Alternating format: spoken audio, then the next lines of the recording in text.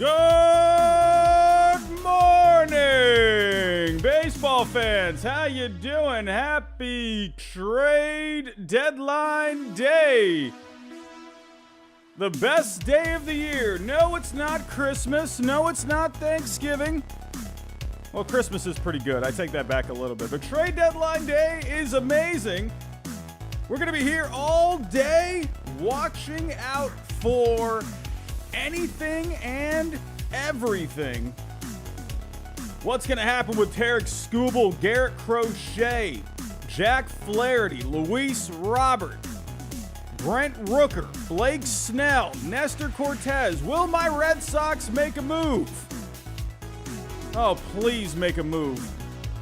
What are the Yankees going to do? The Dodgers are always lurking around. Are the Orioles going to cement themselves as a bona fide World Series contender? Do the Phillies and Dave Dombrowski have another move?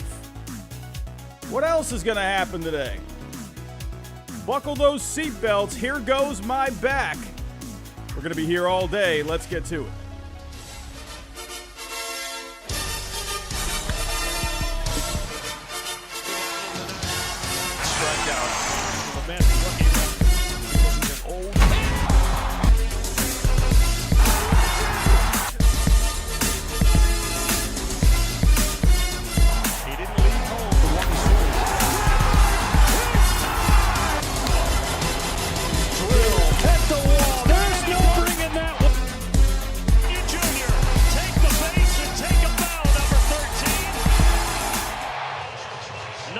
That we never knew if we would see in the game of baseball. Hello. It is trade deadline day. I'm on my, I don't even know, fourth cup of coffee right now. We are good to go here today. We're going to be here all day. Last year, I think we got done right at 6 o'clock. I just couldn't handle it anymore at 6 o'clock. But I have trained myself. I have been doing what I need to do to be here today until 6:30. I did some glute exercises this morning. We got the hips going. We're good to go. I'm feeling good. Hopefully we can keep this up all day. But I'm going to do my best to sit here for the next 8.5 hours, right? The reason I want to stay further beyond 6 o'clock is because you never know what can happen when it comes to... Let me just make sure let me fix that real quick. There we go. That looks so much better. I've been noticing that lately, the alert box. It's like tucked in behind the little frame. Anyway, but after 6 o'clock, 6 o'clock is the deadline, but I'm going to stay a little later today just in case we have any last second deals that don't come across the news cycle. So we're going to be here all day. I haven't had... really I think I had a protein shake this morning. I'm going to be having myself a big meal later. We're not eating all day. We're sitting here watching for all the trades. I'm excited for it. It's going to be a fun day. Even if nothing ends up happening, I know something will happen today, but even if nothing ends up happening, it's still fun just watching everything. And whoa, we got a lot of super chats coming in already. I'll get to those in just a second. Just want to get done here, kind of introducing everything. But yeah, easily, I would say the biggest day of the year when you're looking at just traffic across Major League Baseball. Trade deadline day is always fun, right? We've had a lot of good trade deadlines in the past. I just did a video yesterday. If you haven't seen that, go check that out if you get bored of hearing me talking today. But we've had a lot of good trade deadlines. Even just go back the last couple of years, 2022 with Juan Soto, 2021, just insane. Funny enough, we just had a 2021 trade repeat itself yesterday. I'll get to that in just a second here. But that year, that deadline was full of trades. 2008, Manny Ramirez, right? Blockbuster deal, heading to the Dodgers. Red Sox got Jason Bay there. Man, 2004 with my Red Sox. Sorry to, go giraffe neck Robbie on you over here. But that's kind of, anytime I think of big deadlines, I think of those, right? There's been many others. 2015 was a big one. Even last year was eventful. Every year. It's always fun. Every single year. And I'm glad to be a part of it with you all yet again. We had a big stream last year. I'm excited for it today. But everyone, before I actually fully start diving into everything, all I ask, as always, if you can, just hit that like. We got a big like goal for today. I'm looking for 1,000 likes today. I'm going big on the like goal for today.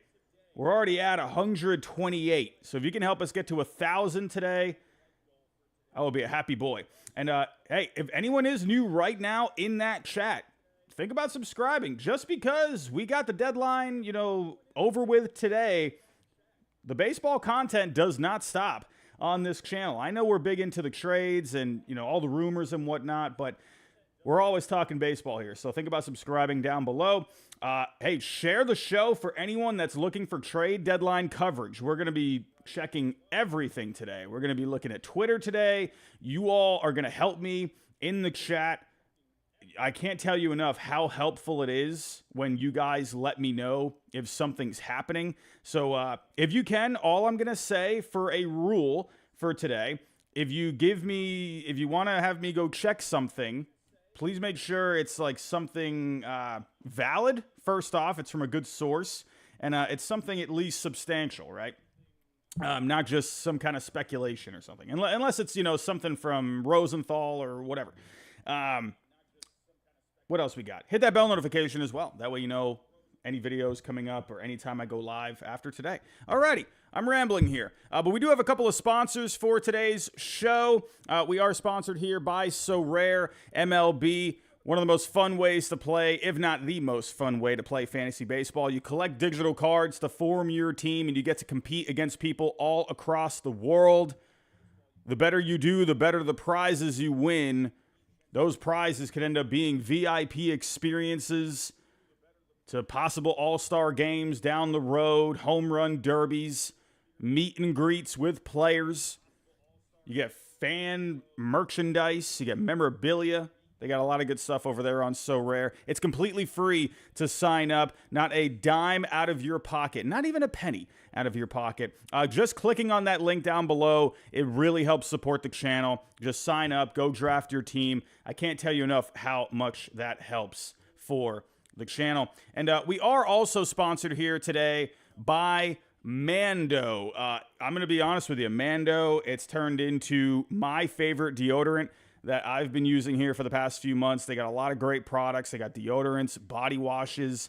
They got other forms of deodorant, including cream form as well. A lot of great products over on Mando. If you use my code HIDE and click on that and head on over to shopmando.com. Sorry about that.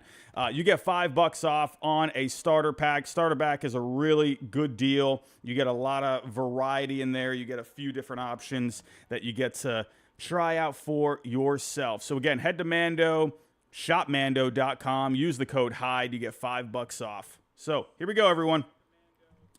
Enough of me rambling. I'm trying to multitask, so that's why I might seem scatterbrained right now. Probably also the 4 cups of coffee. I don't know what is going on right now. But here we go. Let's get to these super chats real quick, and then we're going to dive into the preview. I mean, we're still really early in this thing, right? I'm going to be doing kind of a preview here, and then we're going to be on watch mode for the rest of the day.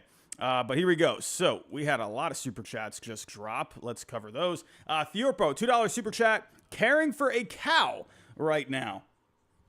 Well, that's neat. That's neat. I love cows, man. Cows are cool. Let's see some trades. I agree. Let's see some trades. Remixed, $4.99. Happy deadline day. These deadline streams have been my favorite the last couple of years. Hope to see the Cardinals add a high leverage bullpen arm today. Very curious to see what the Cardinals do. All right, big move yesterday. Getting Eric Fetty. Unfortunately, departing with Tommy Edman. He was a fan favorite in St. Louis. But hey, bolstering that rotation. Let's see if they bolster that bullpen as well today. I wonder if maybe Dylan Carlson could end up being moved somewhere. Maybe he could be used to possibly grab a reliever somewhere. We'll see. Sound FX09 $9.99. Soler, Power, and Skywalker Jackson are back in the ATL. Need a DH, outfield, and bullpen depth. Starting pitching should be the only thing Atlanta needs at this point, but not sure if we'll find it in a trade. Go Braves. How about that? How about that last night? When I saw that that tweet come across my screen on my phone. I'm like, huh? I'm like, did we just get like an old tweet just sent back out by accident? Like, what is happening here? And I'm like, okay, all right, Jorge Soler going back to the Braves. They're running 2021 back. I mean, hey, are we going to see Jock Peterson get moved back to the Braves today? I don't know. But that was pretty cool. It's interesting with that, right? When it comes to the Atlanta Braves, you know, because you have Marcell Ozuna, right? And now you got Jorge Soler. You know, Jorge Soler, the one thing I do question about that is the defense. You know, who's going to play defense? Both of them are not great options defensively, so that could be interesting. But we know what Soler can do in the ATL, and he's been hot lately. You know, keep that in mind too. They're picking him up at a good time. I think in the end, you know, I've been saying this. They needed a bat. I didn't think Jorge Soler was even going to be remotely available. I don't think anyone saw that one coming. So in the end, hey, good for the Braves. You know, yeah, they're having to, you know, take on some money there, but they needed a bat desperately, and they got some bullpen depth as well. Sound FX, glad that your Braves made a move. Gunner, how you doing, my friend? Gunner Tournament, $20 super chat. Robbie, my fellow Ginger. Always nice to see the fellow Gingers here in the chat. Just want to share my appreciation for all you do. Thank you so much, my friend. You've been in my ear for almost 2 years now, and I love you and your work. Thank you, my friend. I really appreciate that, man. Really, that means a lot. Seriously. Thank you for that. I'm glad my potato brain is helping you out over here. You know, it's nice to see. Dipoto needs to get us one more bat. I agree. Let's get one more bat. You know, Justin Turner, I like that. I definitely like that yesterday. Rosarena Turner, I think are good, solid additions for that lineup. I almost like the Turner addition just as much as the Randy Rosarena addition. I know that might sound crazy, but I just like what Turner brings to the table for the Mariners. You know, they needed high contact. They needed less strikeouts. They needed on-base percentage. Turner is going to give you all three. I think he's a good bat. That's going to be a nice glue piece in that lineup.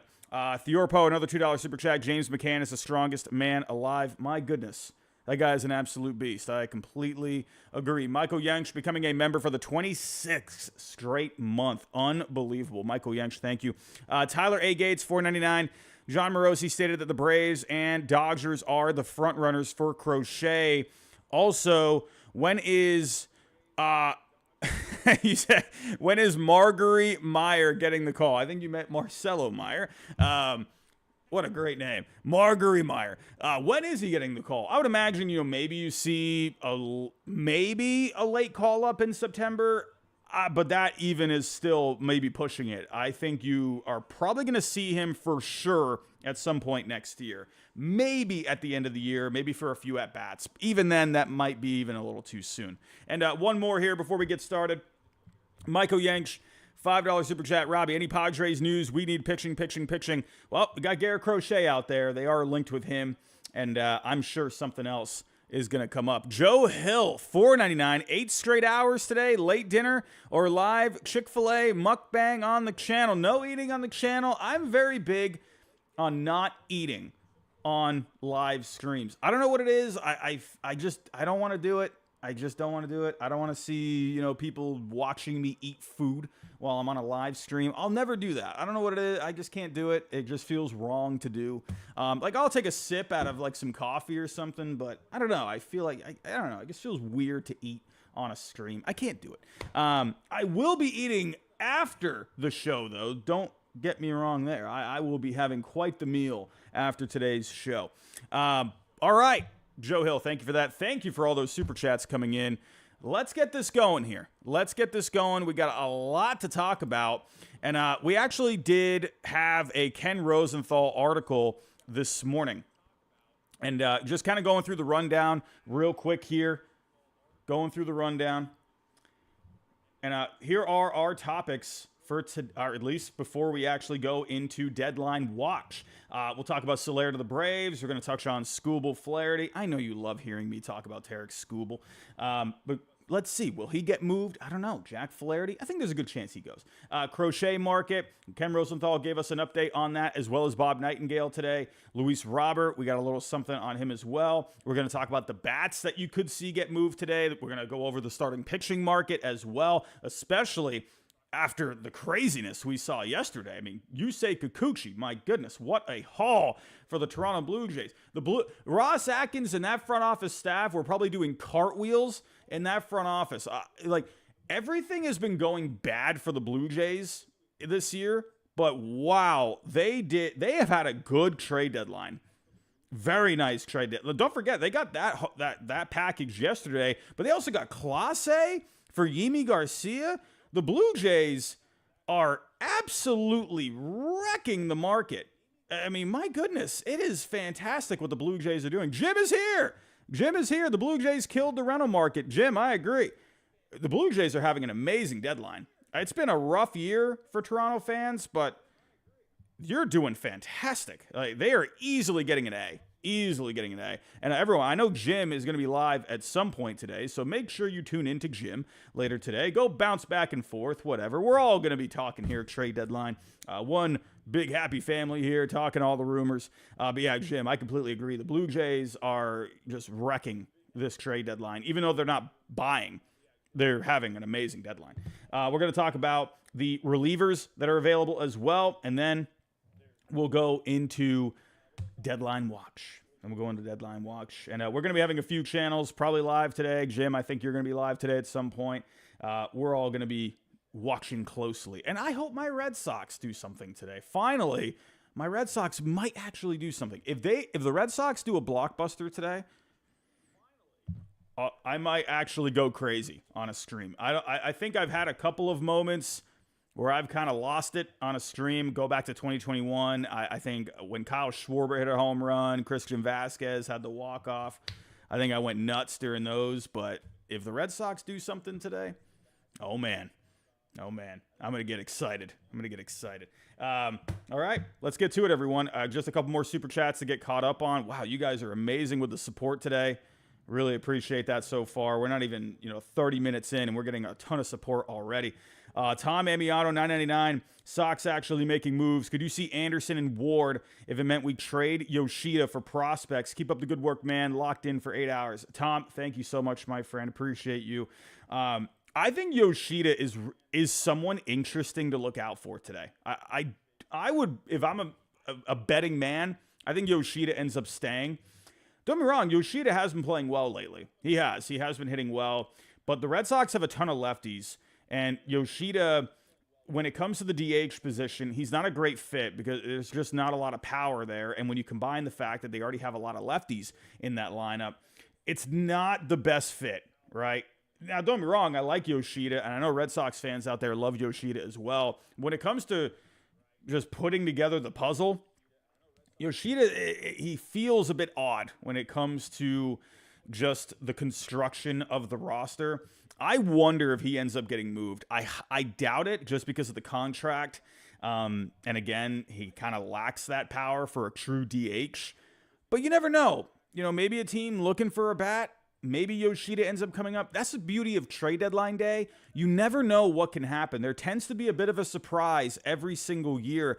Could Yoshida be that kind of a surprise? We'll see. I think Craig Breslow, he is looking to do anything and everything at this point. I think that is an underrated name to look out for today, personally. What else we got here?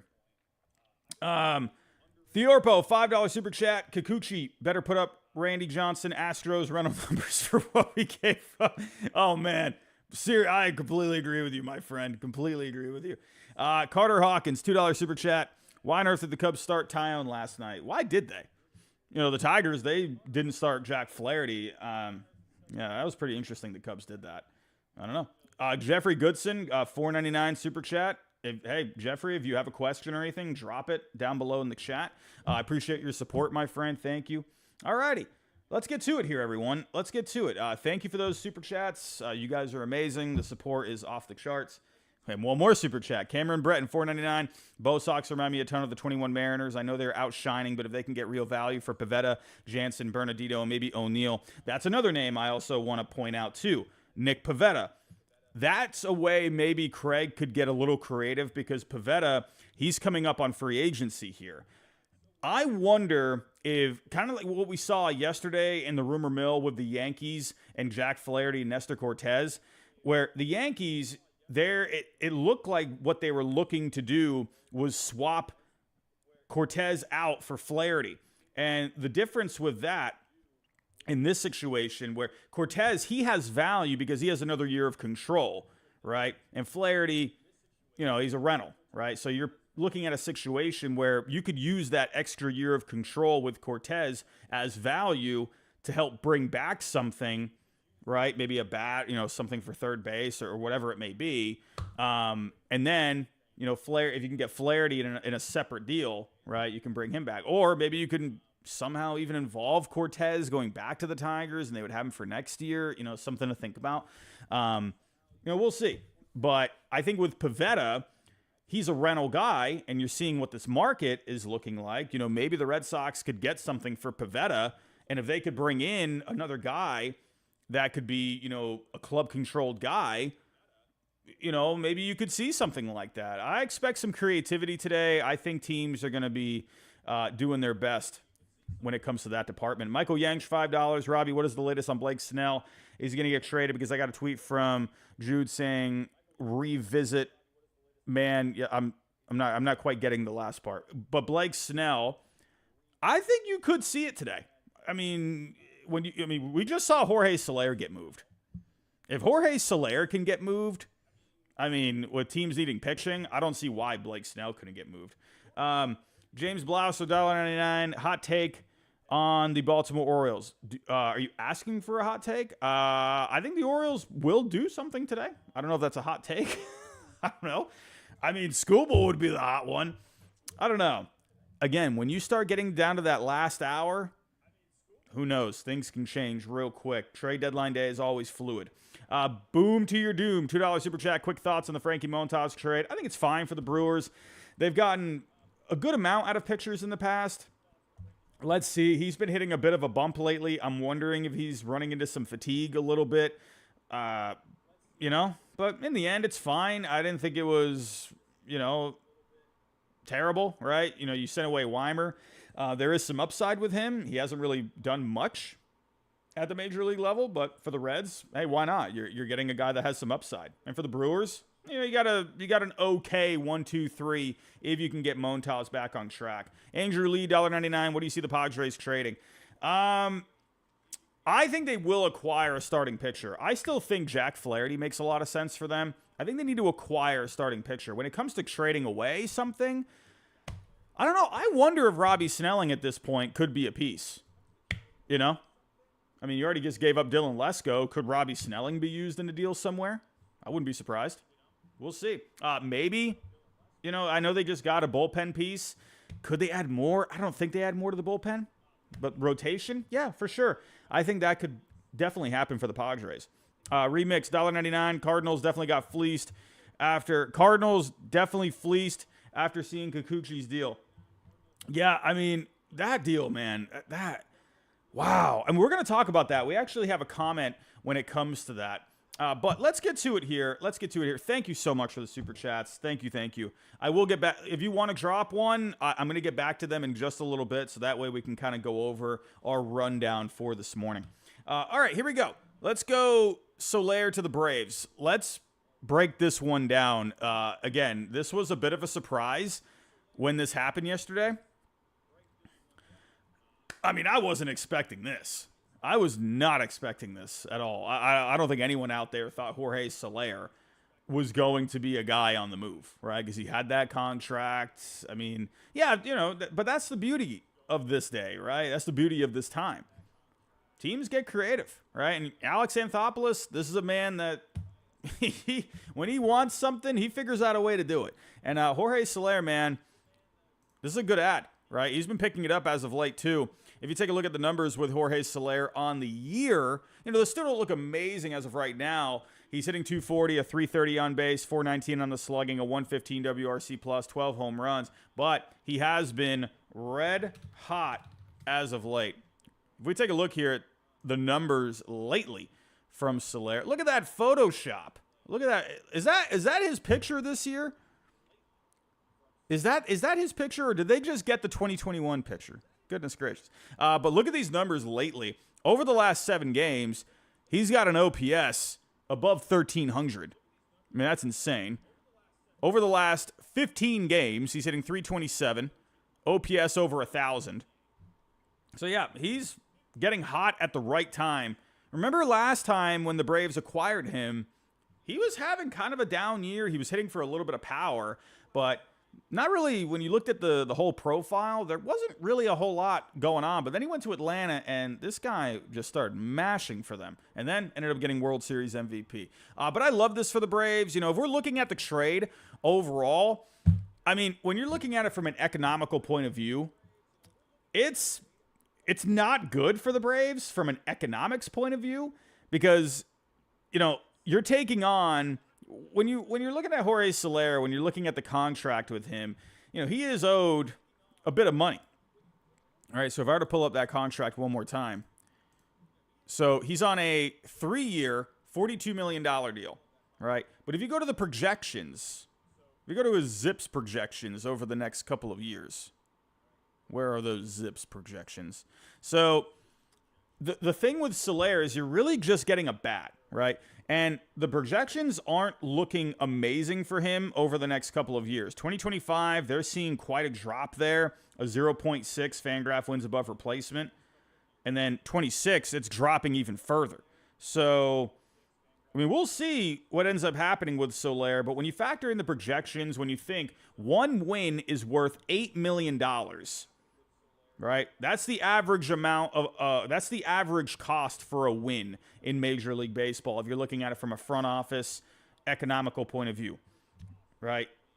So, I mean, if you're seeing here 0.6 for 25, 0.1 for 26, I mean, that's not even a full $8 million right there. I'm sure he ends up beating that a bit, but if you look at his wins above replacement for this year, you know, he's at a 0.8. I think he ends up finishing strong with the Braves for this year. He's getting hot, and he's going back to an organization that did really well with him, and he did really well for them.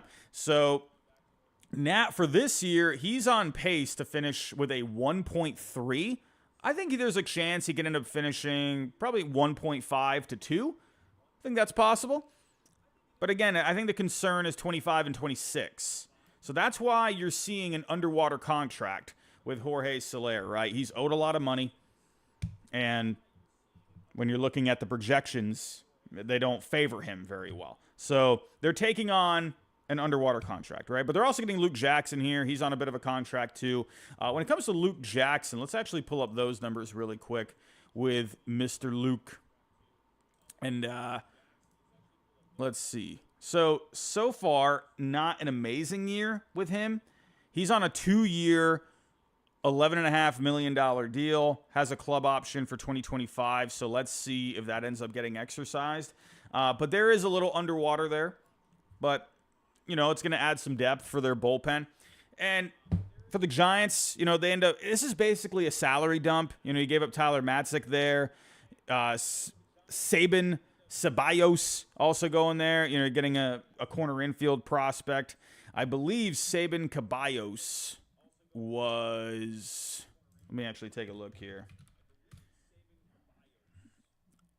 Was he in the top 30? I don't remember if he was in the top 30 or not. I can't fully remember.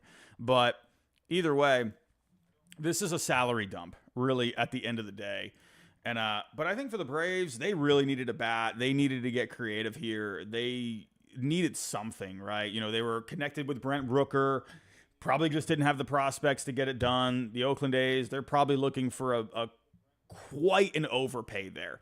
So they probably thought, all right, well, we don't got enough here. You know, yeah, we got a couple of trade pieces, right? We got A.J. Smith-Shawver, you know, maybe Hurston Waldrop there. You know, you got Vine. You know, you got some guys down here, right? You got Darius Vines there. Drake Baldwin could end up being a piece, right? Because they're pretty set with Ketcher there. You know, you got some other guys. You know, you got like Hackenberg and Culler. So in the end, I just don't think they had enough to get Brent Rooker. So they went another route. They called up the Giants. They saw, you know, hey, Blake Snell, we see he's on the market. Is Jorge Soler on the market too? So this was smart, right? Yeah, they're having to pay money. They're going to have to take on that. You know, there was money involved in this. Or was there, let me actually double check. What was the money that ended up, or did they just take on the whole contract? I can't fully remember. Let me go to the payroll. I think they're just taking on the whole contract. I think. Was that what it was? I think that's what it was. But either way, they're taking on some money. So I think it's a good move. It's creative, right? They don't have a lot of prospects to deal, right? That's what I've been saying for a while. I've been saying this on the show. The Braves don't have a lot of trade pieces. It's not really something they could do. Yeah, I would have loved Brent Rooker for them, but it's kind of a stretch, right? So in the end, here we go. Salary dump for the Giants. Creative move for the Braves. But let's get to the next story. Let's talk a little Skubal. We also just got something from John Heyman. Here. I think, was that John Heyman that tweeted that out? Trevor Rogers' market is heating up.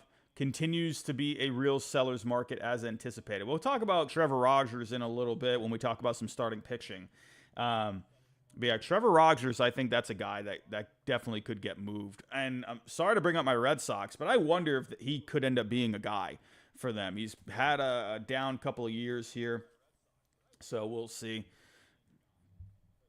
He also tweeted out 11 minutes ago, the Yankees were told several days ago they don't match up for Crochet. I mean, I was saying that too.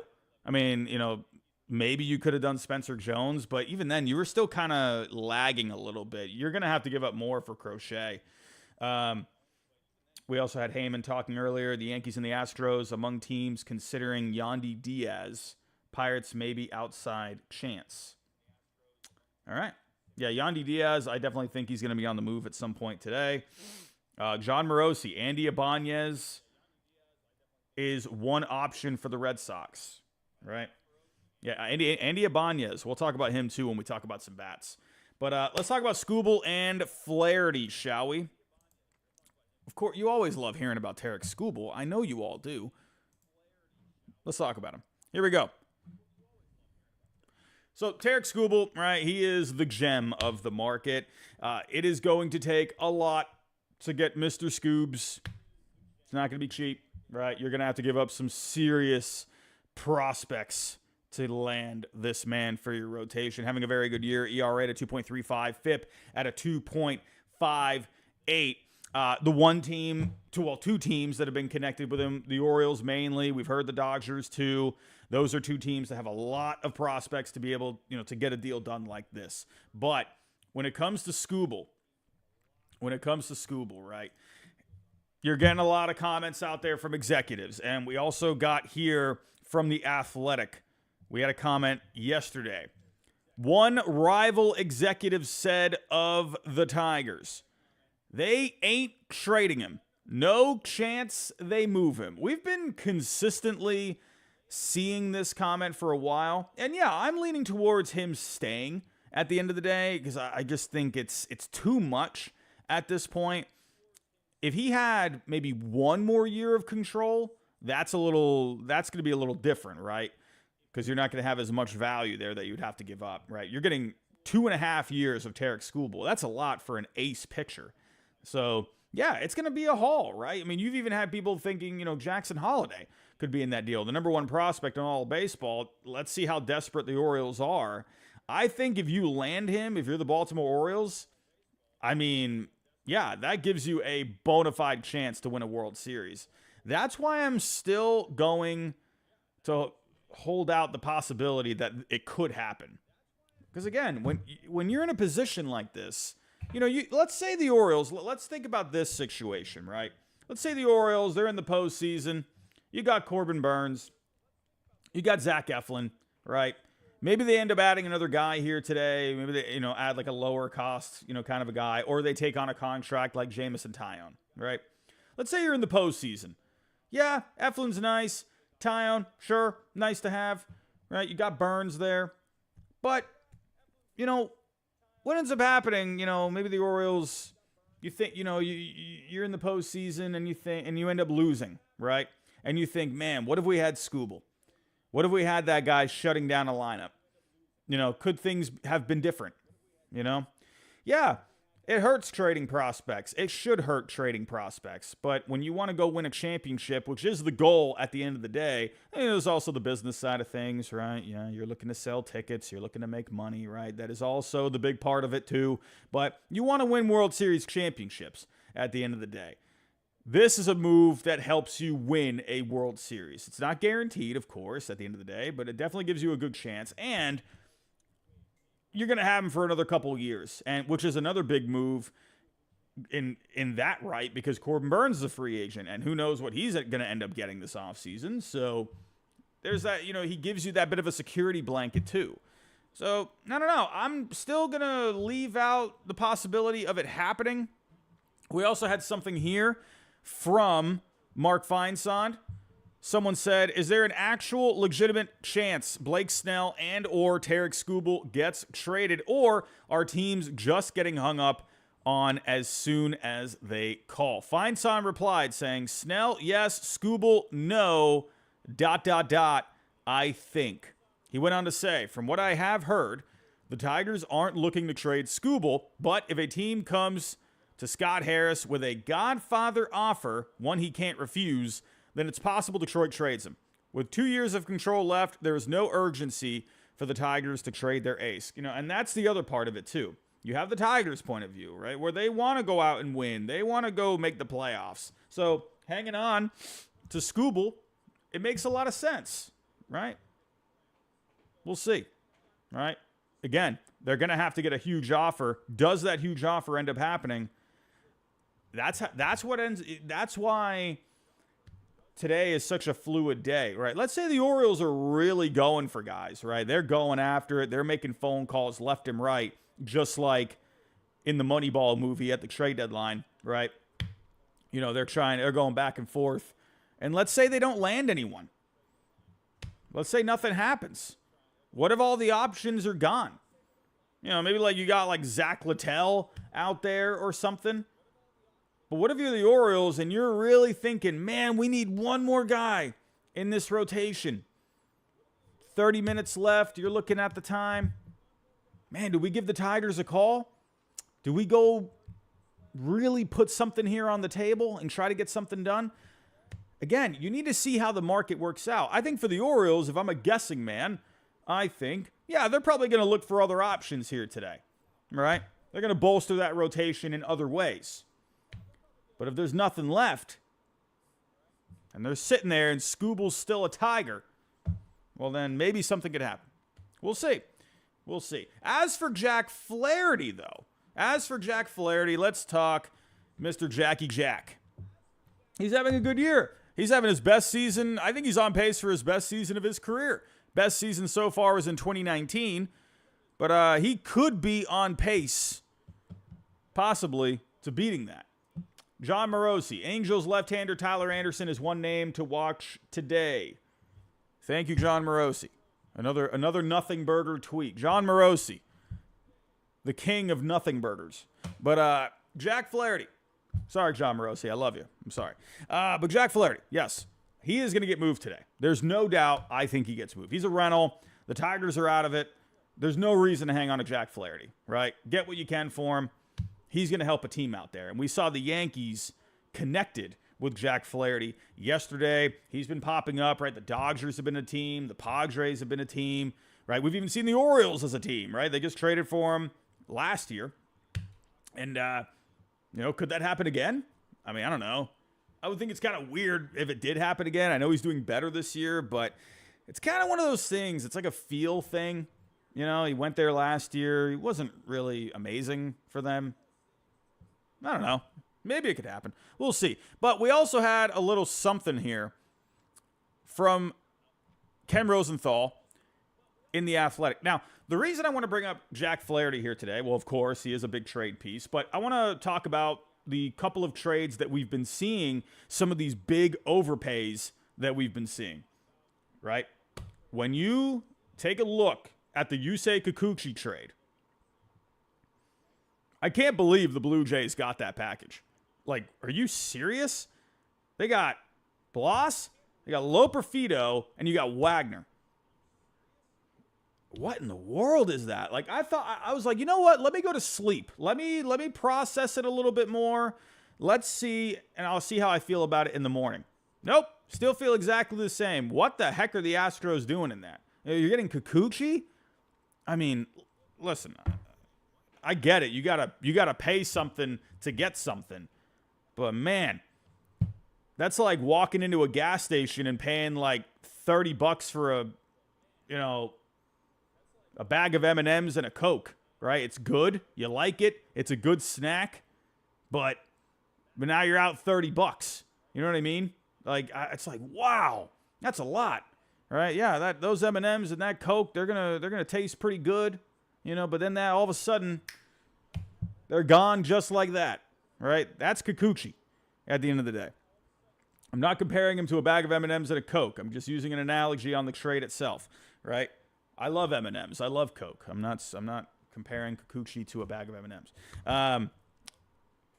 But when it comes to Jack Flaherty, I'm thinking, what the heck's going to happen here with Flaherty? I mean, Flaherty is having a better year. I mean, is this what you're going to have to do to get Jack?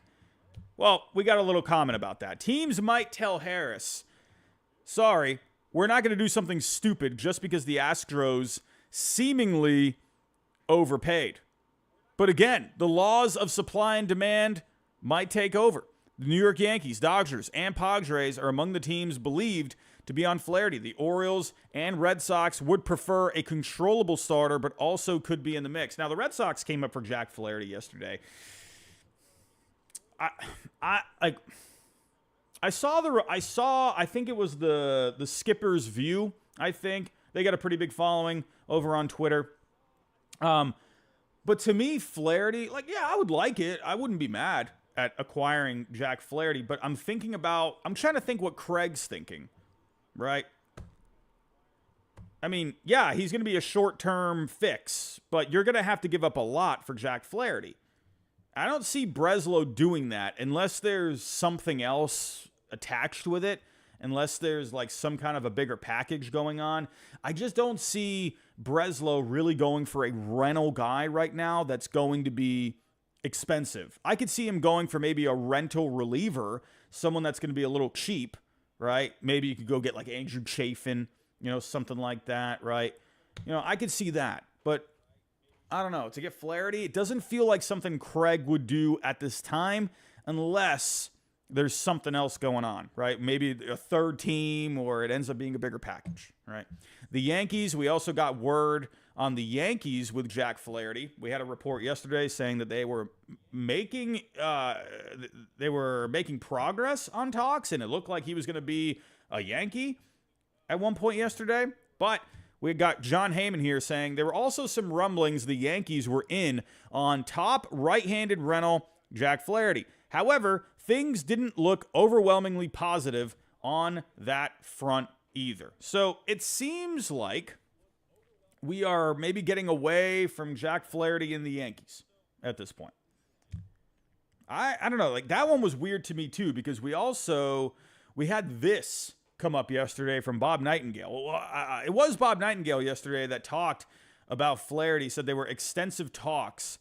And then he went on to say that they plan to trade Nestor Cortez if they land Flaherty.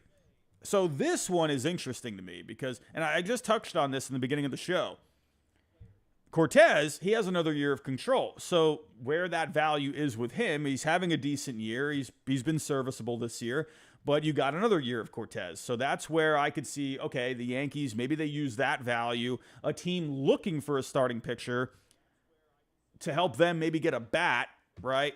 Maybe a team like the Mets, possibly, maybe a team like the Guardians, maybe if they wanted to add some pitching. I know the Guardians, they have not ranked very well at starting pitching this year. The Mets, I feel like they could use another starter.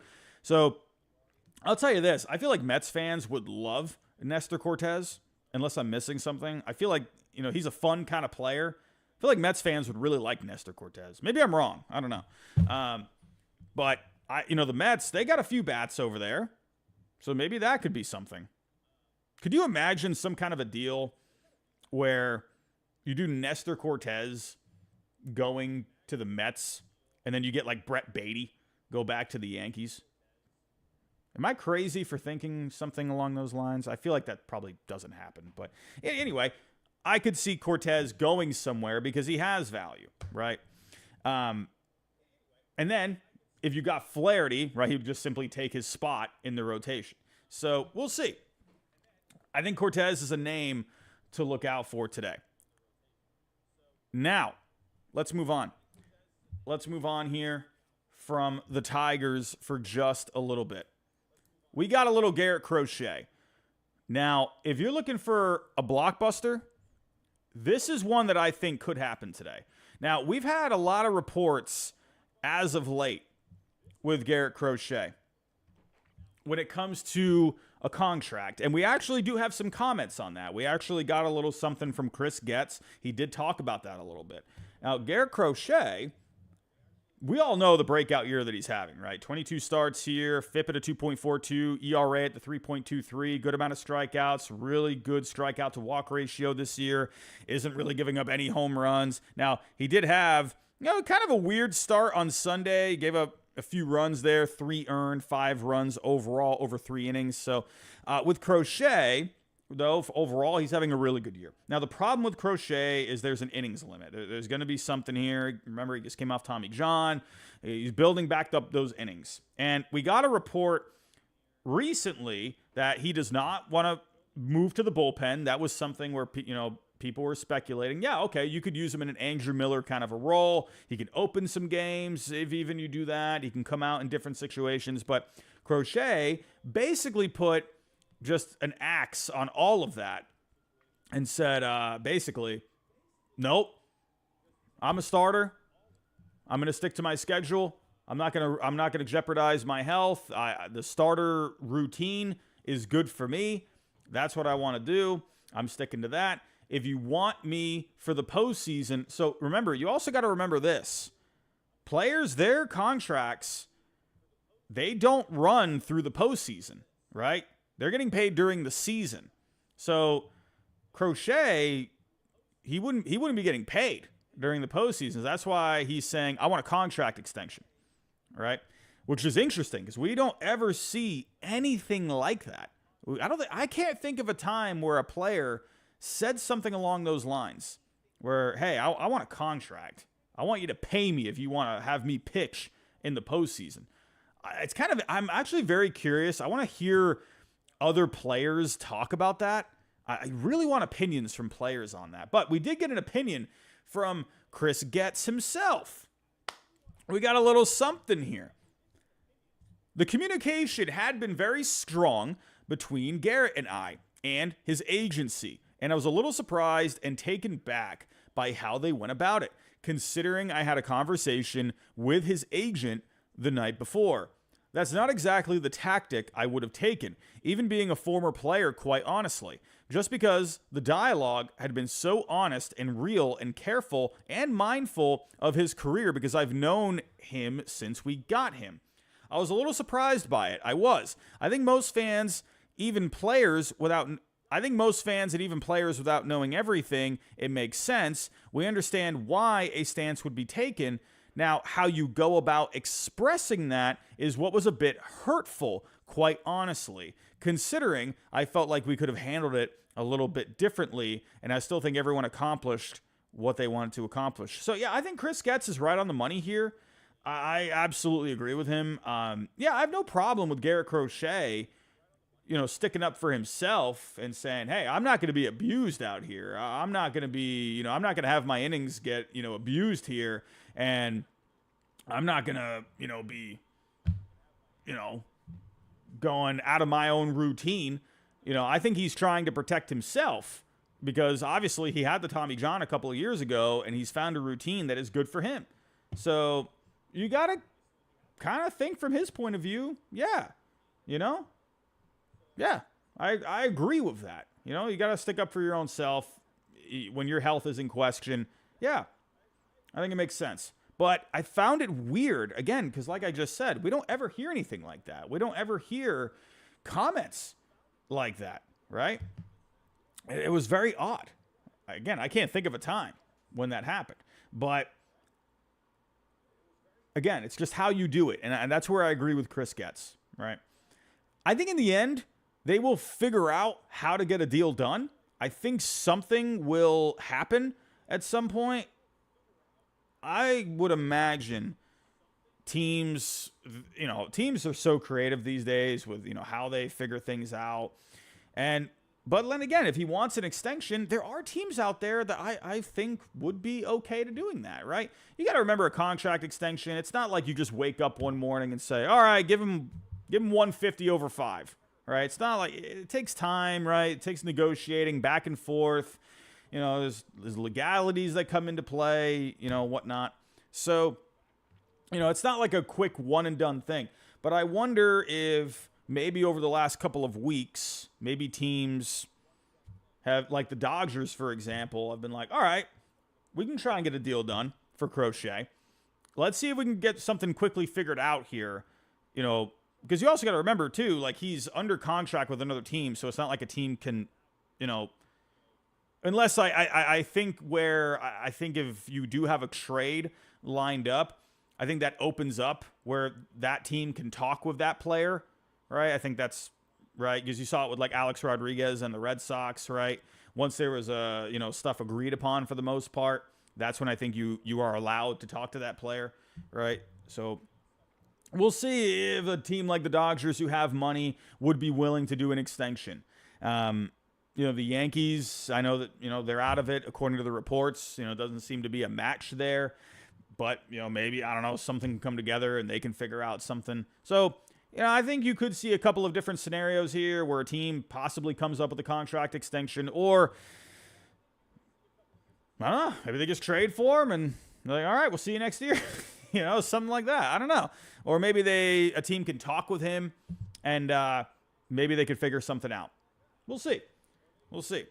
But I think the whole thing with Garrett Crochet is really interesting. Good chance he could end up getting moved today. We did see a couple of tweets here from John Heyman. He says here, of the White Sox 2 megastars at the moment, Garrett Crochet is seen as more likely to go in a trade than Luis Robert. And we also had Bob Nightingale this morning say the Chicago White Sox believe that starter Garrett Crochet likely will be moved today, and that center fielder Luis Robert, who has drawn little interest, pointing that out, right, will be staying, right? So, interesting thing there when it comes to Garrett Crochet. Got a little something. We'll be on the lookout for this today. We'll be on the lookout. In the end, I think that he could end up getting moved. I'll go 50-50 for right now. I think Skubal, you're probably looking at maybe like a 5% chance. I'll leave that open. I'll leave that door open a little bit. Crochet, I'll go 50-50. I think if a team is willing to do the contract or they figure something out, all right, it could happen.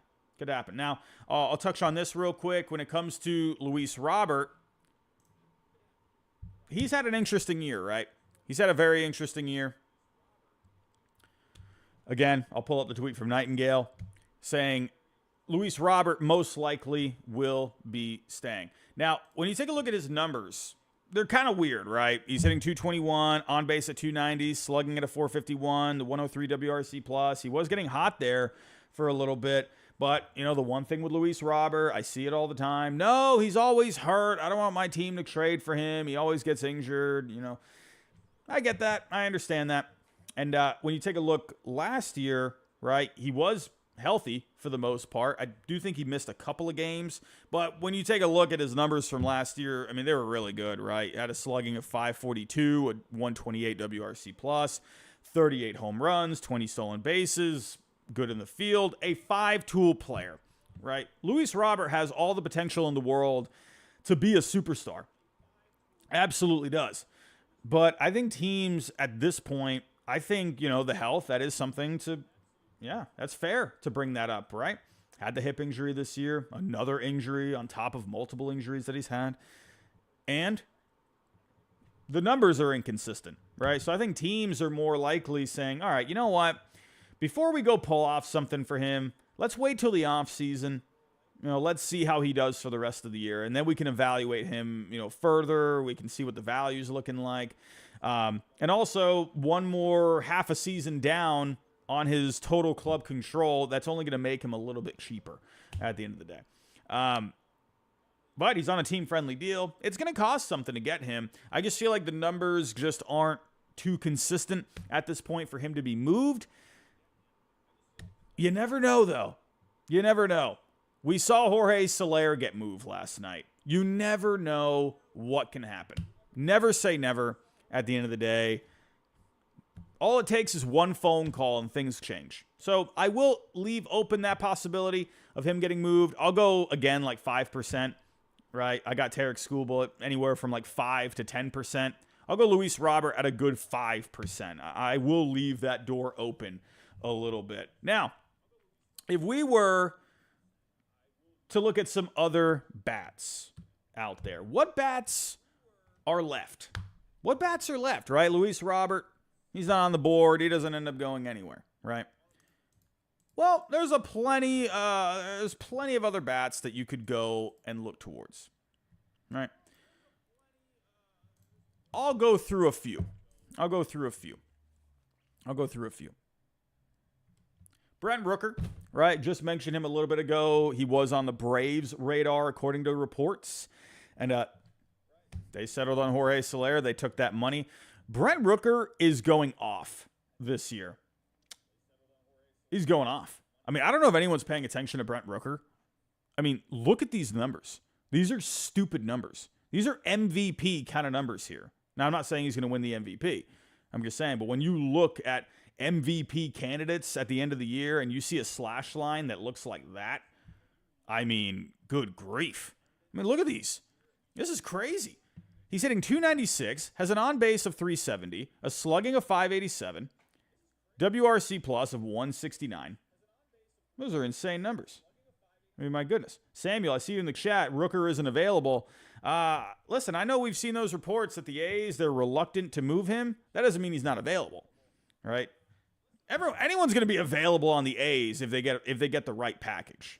Anyone's going to be available. They just got to get the right package. Now, the A's, when I read that, when it came to being reluctant to move him, because they have all the leverage in the world. They don't have to move him, right? He's got 3 more years of control. They're going to Sacramento next year, So it's like they need some kind of a player, to try and sell some tickets, right?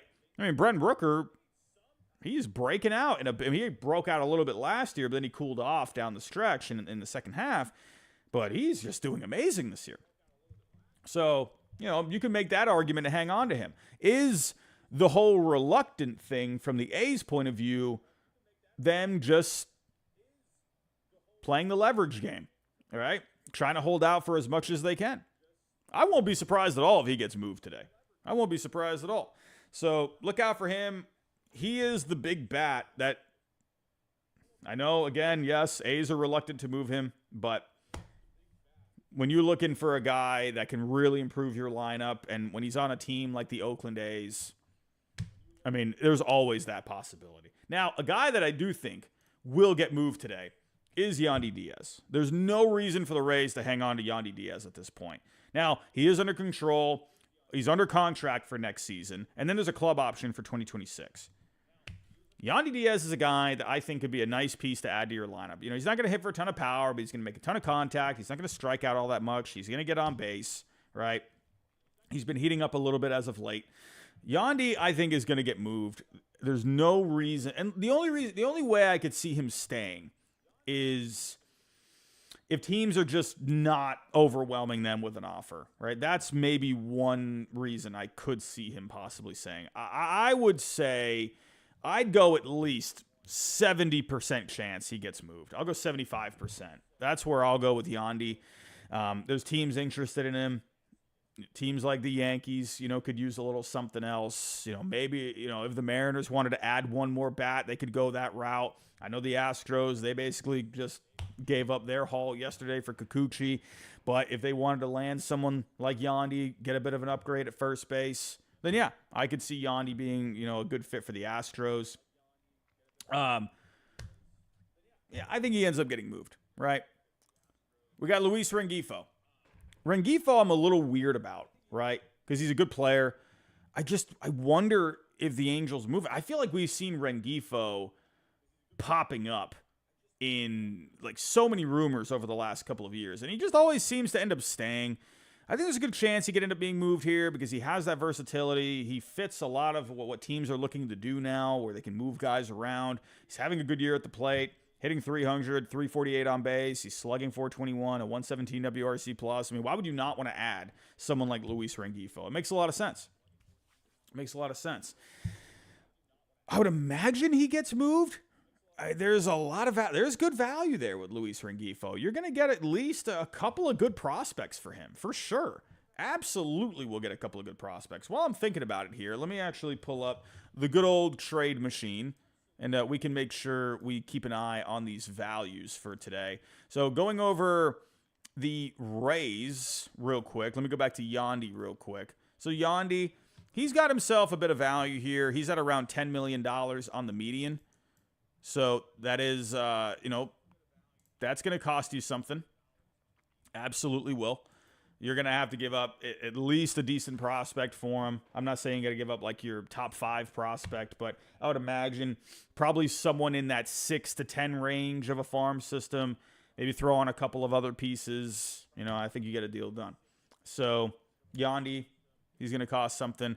And if we go to Rengifo, he's going to have a similar value for the most part, right around that $11 million range. It could go as low as 8.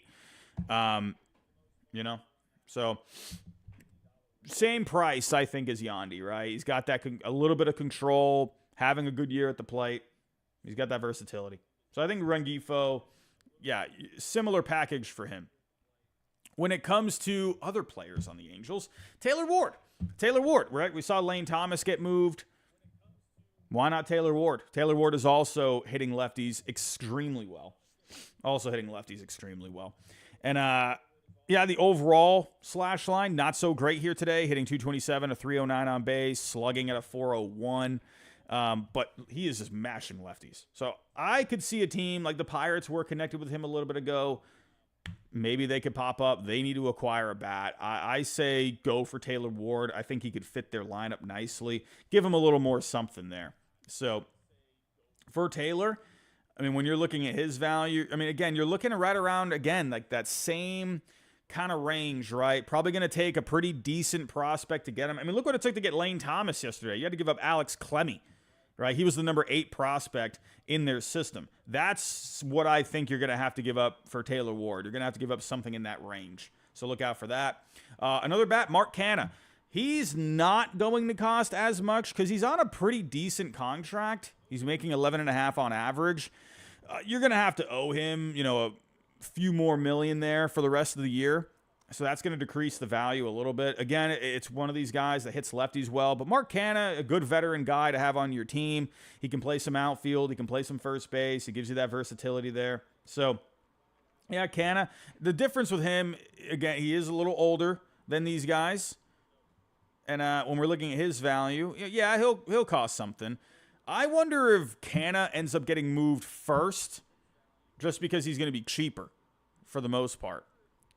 So if we pull up his value, we have, so he's at a negative 1.8. Now, I think that's not really going to come into play here. He's owed a little bit more money.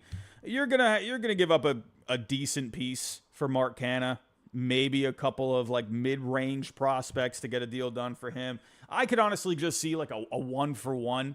Right, maybe give up like your number 15 prospect in your system, and that can land you Canha. So look out for that.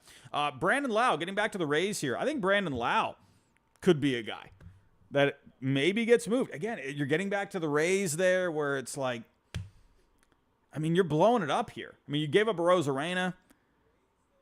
He's on a really team-friendly deal, so that's maybe one area where I could see maybe the Rays hanging on to him for a little bit. He's got club options. He's having a decent year, right? Hitting 262, 355 on base, slugging 524. Yeah, Brandon Lau can definitely be a lefty bat. Absolutely. I think he could get moved here today. Another guy. Isaiah Kiner-Falefa. He's on a rehab assignment right now, but he's having a decent year at the plate, and he gives you that versatility. Getting back to Rengifo, he's another one of these guys here, kind of like Rengifo. I think Rengifo is going to have more value. It's going to cost more to get him than it would take to get Kiner-Falefa. Kiner-Falefa is on a 2-year deal. That's up after next year. So you're paying Falefa more money than Rengifo. So that's the difference. So I wonder if maybe the Blue Jays, maybe they pay down that salary a little bit. They can end up getting something. But they've been making great progress with all of these guys they've been adding. You know, the package from the Astros. You got Clase. I mean, they've been doing a great job. I could see them moving Falefa at this point. I mean, if a team is willing to give up something good for him, I mean, why not? He gives you value, in not just, you know, with a decent year at the plate, but he can play all those positions. Another guy. Oh, no, that's actually the last bat that I hear. I had one more. We had Andy Ibanez here. You know, you're not seeing a lot of flashy bats on this market. You know, maybe you could see someone like Cody Bellinger if you're looking for flash. I just feel like he's not going anywhere at this point. But Andy Ibanez, he kind of fits into that mold of, you know, right-handed bat that can hit lefties really well. Ibanez overall is having a pretty decent year. He's hitting 284, 327 on base, 433 on the slugging, hitting lefties really well. I could see this. I think he could end up getting moved here. He has a good amount of control left. He has one more option left too. So I believe he's going to have maybe like a couple more years of control after this. So look out for Andy. I think that's something. I think the Red Sox could be a good fit for him. You know, maybe a team like the Pirates could be something there. I could see that. But there's a lot of bats here. You're seeing more of those platoon kind of bats in the end. You're definitely seeing that profile more on this market here. Rooker is the star of the show when it comes to, you know, if you're looking for just an overall impact bat. But, yeah. That's what we got here for the bats. But before we get to the starting pitchers, let me take a break here. Let me get to... We had a couple super chats that came in. We had a couple more super chats. Again, thank you so much. Everyone, before I do get to the next story, if you can, the like goal for today is 1,000. We're already at 600 likes. You guys are amazing. Thank you so much. But here we go. We had a couple more super chats. We had here... Where was the last one? Okay, Silas TV, $5 super chat. Happy deadline day. Will the Pirates do anything significant? This team has earned help, and we need it. I completely agree. I think they end up landing a platoon bat. That's what I think it's going to end up being. Ward, Ibanez, maybe Canna, you know, something like that. I think that's what they end up with. I would love for them to go get someone like Rooker. I just don't think they're going to be able to pull it off. Maybe if you were to get Rooker, you could send back Tamar Johnson. Yeah, I think that would be the centerpiece there. I think Tamar would be a really nice add for the A's there. Maybe you put Ashcraft with him, you know, something along those lines. I think you could see something there. I think the Pirates will add something by the end of the day. That would be a huge letdown if they don't. Tyler A. Gates, Rays GM. Caminero and Baz are our guys going forward. Thoughts? Yeah. I mean, that's why I thought Isaac Paredes move him.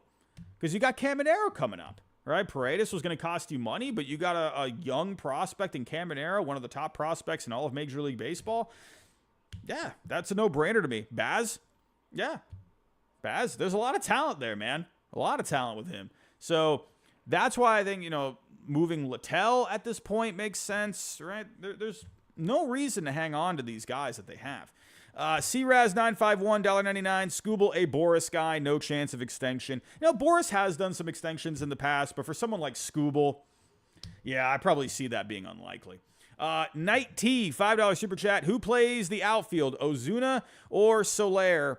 I want Fairbanks on the Mets. I could see Carlson, Liberatore, and someone for him to St. Louis. Rangers should sell high. Yeah, I think Carlson, you know, he has lost a lot of value over the last couple of years, but there's upside there.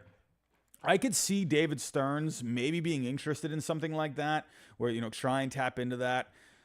He was a top prospect not too long ago. Fairbanks on the Mets. I think that'd be pretty fun. I think that could be a nice ad for them.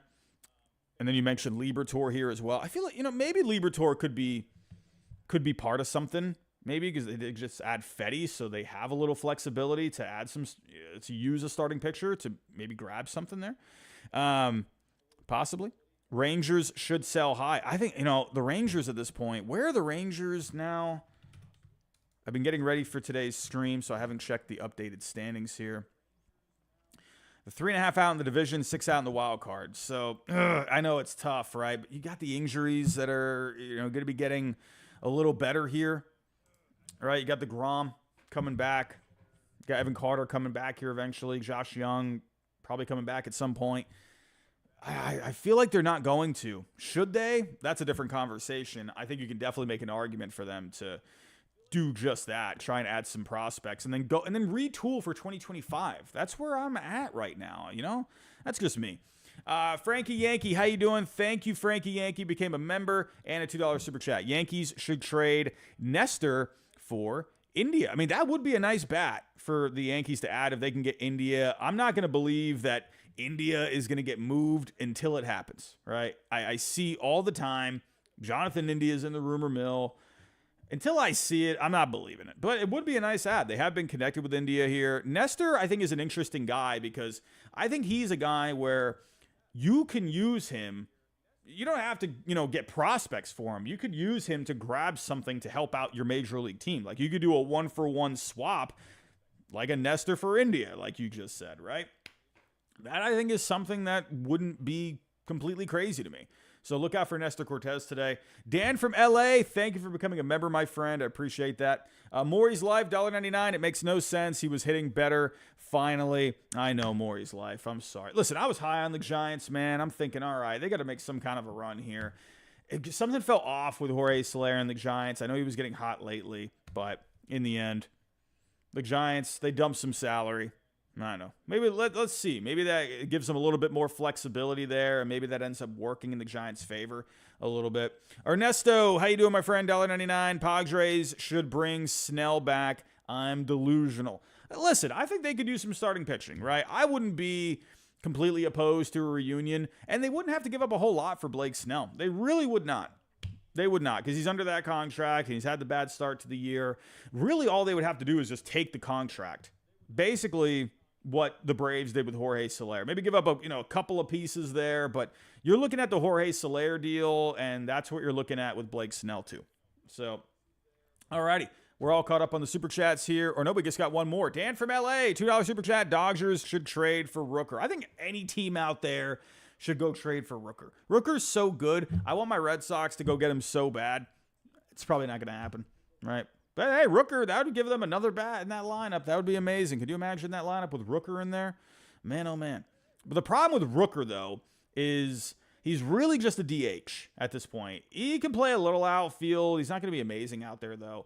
You want Rooker as a DH preferably, and obviously you got a guy by the name of Shohei Ohtani there. So, yeah, Rooker, he can play some outfield. Probably not the best use for him, though. So that's why, like with the Red Sox, you got Yoshida there. So you'd have to figure something out with Yoshida. I don't know. We'll see. But here we go. Let's get back to what we were doing here. Let's get back to it. So we were moving on to the starting pitchers. Let's get to the starting pitchers here. What starting pitchers do we have that are available? Right. Well, we already talked about Crochet. We already talked about Skubal here. We already talked about Flaherty. Let's get to the other guys that are on the market. Let's start with Blake Snell. Let's start with Snell, right? He had the nickname Blake Smell on the channel for a while, and that's because, my goodness, he absolutely stunk. But what a foolish baseball. What a foolish baseball. Oh, interesting. Foolish baseball. Here we go. Blake Snell, right, but he has turned it around here since coming back off the IL. He has looked a lot better. Wow. He looks like a completely different guy. He's been racking up the strikeouts too. Blake Snell, I think, has turned a corner. He's a second half guy usually. I think he's getting into a rhythm. I think he's going to be good for a team out there if they can pick him up. We've seen teams connected with Blake Snell. And actually, I believe Rosenthal had him in his article here. And he mentioned the Orioles for Blake Snell. The Orioles are wide open in their search for another starter, according to a source briefed on their plans, and also want to add a right-handed hitting outfielder and reliever, preferably left-handed. They might even be a potential fit for Snell if the Giants are willing to move him. Now, I know he has been, I lost the article. I'm going blank on where that was. But with Snell, I think there's a lot of teams out there that can make a move. I was wondering if the Cardinals could have been involved. You know, they ended up getting Fetty in the end. Padres, could you see a reunion there? I don't see why not at this point. I don't see why that couldn't happen if they just want to take back the money, right? He's got that option for 25, so I just wonder what that's going to look like. We'll see. But Padres definitely. Could the Yankees revisit it, right? If they moved Nestor Cortez, got back some pieces, and they just said, all right, we'll take on Snell's contract, right? I mean, I don't see why the Yankees couldn't do that. Again, the money, though, right? They already got such a payroll. Will the Yankees want to take even more money there? I don't know. But that could be an option, right? You move Cortez, you get a piece, and then you bring in Snell, and it really wouldn't cost all that much to get Blake Snell. And actually, if we take a look at Snell's value, right, you're going to see a value that's not really high because that money is coming into play, right? He's at a 3.2.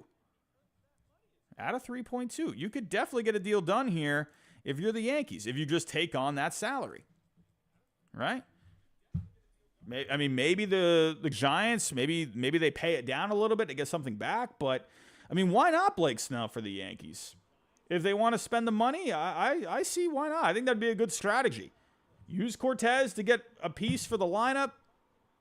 Replace a lefty with another lefty that's about to have a good second half. I think the Yankees for Blake Snell makes a lot of sense. We'll see. We'll see. Also, I want to mention one other thing. I think I forgot to mention this here with Crochet. I also just want to mention the teams that Rosenthal had connected with him. He mentioned the Padres, the Dodgers, the Braves. We did talk about that. The Phillies, my Red Sox, and the Orioles.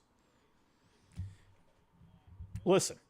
Are you listening right now? Are you listening? If the Red Sox get Garrett Crochet, I will do my best to do a cartwheel live on the show. I don't even care what even the postseason thing is, the contract extension thing. I don't even know. What it would cost to get Crochet, I know that might be an issue. I know. You probably have to give up something big if you're the Red Sox. You'd probably have to give up, I would imagine you'd have to give up Roman Anthony in that deal. I don't think the Red Sox are moving Meyer. I don't think they're moving Teal. Roman Anthony, though, I wonder, because they do have some other left-handed bats already in the system. You got Willie Abreu under a ton of control. You just drafted Braden Montgomery. Could you use someone like Roman Anthony in a deal to get Garrett Crochet? I don't think it happens. I'm dreaming right now. I'm speculating. I don't think the Red Sox end up getting Crochet. I find it interesting, though. Find it interesting that the Red Sox are connected. I don't know. Friendly neighborhood Gentile ginger gymnast. My goodness, I'm probably the least flexible person you'll ever meet. I tried doing yoga one time. Brutal, awful. It was so bad. Don't ever. I can't do it. Maybe that means I got to do some more yoga. And my goodness, my hips, they're killing me. But that's just something I wanted to mention here. But besides John Morosi, John Morosi? Okay. I didn't see the whole tweet from John Morosi, but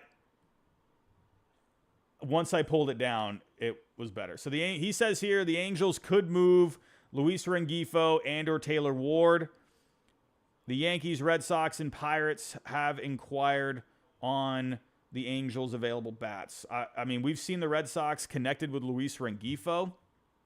I would imagine at this point, Luis Rengifo is probably more of that target. I don't see Taylor Ward being that guy.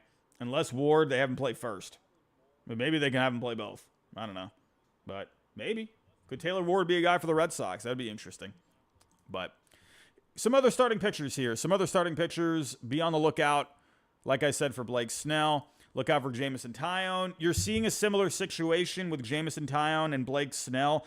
Tyone is going to have more of a negative value, right? Because he's under a lot more control with the contract. His contract's not up till 2026, and he's making an AAV of $17 million. Now, the problem there, and that's a decent amount of money, and the projections aren't looking very strong with Tyone. So, teams can view projections, differently, right? There's not one set system. So maybe a team values Tyone. Like, I could see the Red Sox valuing him. I could see a situation where the Red Sox, maybe they trade away Nick Pivetta, right, who's going to be a free agent, and then they bring in Jamison Tyone. You wouldn't have to give up a whole lot for Tyone. You just wouldn't, because he has the big contract. It's an underwater contract. He is having a pretty decent year, but the money that he's making, the numbers aren't matching the money that he's putting up, right? So I could see that possibly for the Red Sox. Probably not, but it's an option. Get something for Pivetta, whether that's something that can help you now or some prospects, and then you bring in Tyone to replace him in the rotation, right? You're kind of doing a bit of a swap. So look out for Tyone today. He's a guy that can definitely give you some innings down the stretch here. Tyler Anderson, very similar situation to Tyone here. He has less control than Tyone. His contract's up in 25. I wonder if Tyler Anderson ends up staying put. I don't know. There's something, like, when it comes to Anderson, the advanced metrics don't look amazing with him. They just don't. The ERA is outpacing the FIP. He's owed a bit of money. He's at negative 1.2 as of right now. I don't know. I just wonder. I think the Angels would have to pay down some of that contract for teams to be willing to take him. Again, it's just because those metrics, they're kind of behind what the ERA. He's got a 2.96 ERA, but the FIP is a little higher at 4.35. So that, I think, could come into play. He had a down year last year too. It seems like he's turned a corner on that. But when you look at the expected FIP, it's a 4.75. Yeah, Tyler Anderson, I'm actually 50-50 on whether or not he gets moved. I was going to talk about Nestor Cortez, but I've already talked about Nestor Cortez. I already talked about him. Reed Detmers, I think, is an interesting guy. Detmers, I think, is someone to maybe pay attention to today. And the reason I bring that up is because Detmers, he has value. And with where the Angels are right now, competitively, as an organization, I mean, you could still get something back for Detmers. There's a lot of control left. He's got upside. He's shown he can picture the major leagues. I think he just needs to be with a better, I'll say it, a better organization, right? I think he needs to find the right fit. And I'm sorry, but like, to bring up my Red Sox, that could be a perfect example right there, where you took on someone like Quinn Priester, right? You got him yesterday for Nick York, right? Quinn Priester hasn't been able to figure it out with the Pirates, really. That's a better home for him, right? Where the Red Sox, they have really shown they are taking a much better approach with pitching here in the last year, since Bailey and Breslow have come into the fold. So Detmers, I think, would be a good fit for the Red Sox. But, there's other organizations out there, too, for Detmers, right? A team that, I don't know, just thinking of some other team, maybe even Cleveland, right? Where maybe, they've, even though they are lagging in the pitching department this year, they have been a team that has shown they can get a little out of guys, right? I was thinking maybe the Brewers could have been a pretty good fit for him. But again, it's just going to cost something, and that's why I hesitate at Reed Detmers staying there, because the numbers don't look great, and he has value. So when you're kind of holding those two things together, it's not really a good balance, right? You want the numbers to be at least kind of up to par with your value, right? And he has value because he has the control. But at this point, because of what he's done this year, do you want to be giving up prospects for Detmers? I don't know. It would have to be, I think, the right situation for that to happen. We also have Griffin Canning. Griffin Canning not having an amazing year, right? FIP at a 5.35, ERA at a 5. But, he is someone that can give you innings. So if a team is looking for that, I think that's very possible. Now, this is, again, if you're looking at teams that are trying to maximize pitching, also the Dodgers for Reed Detmers, I think that could be something, right? It kind of makes me think of Michael Kopech. Hasn't had an amazing year, but Kopech, Dodgers, the Dodgers, that's another organization that's shown they can get a lot out of guys that are struggling, right? Griffin Canning is another example. Even though you see a lot of blues right here, the off-speed run value has been amazing with Griffin Canning. So if a team can figure out how to properly utilize him, then maybe you could see a team take a chance on Griffin Canning. Possibly. He's not going to cost all that much at this point. He's at a $5 million value. I could maybe see him getting moved. It's possible. We got guys like Cal Quantrill. He's been on the market. ERA is outpacing the FIP, but a guy that can give you some innings. He's a rental. He's not going to cost all that much. You got Austin Gomber. This is another guy where he does have control. He has another year of control, but not amazing numbers. Again, a guy that can give you some innings. We've also seen Trevor Rogers come up a little bit this morning. Trevor Rogers is on the rumor mill right now. And let me actually go double check. Let's see. What was the last thing we got?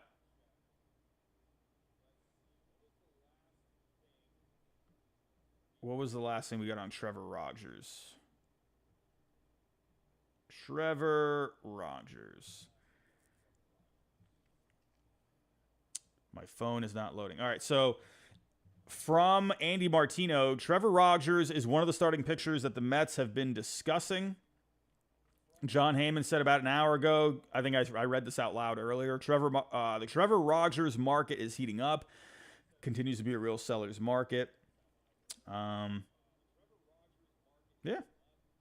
Look out for him. But he's someone where, this is a guy who was really good a couple of years ago. Go back to 2021. He had 25 starts, ERA at 2.64, FIP was at a 2.55. 10.5 strikeouts per 9. He was really good at keeping the ball in the yard. He had 0.4 home runs per 9. But then he started getting hurt, and everything kind of started falling apart for him. He's been healthy this year, but it looks like he's trying to just find a rhythm. He's trying to just figure something out still. He has control. There is value there with Rogers. Now, I don't know if he's going to have as much as Reed Detmers. If we're going to go to the Marlins, look out for them today, too. The Marlins are going to have a few pieces. Yeah, but Rogers is similar with Detmers, where Detmers has more control than Rogers does. Rogers is coming up on free agency a little quicker. But Rogers is putting up the better numbers this year. Not amazing numbers, but better. So, yeah, you're looking at around a similar price for Rogers. Rogers, Detmers, very similar in value.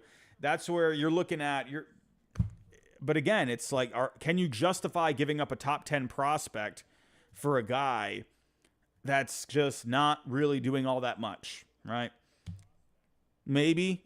I think if a team gives up a top 10 prospect, it's probably someone that's blocked in an organization, right? You don't really see a future for that guy. He is good.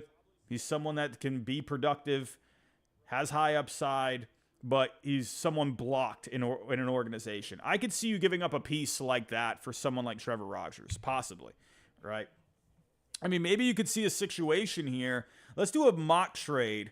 I just came up with an idea in my head. Could you maybe see something like this?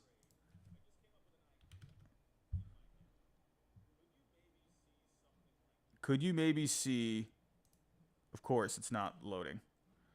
Could you maybe see Brett Beatty and Trevor Rogers get swapped?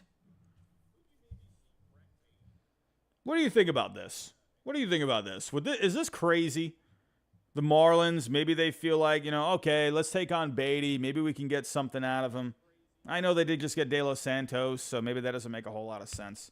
But, maybe something along those lines, right? Where maybe a player of similar stature, someone like Beatty who had high upside, still has upside, but hasn't figured it out in the major leagues. Maybe you do a bit of a swap right there.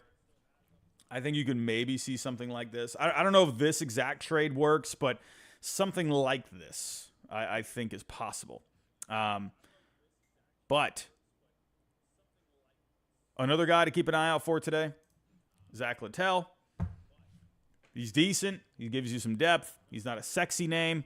He's got control, has one more year of control after this year. Look out for him. Again, the Rays. Yeah, the Rays trying to clean house. I say get rid of everyone. Get rid of everyone. But we got, oh, whoops, I forgot to change the topic. Let's go to the relievers, shall we? Let's talk about the relievers before we really go into deadline watch here.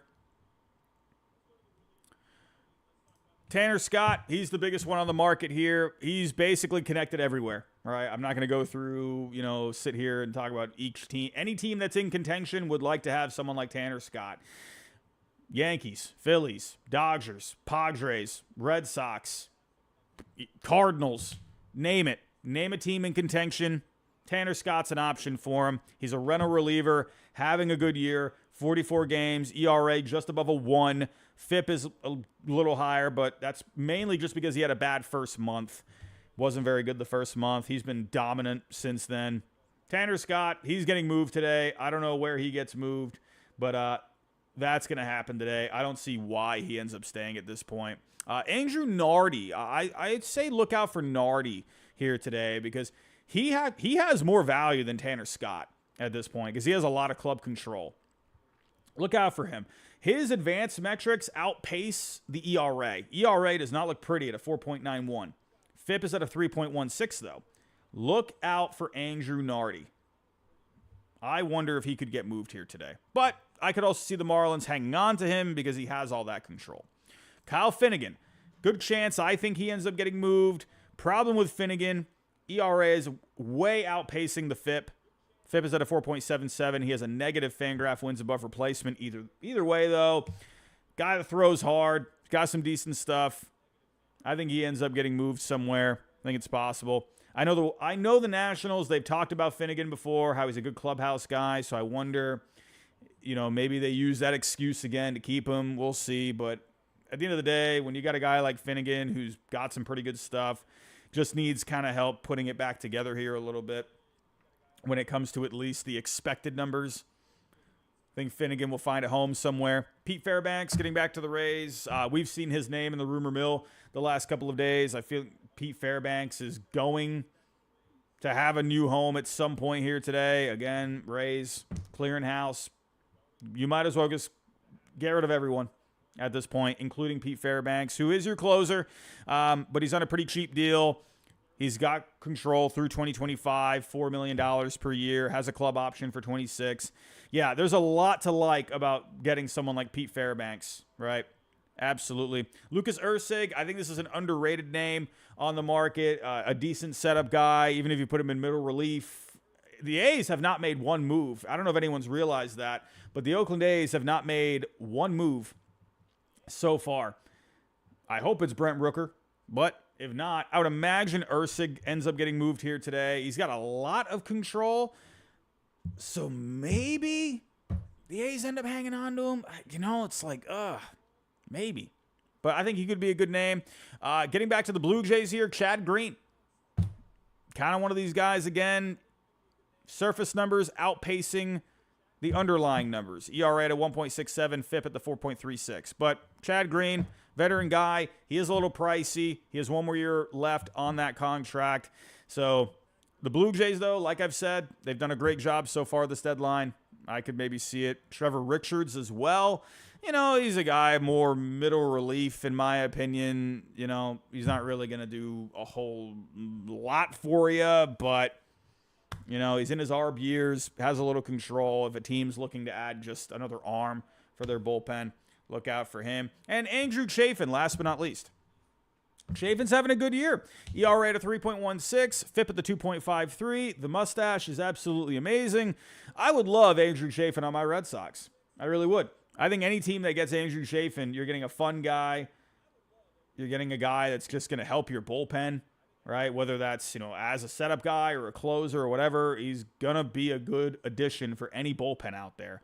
I do think he ends up getting moved. He has a club option for 2025, but I think that just makes him more desirable on this market. Look out for Chafin here. Look out for Chafin. All right, everyone. We have gotten through our preview. That took about an hour and a half, but we are all caught up now. I think we're all ready for Deadline Watch. We're all ready for Deadline Watch, and we got a long day ahead of us. We're not even at noon. I'm already feeling my stomach growling a little bit. I'm hungry, but I'm not eating until after the deadline has passed and everything has settled. So here we go. Nick Kowal, Chafin is like the real-life Kenny Powers. I agree. Kenny Powers is so funny. I love that. But let's get to some Super Chats. Let's get to some Super Chats here. We had a couple that came in. We had Caden Hart, 199, big fan of the vids. Thank you, my friend. Thoughts on Reds moves so far? I think for the Reds, right, you got to retool for 2025. Getting rid of Montas. Didn't really make a whole lot of sense to keep him. Hadn't even been pitching all that well anyway. So, yeah, you might as well move him. So I think for the Reds, yeah, clear out a couple of guys there and look to 2025. Still see if you can try and compete this year, but it's not looking great for the Reds, unfortunately. I was high on them coming into the year. Captain Spartan 04 199, real talk. How do you remember all these players? I mean, I feel like I'm always leaving out guys. I feel like I'm always forgetting at least one or two. I guarantee I have forgotten something. I don't know. I feel like I'm missing something. My potato brain gets the best of me a lot. But Captain Spartan, thank you, my friend. I don't know. I guess I can remember a good amount. Landon Goldsboro, $4.99. Can you give an idea of what prospects the Angels could get for Luis Rengifo? I mean, yeah, you're probably looking at, let's say for the Red Sox. Do I want to use the Red Sox? Let's use the Dodgers. The Dodgers are always more fun when it comes. I know the Angels, I know Moreno doesn't like to deal with the Dodgers too much, but their prospects, they're always fun to play around with, right? Let's see. So Rengifo here. We got here. So like I said, it's about an $11 million value, median. All right, that's key here. The median value, that's in the middle, right? So you're looking right now, the way this market's been going, you're looking at the high point, right? So you could definitely see more. But if you were to do the Dodgers here, so let's pull up some Dodgers top prospects.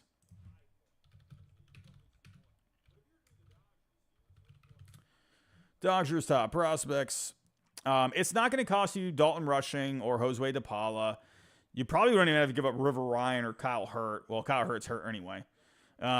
So I would probably say like something after, probably in the, one of the guys, if you were to have the Dodgers do this deal, I'd imagine someone in this 6 to 10 range would probably make sense. I mean, Diego Cartaya, look out for Diego Cartaya today. I think there's a chance he ends up getting moved because he's blocked. I mean, and he's blocked and then blocked even more. You got Dalton Rushing there. I mean, Cartaya, he has been figuring it out a little bit more at the bat this year. I know the Angels, you already got Cuero there, but if you wanted to add another catcher, I think you could maybe do something like that, right? If you did Cartaya, you could do him, and then maybe one more guy to go along with it. Maybe do like a Peyton Martin, the Angels, they've been looking for pitching. So maybe you could do like Peyton Martin and like Maddox Bruns. All right, so I could see maybe a package like this, especially if you're looking at it from the overpay point of view. I mean, actually, well, according to the numbers, this would be kind of right in line. I could see something like this for Rengifo, something along those lines. But I don't know. Would the Angels want Cartaya? I don't know. Nick Kowal, every trade that comes in today. Holy overpay, Batman. I agree. Peyton, I thought about Diego Cartaya for Nico Horner. That's another name. I am sorry for... See? I told you, I forget names. There's another name that I didn't mention. Nico Horner. Look out for him. I think that's something, right? If the Cubs were to kind of look for like a retool kind of a move, like they did with Christopher Morel and Isaac Paredes, Nico Horner has a lot of value. He's good, right? And he's got control. So I could see Horner definitely going somewhere. So maybe you could do a deal like that, right? Where that could get the Cubs a catcher. Let's do that. I actually think that's pretty fun. Let's see here. So, but it would take more than Cartaya, unfortunately. Here we go. But yeah, Horner.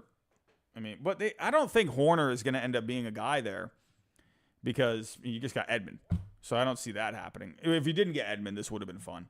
But Horner, I think you could maybe see him go today. But I think for the Cubs, yeah, I think maybe did something there with Cartaya. I think that could be possible for sure.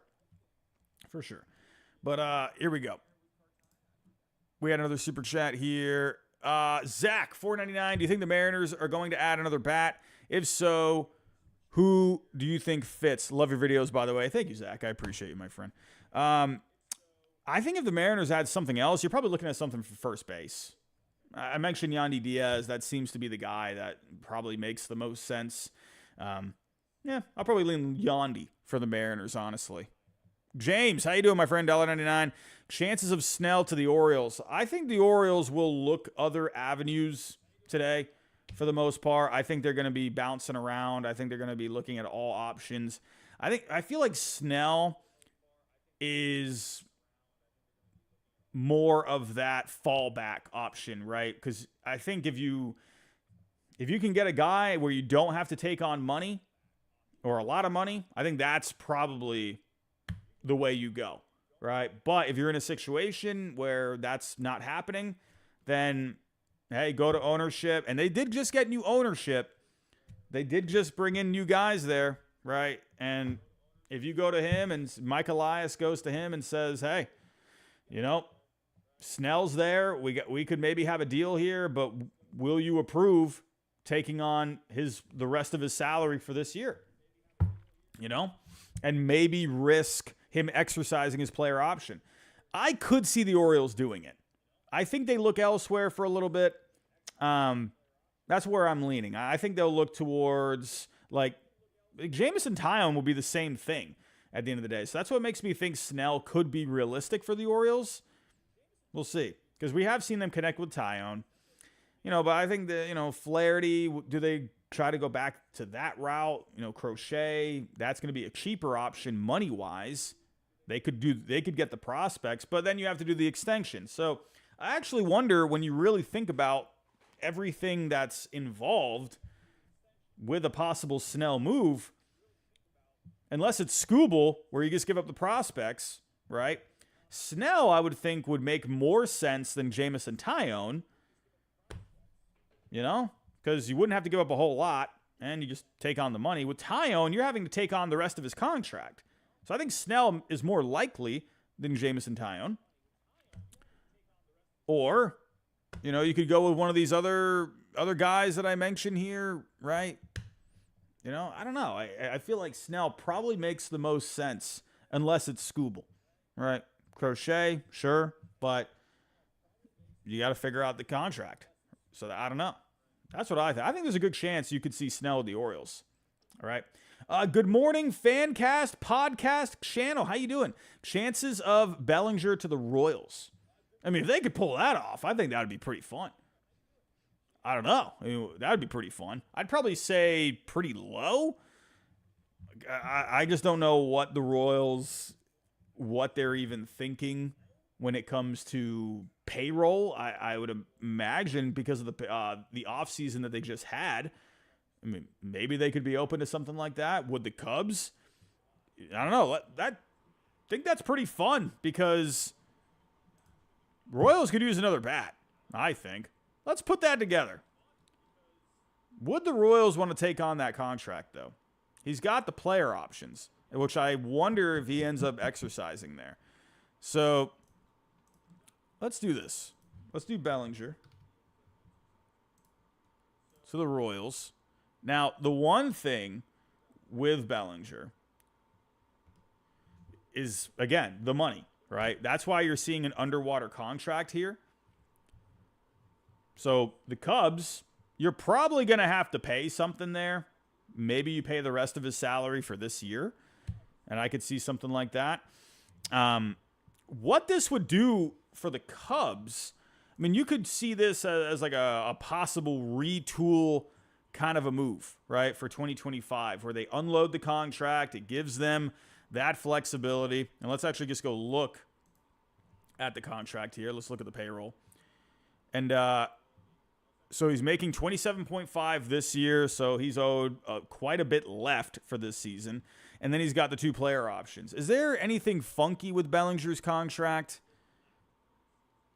I don't think there was, where, like, I think it was just the 2 player options at the end of the day.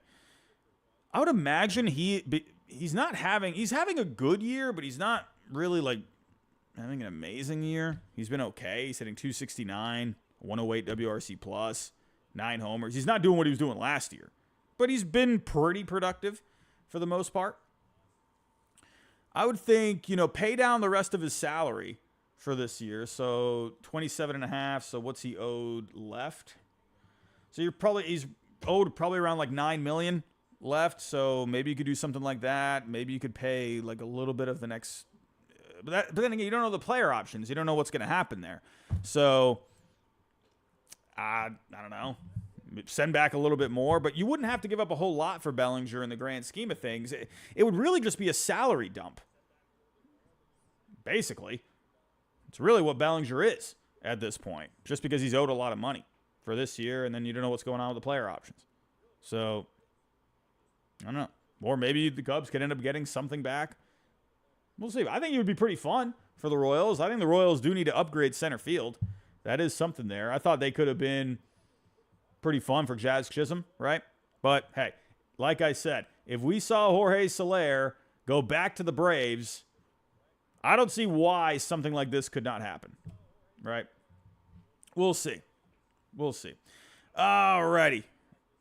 What else we got here? We're about to go into full-fledged deadline watch. We're all caught up on the Super Chats. You guys have been amazing so far. I appreciate you. Everyone, while I'm getting everything ready for the deadline watch, if you can, just hit that like button for us. If you are new to the chat, think about subscribing down below. Greatly appreciate that.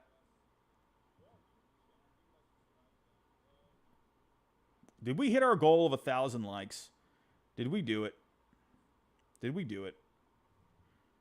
I think we're almost there. We're almost at 900. So help us get to 900. And also, everyone, don't forget about our sponsors for today. They are wonderful sponsoring today's show. We got Sorare MLB.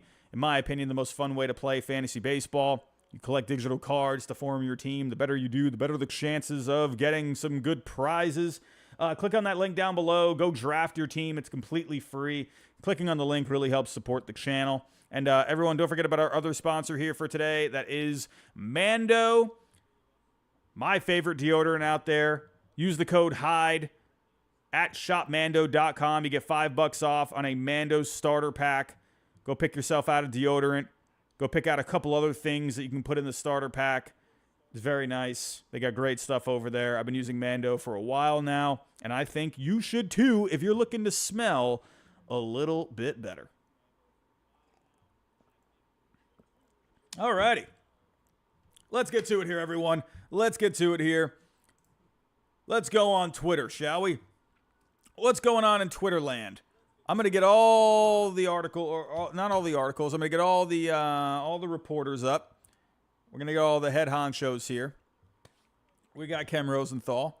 Let's get him ready. We got Passon. We got Nightingale. Who else should I pull up? Any others I should pull up here? That's not Bob Nightingale.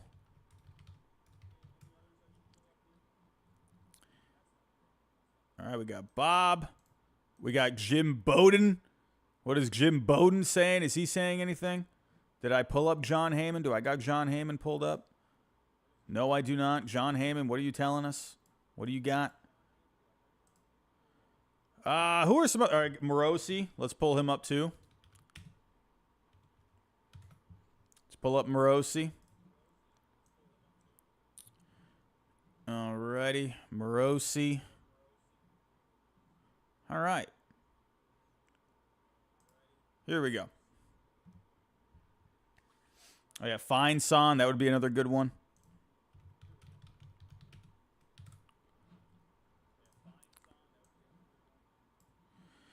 I feel like probably getting, I don't know. Do we want, I guess we're going to do Andy Martino, I guess.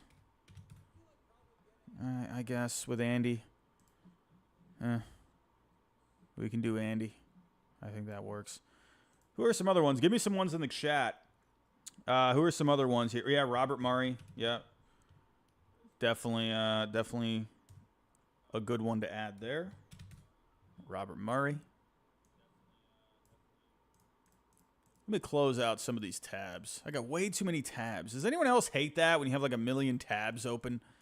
It gives you like anxiety almost. Like you hate everything. What else we got? Craig Mish. Yeah, of course. Craig Mish for today. That's definitely a good idea there. Yeah, Peter Gammons. Always like me some Peter Gammons. It's always a fun one. What else we got here? Yeah, Sherman.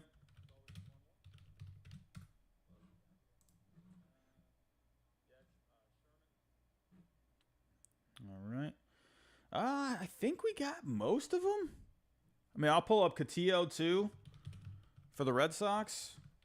Of course, you know me. I'm Giraffe Neck Robbie over here. I got to get my Red Sox up.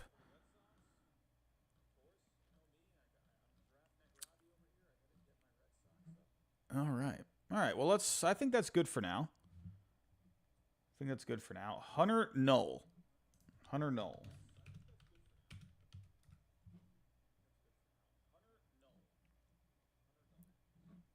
Okay.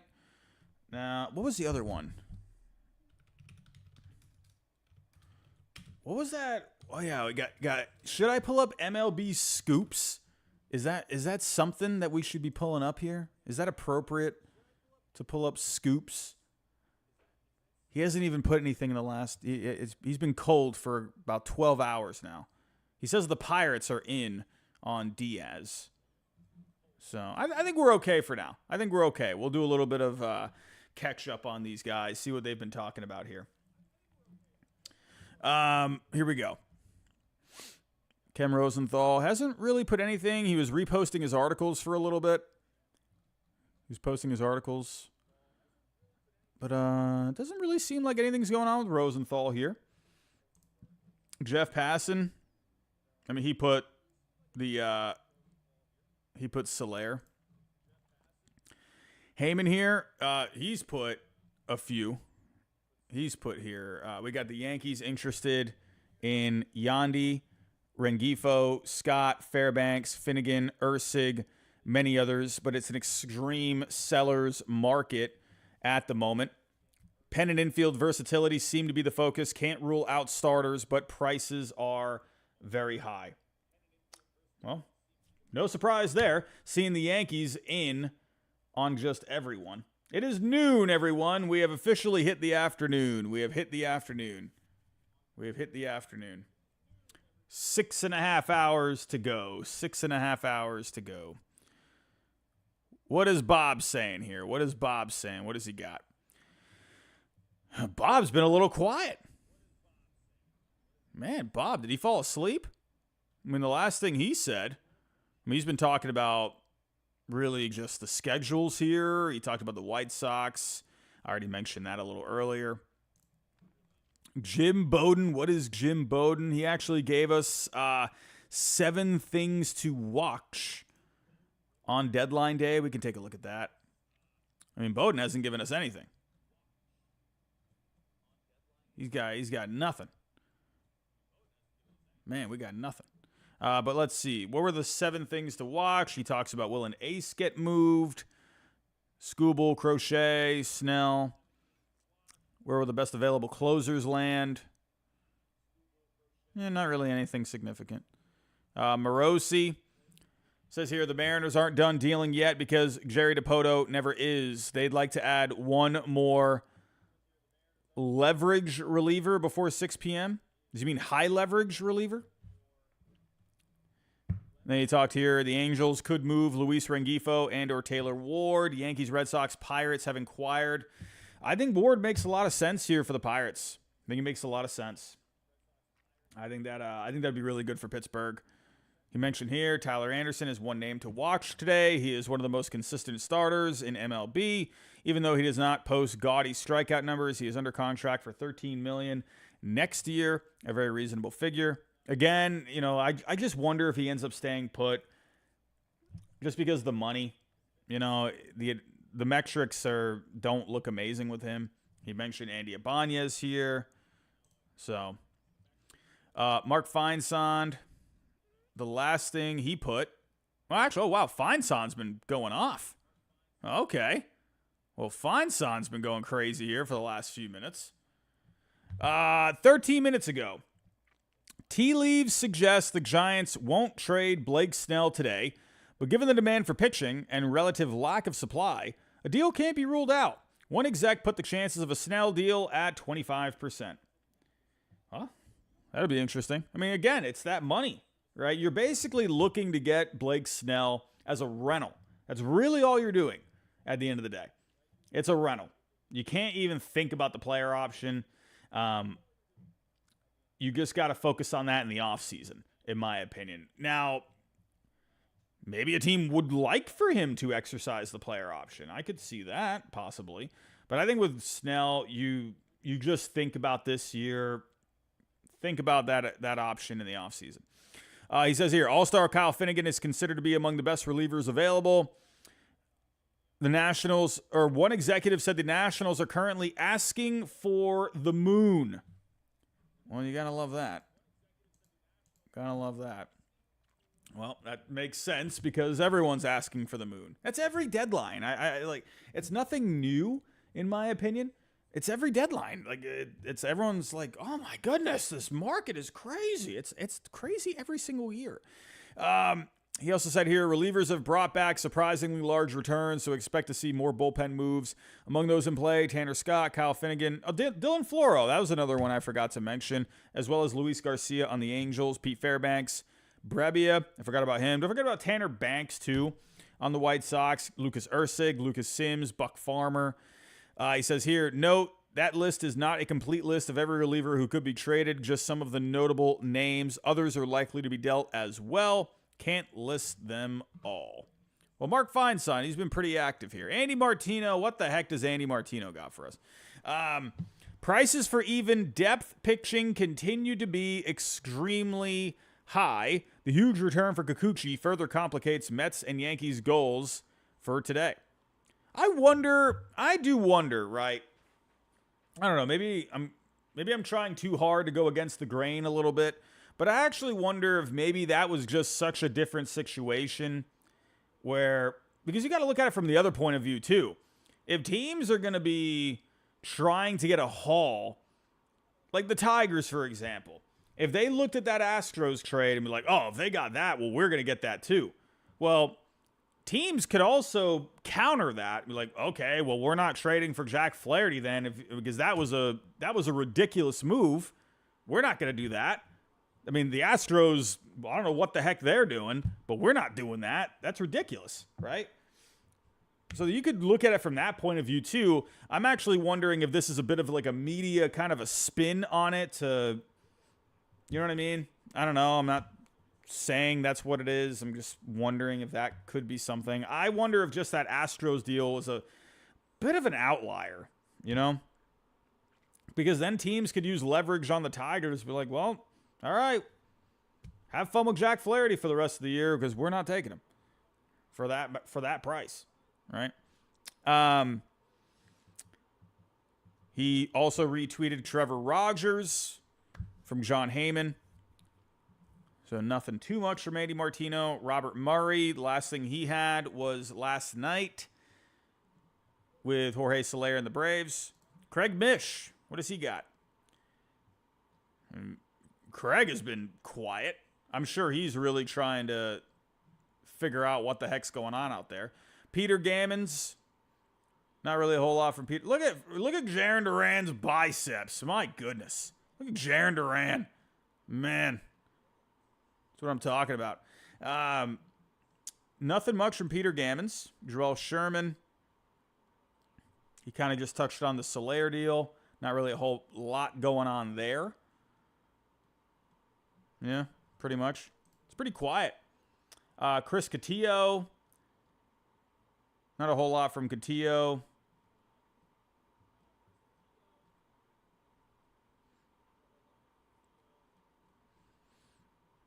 Yeah, not really hearing too much.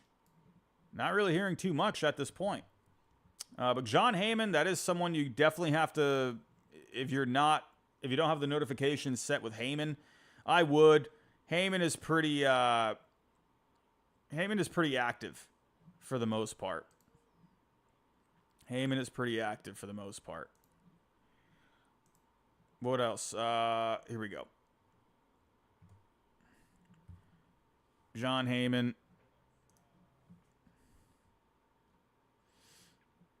Yep, nothing really from John Heyman. But I think we had a couple. Did we have a super chat come in? Do we have a super chat come in? We have a super chat come in.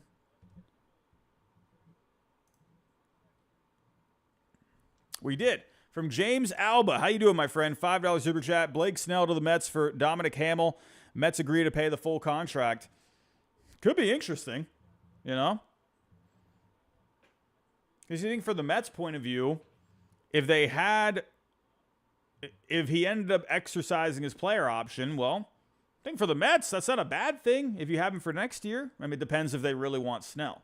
You know, maybe. But yeah, I could see that, I think, is going to be kind of the deal you're going to be looking towards, right? You take on the contract, you maybe send back one prospect, maybe a couple prospects. I think that's kind of in line with what you're looking at there.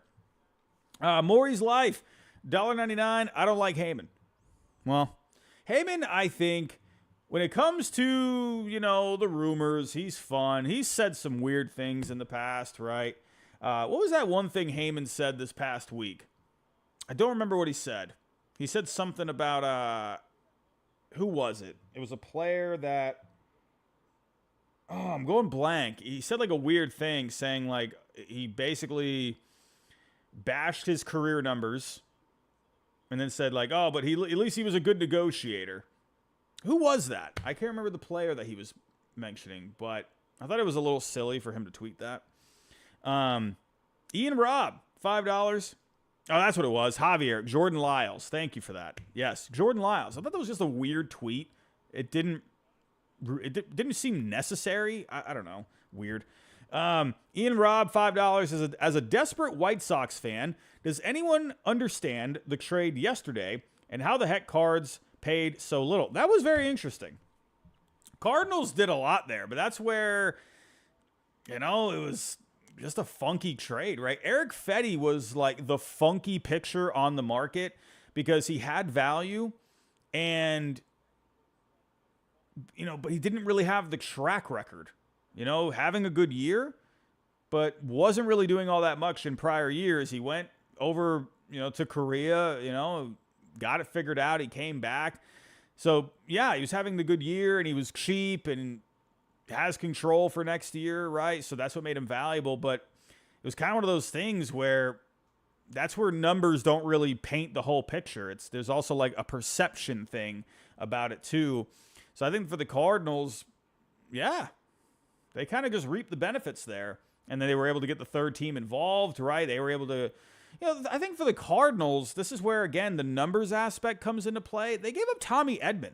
Tommy Edman was a 5-win player just 2 years ago. Tommy Edman, I think, is a pretty valuable player. I think Tommy Edman is really underrated, you know? So I wouldn't say they gave up nothing. I mean, that's a good player that they gave up there. I like Tommy Edman, you know? James, how you doing, my friend? I am lurking. I don't think we see any big moves until around lunchtime. Well, it's lunchtime, James, and I'm starving, and I would love a move.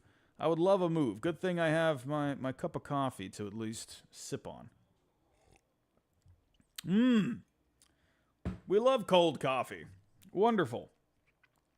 Yeah, remix. Yeah, Edman was hurt all year, though. Had a ton of setbacks. Yeah, that's a good argument. I'm more focused on what Edman's done in the past. You know, yeah, the injuries come into play. That's going to knock down the value numbers-wise. But I think teams look at Tommy Edman and they just like the player, right? It's where I don't think numbers paint the whole picture. Kyle, how you doing? What do you think the Orioles get done? I would imagine the Orioles are going to get something done for a rotation guy. I would imagine. Oh, yeah. Guys, it is 9 a.m. on the West Coast. I am sorry. I am East Coast. I got the East Coast bias, so... Jaron Duran, how you doing? Jaron Duran lover. Jaron Duran is not here in the chat. Robbie, do Vladdy or Bo Bichette get traded? Nah, I don't think they're getting moved. I think for a couple of weeks ago, when we had more time, maybe. But I think the problem with Vlad is he's making a lot of money. And, he's going to be getting a pay raise next year, too, going into his last arbitration year. And I think the Blue Jays, they want to run it back for 2025. So... I think that holds him back, and Bo Bichette was having a bad year. If Bo Bichette was having a good year, I think he would have gotten moved, and he wasn't getting hurt. I think you would have seen Bo get moved. So, David Young, how you doing? Robbie, Ibanez or Rengifo for Boston? I think Ibanez, makes more sense for the Red Sox in the end.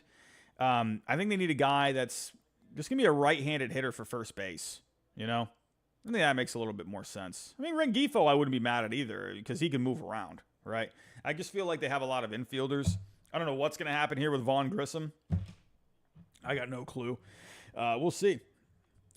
Mike Palumbo, this deadline is nothing but B-tier trades. That's what I was kind of saying yesterday. I feel like we haven't really had that move just yet. We haven't had that blockbuster. We've had good, solid moves, but... nothing earth-shattering at this point. We need the earth-shattering move. Harrison Witz, 99, $5 super chat. Hey, Robbie, how you feeling about Garrett Crochet or Mark Canha to Boston?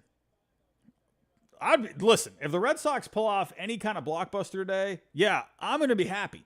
Listen, I'm not one of those guys where I like to hug on to certain prospects, right? I'm more of like hang on to the top three for the most part. But then I'm also thinking all right, well, if we gave up someone like a Roman Anthony, right? We got Wilyer Abreu. We just drafted Brady Montgomery, 2 left-handed hitting outfielders, right? I know Roman Anthony, there's a lot of potential there with him. If they moved someone like him, I'll be honest, Red Sox fans will probably hate me for saying it. I wouldn't be totally upset about moving Anthony. I wouldn't. It would sting a little bit. Don't get me wrong. It would definitely sting.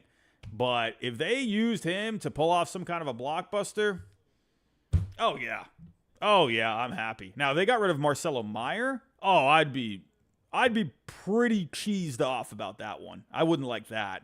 Kyle Teal, oh yeah, I'd be cheesed off about that one too. I do not want to move either of those guys. Roman Anthony though, yeah, it would hurt. But if it got a blockbuster done for a guy that could help us this year and for the next couple of seasons and maybe even the next few, yeah, I'm okay with that. Most Red Sox fans will disagree with me.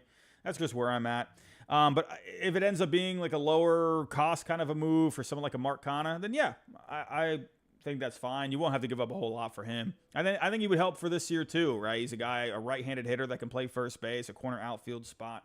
So, Zach, $4.99. Mariner Sir tweeted Jeff Passan, said no more big bats would not be traded. Possibly Randy and Paredes might be the big two this year. I mean, we'll see if that ends up being it. That's the thing. There's not a lot of big bats. There's just not, right? There's more big name pitchers. Rooker is the big bat. Derek Irish, $1.99. What was your reaction to the York trade? It was good. It was a good trade. When it came to Nick York, he was coming up on Rule 5 eligibility. That's the thing where that's the risk you run if you hug prospects when you have a lot of that position in your system, right? Nick York a few years ago, the Red Sox system wasn't very good. Yeah, and then he ran into injuries, so it was kind of like, well, it was just not working out for Nick York to be a big trade piece in the end. But right now, let's say the Red Sox have a guy, like Christian Campbell, for example, having a good year now. You don't know what happens next year. What if he gets hurt, What if something happens and his value goes down the drain? What if it ends up being a couple of years before, like Nick York, where York had a good year, he got hurt, had a bad year after that, and then he started coming around? Well, guess what happens? Nick York, he's coming up on Rule 5 eligibility. Teams see that, and they're like, oh, wow, his value is down the drain, right? He could be exposed to the Rule 5 draft now, and that's where you lose value. When you hang on to prospects, they lose value. Right? You don't want to do that, right? There needs to be a a good balance, right? York, not really the greatest example because, again, the Red Sox system wasn't amazing, right? But you don't want to do that now with York, especially when you have a surplus of infielders in the system, right? We'll see. But for the trade itself, yeah, the fact York, he had lost a lot of value because he came up on Rule 5. You know, even though he was having a good year in the minor leagues, you got the best you could for York. I think it was a good move for the Red Sox. You got a cost-controlled pitcher. The Pirates, they get a bat for their system. They're having trouble with bats, so let's see if York can come in there and maybe give him something. I think it was a good fit for both sides, right? It wasn't like, I guess you could say Quinn needed a change of scenery possibly. York, I don't think necessarily needed a change of scenery, but he's going to get more of an opportunity with the Pirates, where Quinn Priester just wasn't really working out with the Pirates, and he's going to go to a better fit with Breslow and Bailey, you know, running the show there with the pitching department. So, Jordan, do I think York will do good for the Pirates? I mean, I like Nick York. I think he's a solid player. I think he's a guy that he's one of those players, I don't think he's going to be a superstar, but he's going to just be one of those dirt dog kind of players that you just like. You know, you like having him on your team. I like it. I'm a Nick York fan. What do we got here? Dilcor, if the Red Sox get Crochet, the rotation for next year is looking filthy. I'm all for a Garrett Crochet trade. I mean, I don't think it's possible, but if they land Crochet, oh man, I'm all for it. Please. You know, and that's kind of a one situation with the Red Sox where you could look at that as something that could maybe make some sense. Excuse my giraffe neck Robbie here, but I wonder if that situation could make sense for the Red Sox, where they're trying to compete. You know, they say, okay, we'll take Crochet, right? But, you know, if we make the postseason, all right, we don't have to have him pitch in the postseason, right? You would like him to, right? But it's kind of one of those things where I could see the Red Sox doing that. You know, they're like, all right, yeah, we'll see you next year. You know, hey. Go have yourself an off season. Make sure you're healthy, good to go, right? Crochet would be amazing. Could you imagine the Red Sox doing another deal with an ace lefty for the White Sox? That'd be pretty fun. I don't know. I don't know how Boston would feel about that, though. If the Red Sox made the postseason and then Crochet didn't want to pitch, I don't think Red Sox fans would like that at all. I do not think they would like that at all. Gavin, how you doing? Trade Roman Anthony, Blaze Jordan, Christian Campbell for Brent Rooker and Blackburn. Ugh. So the thing with Brent Rooker is a DH, right? He's basically a bat. I love the bat. That's not worth Roman Anthony, in my opinion. Not worth Roman Anthony.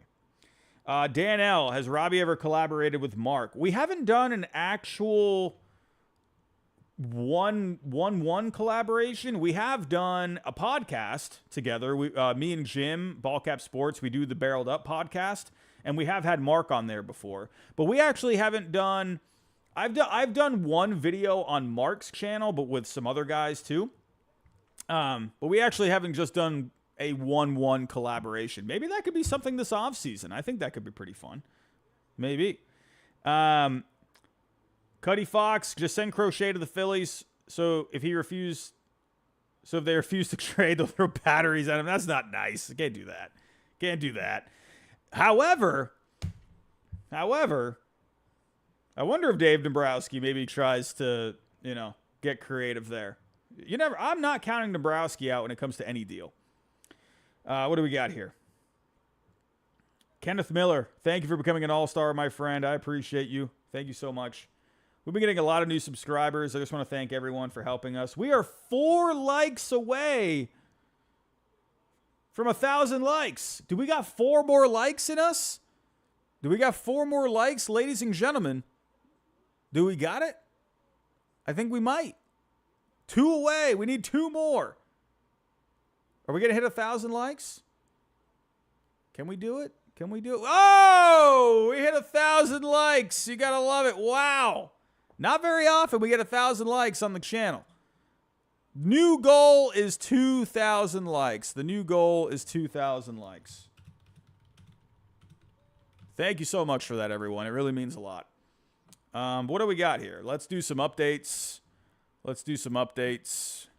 Ken Rosenthal, you got anything for us? Night T, you can't unlike. You can't do that. Can't do that. What else we got? Nothing from Rosenthal. Nothing from Jeff. Nothing from Heyman. Bob even? Got anything from Bob? Nothing from Bob? I mean, goodness gracious. I mean, come on. Time's ticking. What are we doing? Oh. Come on. We got to do something. I mean, even Morosi? Morosi tweets every minute. Nothing from Morosi? Yesterday about Blake Snell last time out. Nope. I mean, he did talk about Snell. I guess we could listen to this real quick. 15 strikeouts. This is Blake. He just got there. Is he on his way out? Good morning and happy deadline day to you. Yes, for all his Lauren, good morning. Happy deadline day to you. Can you guys hear this?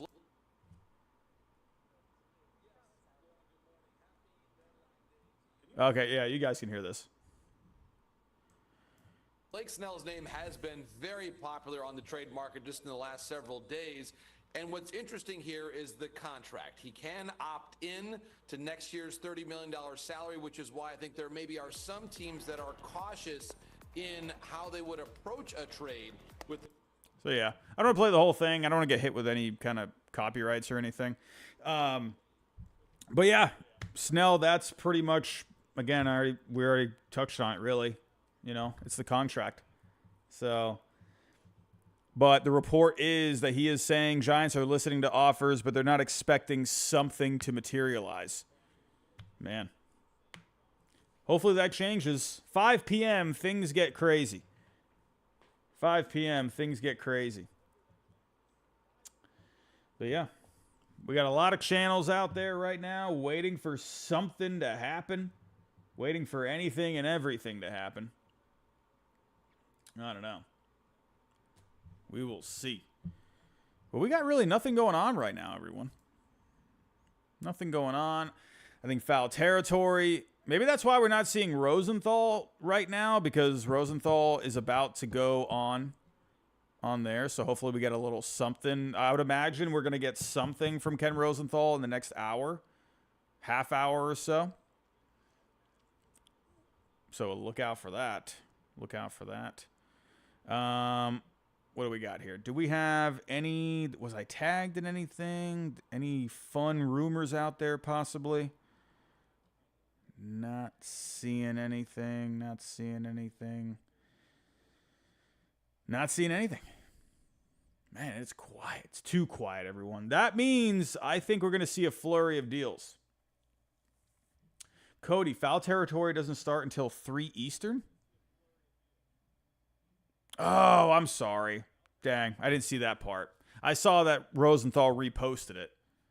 But, never mind. 3 o'clock Eastern time. I apologize. I didn't see that last part. That's why you always got to read the whole thing. All right, but they're getting a pretty fun lineup on there. You got Rosenthal, you got Robert Murray. So, but yeah, that's pretty fun. But yeah, we got nothing going on right now. So, we'll take a look at the chat here. But the last thing that we got, really, anything substantial, was John Heyman about 30 minutes ago. What do we got? Let's see the chat here. We got a super chat coming in. JW Taylor, $1.99. What moves do you see the Braves making? At this point, I think the Braves, I mean, maybe they could add one more bat. I mean, that lineup. I mean, when you're looking at that lineup, it's not amazing. You know, yes, you got Soler back in the fold, but you know they've taken a lot of hits, right? You know, maybe, I mean, I just think it's so funny, man, seeing Soler back here. You know, they just brought back, you know, Eddie Rosario not too long ago. You got Duvall back this offseason. That's so funny that they're basically running this back again. You know? Now it's crazy because you got the difference with the Braves last time is they had Freddie Freeman instead of Matt Olson. So now it's Matt Olson with these guys, right? So I just think it's hilarious, right? Do I think Eddie Rosario is going to be the same guy that, you know, that we saw back in 2021? I don't know about that. But Soler should be a nice piece. That should help them get a bit more going here with the offense. I just worry about the defense. When it comes to who I think should play the outfield a little bit more, I mean Ozuna, at this point, Ozuna's a DH. So it's like you got two DHs. I don't know, man. This is pretty, I think you could make the argument. But then again, like Ozuna is having such a good year at the plate. You know, do you really want to mess with that right now? I don't think you move Ozuna out of that spot. I mean, you could argue that Ozuna maybe would be better for the outfield, but I don't think you want to mess with him right now. So yeah, Soler, I mean, he's going to have to get moving a little bit. But I do worry about the injuries. That's one thing I think could be interesting because Soler, you want him to DH more. And I think back in 2021, I believe he was mostly DHing for the Braves. So, I mean, he was playing, I don't remember. Let's see. In 2021, does it have a breakdown of like where he it doesn't really say. It just says the two teams. Yeah, Soler, I don't know. I worry about that for the outfield. That's the only thing. I like the bat. Brandon Gale, how you doing? 199. What are the odds of the O's land Crochet or Smell? I don't know. I mean, we're seeing this stuff now on Snell that the Giants, I guess, are not expecting anything to materialize. Why not? Why would a team not go after Snell at this point? Guy's a good second half pitcher. He's pitching well the last few starts. Yeah, you got to pay him, but why not? I think Snell, if they moved Soler, what is the point of even keeping Snell at this point? I mean, unless they think with Soler, maybe getting rid of him could actually end up benefiting the Giants, which sounds weird, but I could see the Giants thinking like, okay, well, now we got a little bit more flexibility. That's the one aspect with the Giants I could see. Now with the Giants, so now you got David Villar as your DH on Fangraphs here. But, you know, yeah, Soler, he was kind of giving him a log jam, and you got like all these guys, right? So it could end up benefiting the Giants, possibly. But, I mean, I don't know. If we're looking at the current standings for the Giants, I mean, where are they at in this wild card race? I mean, they're 4 out. It's not entirely impossible for the Giants to maybe claw back into this thing. We'll see. So that's an argument to where they could hang on to Snell if they feel like they won't. You know, what do they value more? Do they want to go after it? They want to try and make a run. And you know Snell is a good chance that he ends up pitching well for you down the stretch. So, I don't know. I think there's a good chance that they end up selling. Or not selling. And they just get rid of Soler to just open some space up. AEGO, Giants aren't selling, buddy. Read up on your news. We have been reading up on the news. We saw Soler get moved. Now, I'm not saying you could argue that's a selling kind of a move, right? Because they just unloaded a contract. But you could also see where it could also benefit them. I don't know. I think today's going to be interesting with the Giants. I think today could be interesting. They're 4 out in the wild card. They've won their last 4. So, yeah, they could go on a run. We'll see. But I think you could argue, depending on how today goes, it could either be a sell move or just a dump kind of a move, right? Just to give them a little bit more flexibility. I could see that.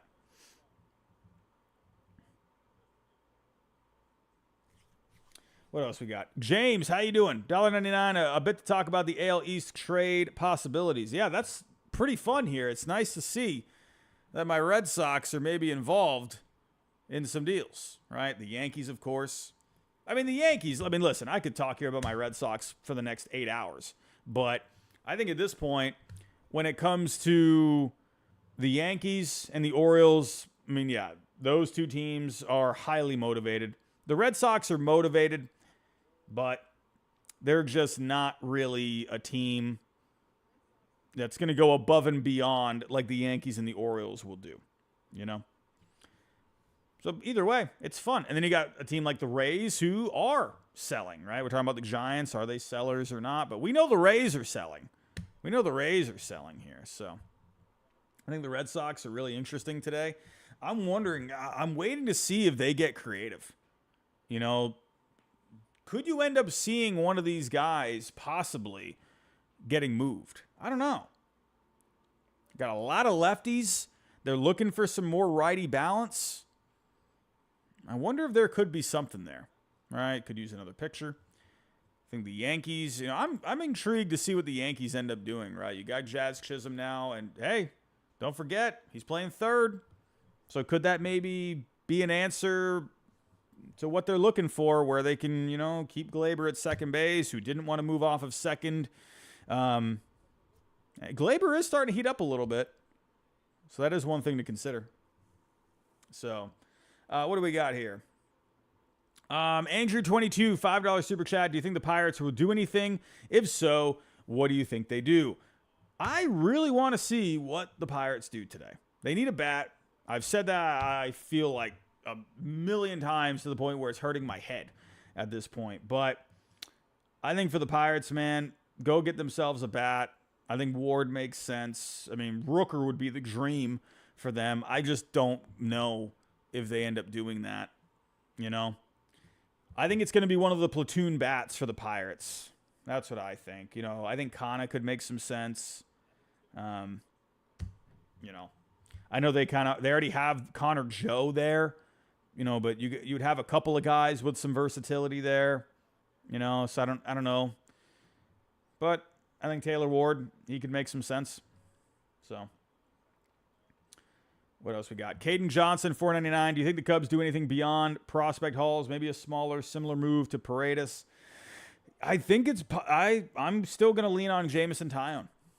I think that's a guy that you can unload, you know, get rid of that salary off your payroll, and then you can go into the offseason looking to add someone else for the rotation. I mean, you're going to be getting guys, you know, like Max Fried on the market. You know, could you tempt Max Fried to come to Chicago? Possibly. John Morosi, we got something. We got a nothing burger from John Morosi. You got to love the nothing burgers. That's fine, son. I can't find Morosi. Did I click out of Morosi? Let's see. John Morosi X. Here we go.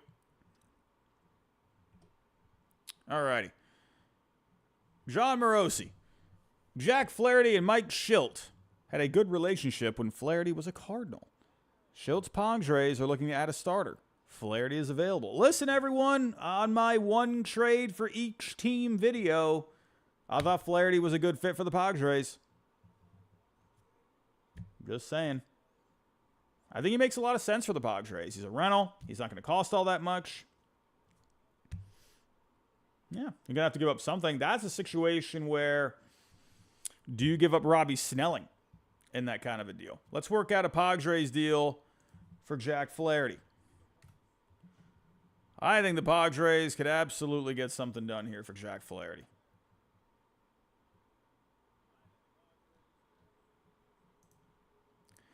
Padres, what do we got?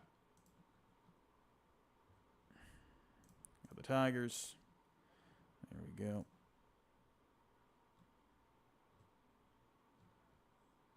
All right, so as you see here with Jack Flaherty, yeah, he's got some value. $9 million value right there.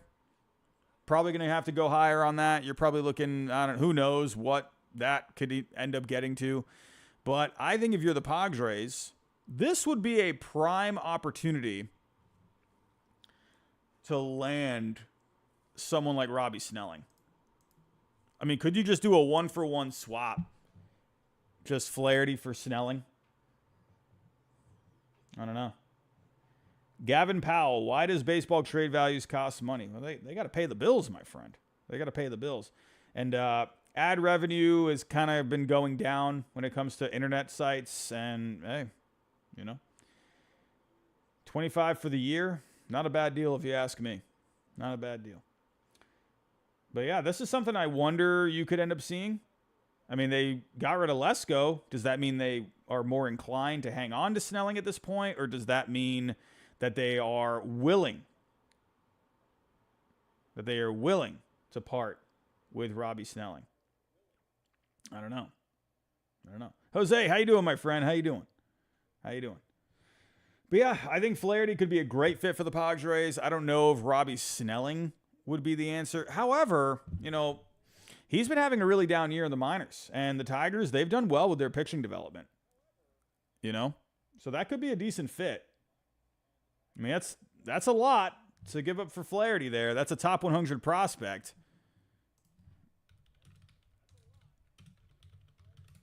That's a top prospect. Yeah, in the chat. Yeah, we don't do the politics here in the chat. We do baseball in the chat. We're not doing the politics. Where are the mods? I need my mods. Yeah, we got the Padres, you know, top 100. You know, Snelling is number 44. That seems like a pretty steep price.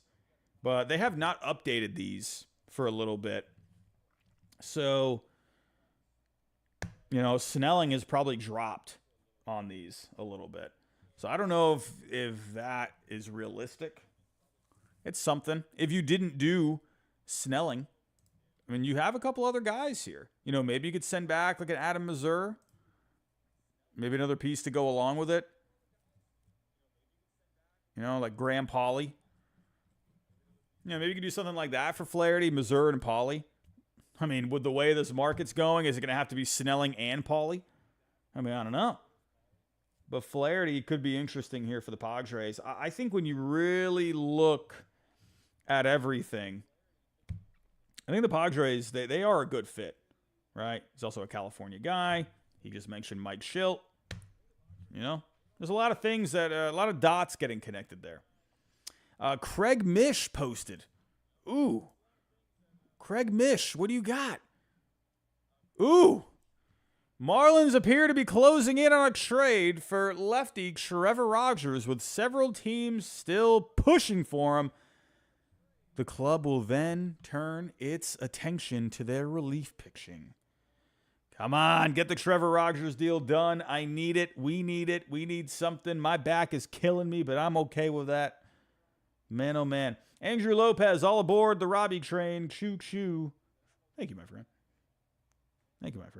We need a trade train coming on through. We need to just get plowed with trades here. What do we got? Knight, bring him to the Mets with Scott. That'd be pretty fun.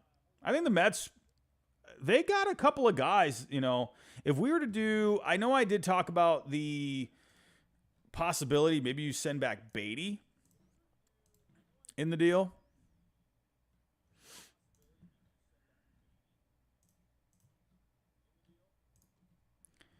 But if you're the Mets, maybe you could do something else.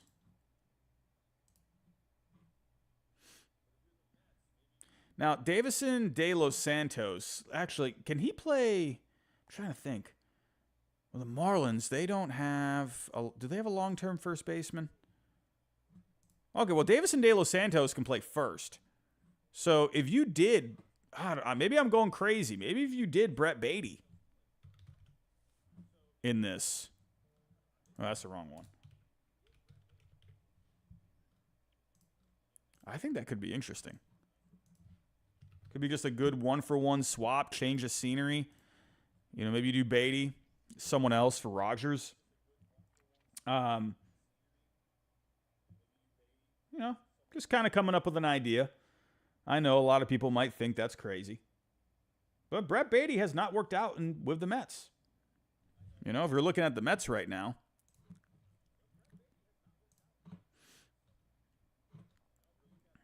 you know, Vientos, I mean, it seems like they're really leaning in on him.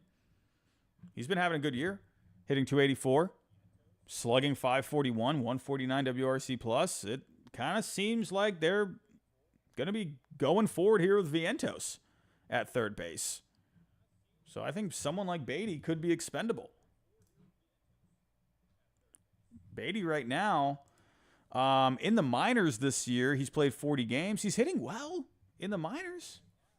You know, slugging 549 down there, 11 home runs. He just, right now, he's looking like a quadruple A kind of a player. You know? I don't know. Could be interesting. If you did Beatty and then maybe one other guy, now if you're the Mets, maybe you could send back you could send a pitcher back. But that would give the Marlins a bat, right? They're trying to fill up their system with bats. And now, what are the Marlins? I'm always blanking on this. Now, the Marlins, I mean, yeah, they don't really have like a long-term option at third minus De Los Santos, but he can play first. So, maybe with the Mets, maybe you could send back like a Vassell or a Tidwell or Hamill. You know, one of these guys. What is Hamill's value right now? I mean, Hamill could make some sense. Vassell could make some sense. Tidwell. Maybe Tidwell. Maybe you could do that. Beatty and Tidwell for Rogers. I don't know. Gavin Powell, Robbie, why Teal over Anthony? Kyle Teal's a catcher. Those are scarce. You know? There's very little catchers out there, man. Very little catchers. I am definitely more on Teal. There's such a floor there, and there's such a good chance of him being a long-term catcher for the Red Sox. I'm not saying guys like Anthony grow on trees, but outfielders you're going to come across way more often than catchers. Good catchers, too. So, you know. But I wonder if maybe this could end up being something, Beatty and Tidwell. But then again, Beatty, I mean, maybe a team like the Marlins could value him a lot higher than than the number being listed here. And maybe Rogers, maybe there's a bit of a lower value. So honestly, I could really see just a Trevor Rogers for Brett Beatty swap. Honestly, I think you can meet in the middle. Would that actually be approved? Nope. Hey, BTV, they've been having a lot of rejections here. This has been a weird trade deadline. Right? What does Feinstein got? Has he got something juicy? Anything good? We got any juicy scoops? Sims and Farmer. Or he actually had something 10 minutes ago. The Reds will be getting Emilio Pagan and get bought back from the IL soon, so they'll need to make room on the roster. Lucas Sims, Buck Farmer. All right, so he's basically saying the Reds are looking to clear out some room. They'll have bullpen candidates. Yeah. But we're waiting on something here for Trevor Rogers. We're waiting on Trevor Rogers. Don't know what that's going to be. But Rogers is all of a sudden becoming an interesting name out there. Interesting name. I think we had a super chat come in earlier. Let me get caught up on that.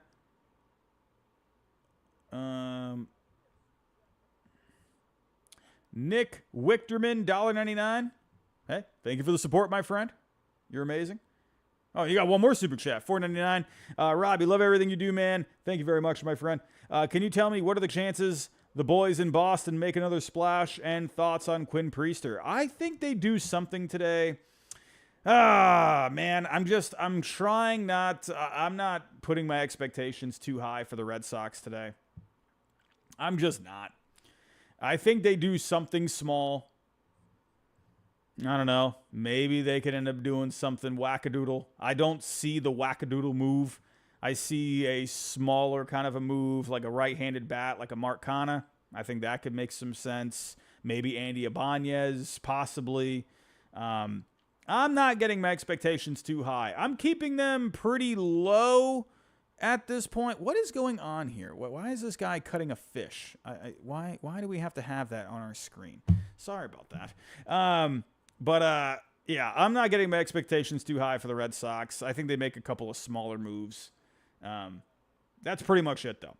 That's pretty much it. As for Quinn Priester, yeah, he's got some pretty decent stuff. You know, he's not a lot of velocity, but, you know, there's some off-speed stuff. There's some breaking stuff that look pretty good. Let's see if the Red Sox can utilize him in the right way. Colton, Trevor Rogers makes so much sense for the Brewers. He's a lefty. Well, they got Montas. You know? I mean, maybe they could add another. I just feel like the Brewers at this point, I don't know if they're going to make any other moves. Robbie, have you checked Marcelo Meyer? His value has jumped. Has it? I actually haven't looked at Meyer here. Alex, oh, we got a little something from Alex Spire. Got a little something from Alex Spire. What do we got? Oh, it's just an article. Dang it. I thought we had something. There are still paths to upgrade. The Red Sox are exploring them with 5+ hours till we know if they improved further. In the meantime, how are the Red Sox doing at the deadline in comparison with their primary wildcard competition? Well, let's see. What do we got here? Alex Spire is usually pretty good when it comes to what's going on in Red Sox land. I don't know. Is there anything in this?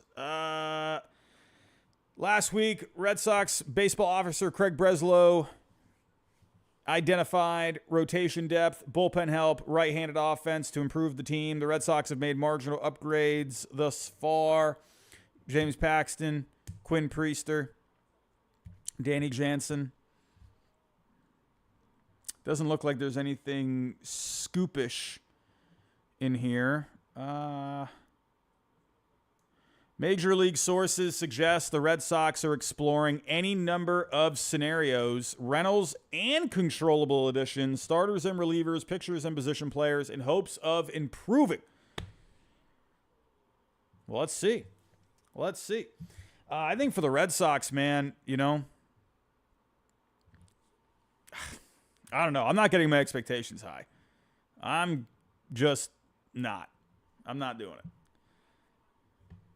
But who knows? The one thing I will say with Craig, Heim kind of walked the line the last couple of years at the deadline, didn't really make anything substantial when it came to either buying or selling. He kind of made like marginal kind of moves. I think Craig, he wants to land a big one. I think that he wants to do something. Because I think he almost kind of wants to... set the tone, right? Because people had a bad taste. People have had a bad taste, you know, with Heim Bloom and how those deadlines have gone. So I almost feel like Craig is wanting to do pretty well at this deadline. He's done pretty good so far. Mark Topkin, hearing that the Rays, as expected, are calling up an infielder, Austin Shenton. I wonder if there's more to this. I wonder if there's a little bit more to this. They're calling up an infielder. Am I missing something? Could that mean maybe something could be on the way for the Rays? Maybe, I don't know. Well, they already got, I mean, they got rid of Rosario, so maybe not. Yeah, that's probably the corresponding move, right? Or unless Yandy maybe could be out. Well, let's see. After they got Ahmed Rosario, it didn't look like anyone else got called up. So I think Shenton at this point is probably the corresponding move for that. Maybe. Well, let's see. What is Shenton? He can kind of play everywhere. Well, not everywhere, but well, he only played first base this year.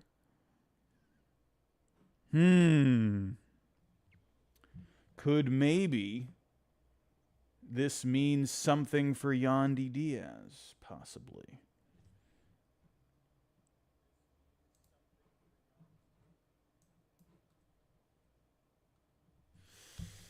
I don't know. Don't want to get too ahead of ourselves here. I'm seeing people in the chat talking about Yandy Diaz to the Pirates. Iconic Thrive. Nope, we're not doing that. Nope. Time out, my friend. Time out. Not doing that.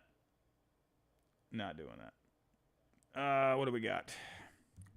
Bryce, what are we looking at? If we are the Reds, what do you want to see? I think for the Reds, man, try to just bring in some cost-controlled pieces if you can. You know? Slamming 40s, 420, 499. Detroit local sports talk radio has been hinting at a possible Torkelson trade. Do you see that as a possibility? I wonder. I talked about it last night on the trade deadline eve stream. I did talk about this last night. You know, Torque has lost a lot of value. A lot. But there's a lot of upside there, right? If you go to baseball trade values, yeah, that value is going to be shot. It's not very good. But that they don't account for what teams can value differently, right? Baseball trade values, I've said it like a million times, it's not the end-all be-all. It's impossible to factor in what each team values more or less. It's completely impossible. What they're trying to do is just find the middle ground, right? They're never going to be perfect, but it kind of gives you, even when a deal gets rejected on BTV, it kind of just gives you an idea of what else is going on, right? It almost kind of, even if a deal doesn't get approved on there, it still kind of gets you in the right direction of understanding the trade, right? Like, why did this happen, right? It's rejected, so what are these teams thinking? Or what are these teams prioritizing, right? You know? But for Torkelson, getting to my point, he's lost a lot of value, but teams could see Torkelson and be like, we're watching this video of Torque. He's not doing this. Holy cow, we need to trade for that guy. Let's fix it, and he's going to be an amazing hitter. You can't account for that on baseball trade values, right? It's simple as that. Torkelson, I think, is really interesting. He could be a guy where this is where I wonder with Baltimore, you know? Because Baltimore, you got Kobe Mayo. You know, if you were to send him back, you know, that could be something. Right? If you did Skubal and like Torkelson, and then you send back like Kobe Mayo, Sammy Basayo, you know, a couple more pieces. And there you go. Torkelson is like your long-term play. Well, I'll say this. Baltimore, with what they've been able to do with these position players, I'd love to see what Baltimore could do with him, right? If they could get him fixed. Or if you send him to another organization, like, I don't know. Trying to think, who could you know, even like the Rays, right? Like that'd be weird. But like even like the Rays where they can really tap into some guys, you know what I mean? Could be fun. If the Rays trade Yandy, I mean, could you imagine they turn around and they go get Spencer Torkelson? You know? I mean, how ridiculous would that be? Just saying. What do we got? I think we had a super chat come in. But yes, to answer the question, slamming 40s, why not? I think anything's on the table on deadline day, especially when Torkelson has not worked out in Detroit. Andrew Lee, do a trade idea for Rogers for the Padres. All right, let's do it. Your wish is my command. Let's do the Padres getting Trevor Rogers. This has been one I feel like I've mocked before. The Padres and the Marlins, they have come together. For Luis Ariz this year, could they come together one more time? I mean, this could be an interesting situation where you could do maybe Robbie Snelling here. You do Snelling. I mean, honestly, you could maybe do a straight up swap. You know, where the Marlins, look what they've done. Oh, whoa, what do we got? No, what is happening? We got a trade. Ladies and gentlemen, we have a trade. Well, what? Who's that? Who the heck is Josh Walker? That's not Yandy. Everyone, Josh Walker is going to the Pittsburgh Pirates. Who the heck is Josh Walker? I thought you guys are flipping out in the chat, making it sound like Brent Rooker just went to the Pirates. Oh, they got Josh Walker, everyone. We're good to go. We're good to go. Oh, man. Pirates World Series. No, not the full throttle comment. Oh. Dang. I thought we had something. I've been bamboozled. We have been run amok. What's the Stephen A. Smith quote? We have been hoodwinked, bamboozled, run amok. What's the other? I can't remember that's what just happened. Play the Stephen A. Smith quote. We've been flat out deceived, Aussie Hop. Man. Dang. Well, we got something. Well, I mean, let's at least look into Josh Walker. I mean, we have a move. We gotta break it down. Oh man. Is this even the right guy? I don't even know if I'm looking at the right player. Yeah, I think that's the right player. So the Pirates are acquiring pitcher Josh Walker from the Mets. He had been recently designated for assignment. But it says here he was on the Orioles. Is this the right Josh Walker? Or is it this one? Oh, sorry. I was looking at the wrong one. Oh, okay. Well, 10 game. Well, here's the one thing with Josh Walker. He does have a FIP that's a little lower than the ERA. Could be something. Could be something. Well, taking a look back, but again, why are the Pirates? Stop wasting your time on adding pitching. Add a bat. Stop it. Man. Why don't they add a bat? I get it. You can't just snap your fingers and get a deal done, but goodness gracious. It's like you're adding pitching. You need offense. I don't get this. Why are you wasting your time on this? I don't get it. What are the Pirates doing? But anyway, big move, everyone. Josh Walker, who I will say, maybe those numbers are looking a little promising. He's a guy that racked up a lot of strikeouts down in AAA. He's a lot of walks, though. So, You know, a guy that maybe could end up being a decent bullpen piece. I don't know. When it comes to the scouting, he was number 19 overall in the Mets system on Fangraphs. Has a 55 fastball, 60 curveball. I mean, you know, there's upside for, you know, maybe he could be a pretty good setup guy. So, we'll see. You know, I know I was just bashing on it a second ago, but, yeah, you know. It's a move that's not going to hurt you, right? It's not anything crazy, but, you know, it is what it is. What did Katie Woo say? Katie Woo. Oh, Michael McGreevy getting called up. Oh, that's fun. I like that. Michael McGreevy getting called up for a start against Texas. His numbers had been okay. I feel like nothing amazing. We're to look here. Cardinals.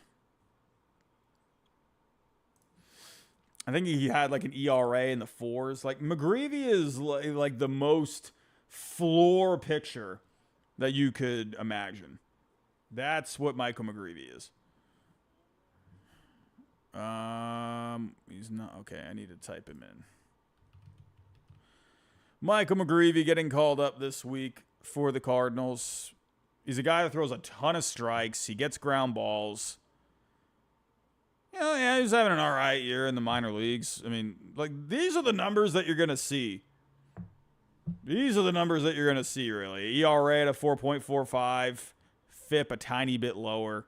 Not a lot of strikeouts. Not a lot of walks. Again, McGreevy is the definition of a floor pitcher. We had a super chat come in. Let me make sure I get to that. We're creeping back up to 1,000 people. Can we get back to 1,000 people? I'd like to see the 1K again. I'd like to see it. Max, $5 super chat. Should the Brewers swap Adames, Hoskins for long-term pieces? I'd love to see them get aggressive with their farm depth, but we all know they won't do it. I feel like the Brewers at this point, nah. I mean, that would be a surprise. I wouldn't count the Brewers out from doing something creative, possibly. I could see them getting creative, but I don't know. I feel like Adames, you know, you could maybe do something like I'd probably lean no on that. It's kind of, you know, with the year that Adames is having too, I don't see how, you know, you move him. He's been pretty solid at the plate, but he's been really good defensively. What you could do, if you did trade Adames here, I mean, you got a lot of guys. You could go, you know, Joey Ortiz at short, right? Or Terang at short. You know, they have some flexibility there. They could make it work, but I feel like you're just making your team worse. I just don't see the Brewers really doing that. Hoskins, maybe. You know, but they signed him, what was that, a 2-year deal for Hoskins, I believe. So, yeah, I just feel like it's not really in the cards. But then again, maybe if a team's looking for a bat, maybe the Brewers feel like, you know, maybe they could replace someone like Hoskins at DH. Maybe that gives them a little bit more flexibility. I don't know, because when you got Christian Yelich coming back, maybe at some point. I feel like if Yelich was healthy, this could maybe be a conversation. But I think at this point with Yelich out, you're probably not wanting to give up bats. But maybe. You know? We'll see. Yeah, Colton, that's another good point too. You know, you'd be destroying the clubhouse, right? Yeah, I don't think you move someone like Adames at this point. I don't know. You got to think of clubhouse too. There's a lot of factors that go into it. But I see where you're getting at, Max. It sounds like a Brewers kind of a strategy. So, yeah, Luke the Catcher, really boring deadline so far. I think we're going to probably, you know, with a few hours to go, you're probably going to see some action. I think teams right now, they're working the phones. You got to remember, man, you got 30 teams doing whatever. You got a lot of things going on behind the scenes right now. It's the calm before the storm. You got to kind of wait it out right now. But we did have a blockbuster, everyone. I don't know what you're so upset about. We had a blockbuster. We got Josh Walker going to the Mets. We had it. So, come on. You can't be too upset, you know? Bobby Wasabi, do you think Javi Baez could be swapped for another bad contract, such as Yoshida or LeMahieu? I'd probably say no. I mean, here's the thing with Javi Baez. I remember the Red Sox were interested in him. Well, that was Chaim Bloom, right? I mean, well, here's the thing with Javi Baez. His contract is really bad. Like, really bad. That's a terrible contract. That's not good. Yeah, so that's not, I mean, I could see the understanding where maybe you send Yoshida to the Tigers and you get Baez. I think at this point, I think the Red Sox would just be, I don't know. I do wonder what the Red Sox think of Masataka Yoshida. It's been weird with him ever since this past offseason when Cora, or spring training, when Cora basically said, like, yeah, he's a DH. You know, he has been hitting really well. He for sure has. He's hitting .417, OPS above 1,100. No, yeah, he's killing it right now. He's doing really well. He's got 10 hits in his last 24 ABs. Over his last 54 ABs, he's hitting .333 with a .500 slugging. You know, Yoshida, he's a guy. He's not going to give you a lot of homers. He's going to give you extra base hits. So Yoshida's on fire. You know, that's where, but again, it's just felt kind of weird with Yoshida. I feel like Red Sox fans, you kind of know what I'm talking about a little bit.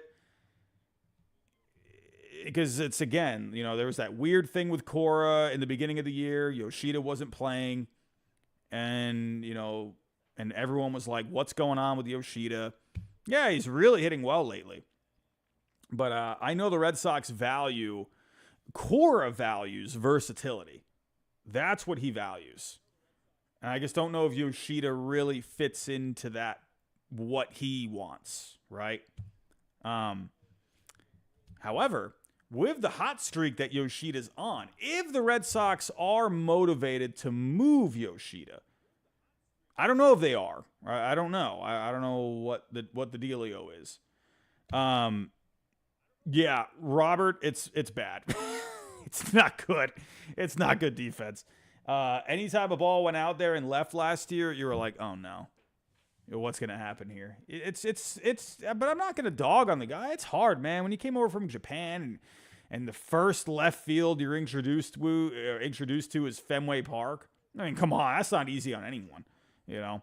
But Yoshida doesn't have a lot of speed, you know. It just doesn't make a lot of sense for him to go out there. So the one thing, if the Red Sox were motivated to move him, he is on this hot streak lately, hitting really well over the last month. So maybe they're trying to tempt teams. You know, maybe they'll pay a little of the contract and they can just take it off their hands, maybe get something back in return. I think the Red Sox are really valuing flexibility. The way I've been kind of perceiving things. I could be wrong, but we'll see. I said last night, look out. I think Yoshida could be a name today that maybe could surprise some people. Maybe. But yeah, Yoshida to Detroit won't ever work. Tigers have too many left-handed hitters. Yeah, I mean, that's the thing. There's not a lot of fits out there. You know, if you were to look at teams that maybe could use some left-handed offense, if the Red Sox were trying to balance things out a little bit more and try to get a bit more righty, if you were to look at teams that could maybe use some left-handed hitting, right? I mean, if you're looking at, you know, some teams, right? Now, I was wondering about the Braves for a little while, you know, but here they are. Now they got Soler. So, you know, I don't know if the Royals are really a good fit. Angels, no. Mariners, I mean,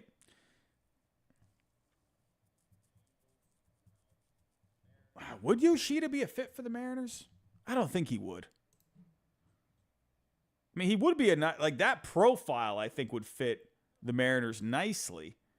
But now they got Turner. So that's not going to work.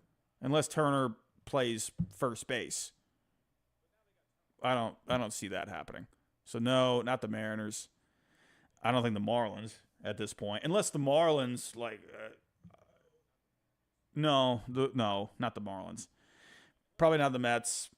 I don't know. It's kind of, there's not really a lot of appetite for Yoshida. You know? I mean, if you're looking at teams that just need some improvement at DH, I mean, if you're looking at the bottom of the barrel, you know, I don't know. Maybe the Royals. Probably not, though. I mean, the Royals could be interesting. And they took Andrew Benintendi a little while ago. Maybe they could do that again. You know, the Royals could use another bat. And, you know, I'll be honest with you. Now that I think about it, I feel like Yoshida would actually be a pretty good fit for the Royals, you know, at Kauffman Stadium. You know? Yoshida's more of a gaps double kind of a guy. You know, he hits for the gaps, gets a lot of doubles. I feel like he would actually be a pretty good fit for the Royals. You know, Kauffman Stadium, that's a pretty good place for that kind of a bat. Kind of like Benintendi. I mean, really, that's what Benintendi was. Benintendi was a left-handed, you know, gaps kind of a guy. Didn't hit for a lot of power. Yoshida, I feel like would make a lot of sense for the Royals. But I don't know what, but the thing is like, you know, they basically just take the contract off their hands. Man, am I talking to myself and the Royals taking Masataka Yoshida? I mean, you got Freddie Fermin at DH. Let's do Yoshida to the Royals. Can we do that? You know, but that's only if the Red Sox can get a good right-handed bat. I mean, if we can't get a good right-handed bat, then no, I don't want Yoshida going anywhere. You know. Nick, how you doing? It's so weird that the Red Sox and the Yankees decided to build the complete wrong teams for their stadiums. Too many lefties in Boston, too many righties on the Yanks. I know, right? Interesting. It's interesting. Is Freddie Fermin raking? Furman's raking right now? Yeah, I guess he is doing pretty well. Hitting 291, 341 on base. He could be that righty, you know, if he did a bit of a platoon out there. You know, could be something. Maybe. I don't know.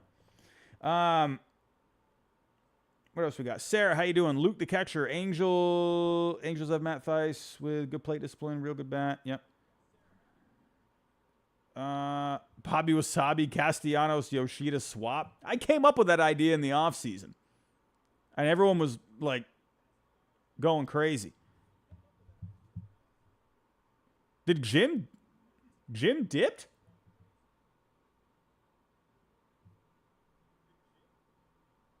Really? Jim just ended his stream?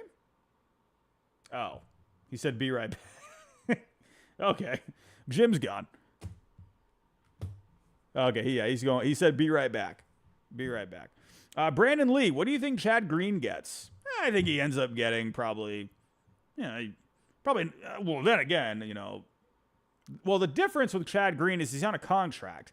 That's the only difference, right? You say Kikuchi, I know, is a rental. Right? I think Chad Green has one more year of control. But yeah. I think Chad probably won't get all that much, I would imagine.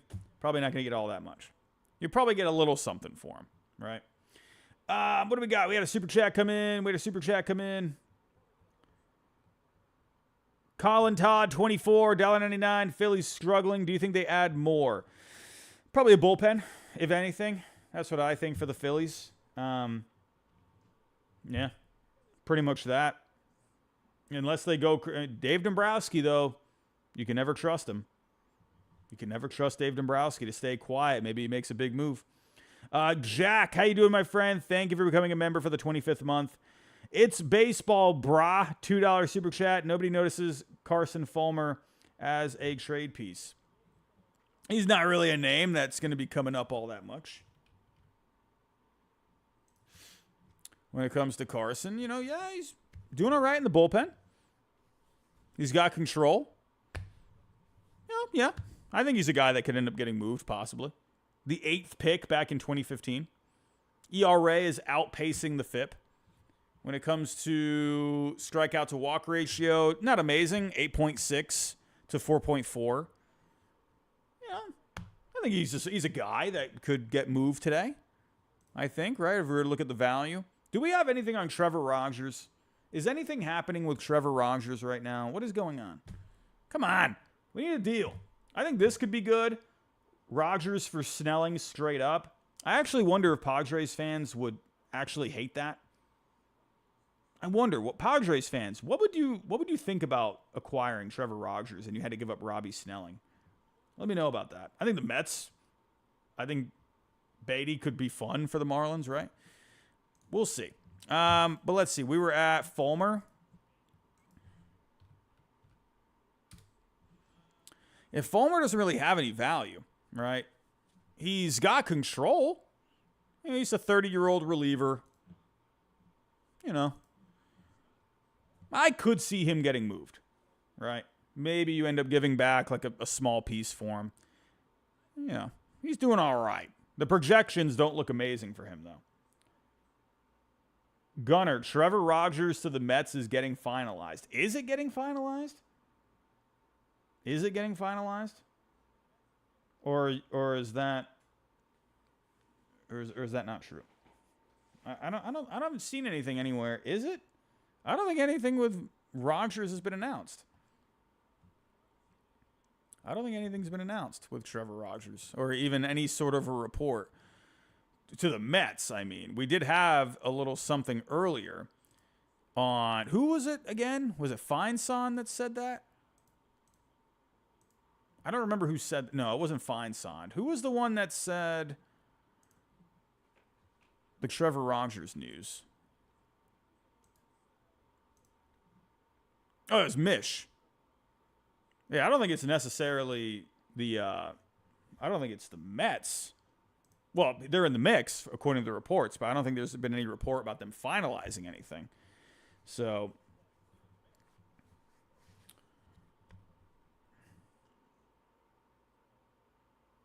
Nathan, how you doing? Seconded on the Dylan Carlson trade request. I think Carlson could be a piece today. If the Cardinals do something else. Let's see. Cardinals, he has a little bit of value. It's not a lot, but it's something. He has upside. That's the thing. I don't know. Have we just completely moved on from Dylan Carlson as a trade piece? As a guy that could really be, you know, anything substantial in the major leagues. I remember, man, he was such a highly ranked prospect. Just hasn't really worked out. There was a lot to like with him too, right? Oh, what do we got? Oh, we got Jeff. Jeff is here. Jeff has saved us. Oh, we got to move. We got to move.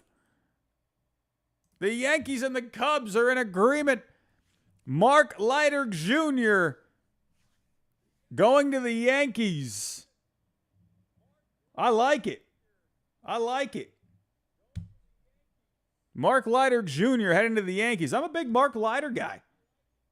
Big Mark Leiter guy. He's having a good year. I actually would have liked if the Red Sox got Jameson Taillon and Mark Leiter Jr. in a package. I'm just saying. But the Cubs got back Ben Cowles and Jack Neely. Time to put together the trade, everybody. Here we go. Going to the Yankees. Finally, we got a little something. I think we're starting to cook here, everybody. We're starting to cook. All right, here we go. We got Leiter. And that's the one thing with Leiter. He has value, right? Because he has a lot of control. So one thing, man, that club control is so big. And especially if you're pitching well. He was a key setup guy for them this year. He was one of their best arms. The one thing, if you're looking at Mark Leiter, you're like, ugh, ERA at a 4.21. Why are we getting this guy? I mean, it's the advanced numbers for Mark Leiter, a 2.11 FIP. I mean, I'm just saying. Let's pull up StatCast. I mean, you're going to see some Reds. Yankee fans, you should be very happy about this. You should like this. Just saying. This is a good move. Good move for the Yankees, shoring up that bullpen. This means Clay Holmes is going to be sticking as your closer, right? I wonder now, does this take them out of the Tanner Scott race? Maybe the Yankees thought, all right, the Marlins, they're doing something with Trevor Rogers here. We need a reliever. We need to get a relief. We need something. We can't miss out on a guy. Let's call the Cubs for Mark Leiter. I wonder if that's actually what happened here. Because I think the Marlins, they're taking their time right now. And I think the Yankees were like, all right, forget it. All right, we're moving on. We gotta get ourselves a reliever instead of not getting one at all. Right? But the trade was Ben Cowles, Jack Neely.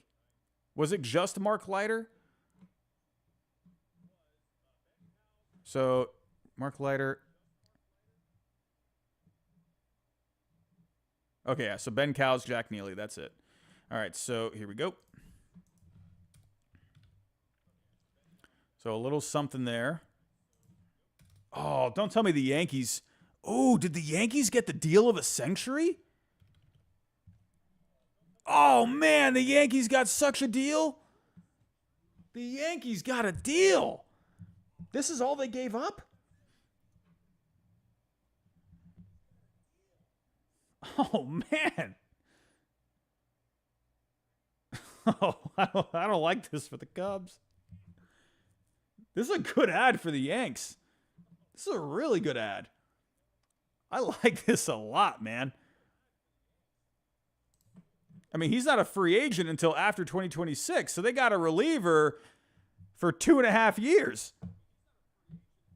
And he's pitching well. He's got 13 strikeouts per 9 this year, 3 walks per 9. I'm just saying, wow, dang, the Yankees really pulled that off after all of those overpays? I can't believe it. Hey, TNT and Leiter is 35, but he's pitching well. Look, Kirby Yates is 37. Kirby Yates is putting up a heck of a year. I don't think age really matters all that much, for a reliever especially. I think relievers, you can kind of get away with it a little bit more, right? At the end of the day, Leiter is putting up good numbers, right? Not Marcell Ozuna. And Leiter, he's had a couple of good years here, so it's not like he came out of nowhere. Leiter has been performing well. Actually, no, Mark Leiter's not 35. He's 33.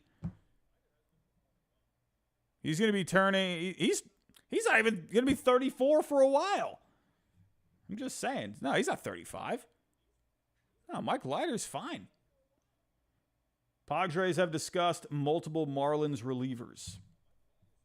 Could you see maybe a scenario where Tanner Scott and the Padres maybe get packaged? Oh, man. Oh, Tony, I see you in the chat. Tanner Rogers, Tanner Scott, maybe to the Mets. But, well, let's see. Let's go see what these prospects are looking like here. All right, let's go to the Yankees prospect. The Yankees got so many infielders. So Neely is the number 22 prospect.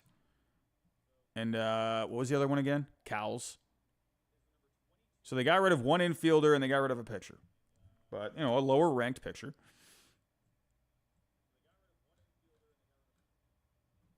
So, that's all? Nationals interested in Dylan Carlson. Yeah, John Apple. That's a good idea. Good idea. Here's the one thing I don't like about Baseball America. It has nothing to do with what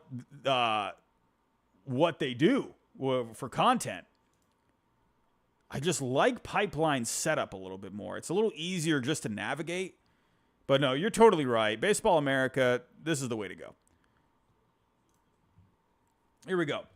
Yankees top 30 prospects. So Neely, as of right now, is number 20. So not far off from what Pipeline had. And Cowles, where is he? He's not coming up here. So Cowles is, am I missing him? Well, Baseball America does not have, well, actually, let's go to the midseason.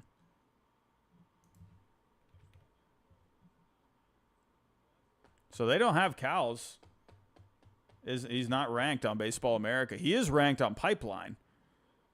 So I'll go back to that just so I can pull up his profile. Goodness, can't type. I think the Yankees got themselves a steal here, ladies and gentlemen. I don't know what the Cubs are thinking. Wow, that's a really good pickup. Good for the Yankees. So, Cal's number 29 on Pipeline. Seems pretty, about a 40 grade. He is hitting well, though. He's hitting well at Double-A, hitting 294, 848 OPS. But if you're looking at the Yankees right now, they just have so many infielders in that system. But I'm surprised Baseball America doesn't have him up higher, especially after putting up these numbers so far. Pretty solid. So, hey, for the Cubs, they're getting someone there. And we got Jack Neely, number 22. He's number 20 on Baseball America. And he's having a good year. He's a reliever. So they're getting a reliever in return. So far, 63 strikeouts through 41 2/3. That's between Double-A and Triple-A. So the Cubs are not necessarily getting bad players here, Well, usually teams aren't trading for bad players, but the Cubs, they did get guys that are putting up some decent numbers. But with what Mark Leiter is doing this year, now I know you might be thinking you're looking at the ERA. Well, ERA is at a 4, right? But the FIP is at a 2.11. And when you look at Mark Leiter at StatCast, well, there you go. That's not that bad, if you ask me. I think for the Yankees, they got a guy that's going to be very useful for them. I don't think this is, what this kind of reminds me of a little bit? It kind of gives me the Scott Efros kind of vibes. Remember that from a couple of years ago? Remember that? Yeah, that was something. So hopefully that's not the same situation here. But I think for the Yankees, it's, it's a good ad. If he stays healthy, if nothing ends up happening, right? I like this for the Yankees. They gave up a couple of guys that didn't really have a future in their system. They're not bad prospects by any means. Cowles, he did fall out of the top 30 on Baseball America, but he's putting up good numbers in the minor leagues. And Neely, he's a reliever. He's pitching pretty well down to the minor leagues. So, yeah, I think it's fine. It doesn't look great on the numbers overall, but, I'm fine with it. Josh Walker, blockbuster deal of the day. So let's go look up Neely here.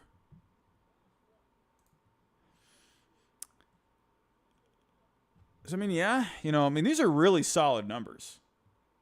These are really solid.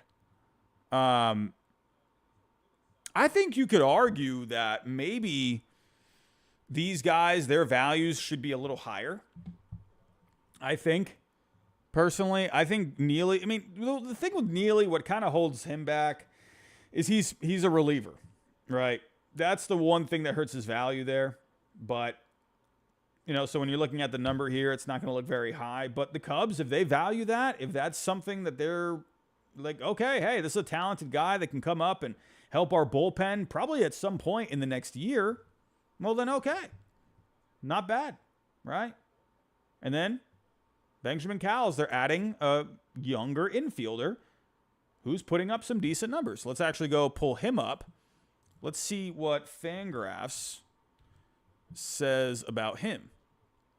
So there's no data on him on Fangraphs, but he's putting up a good year, right? Hitting 294, he's slugging 472, on base at 376. He's got some speed as well. He's got 14 stolen bases along with the 9 home runs. So, I think it's fine.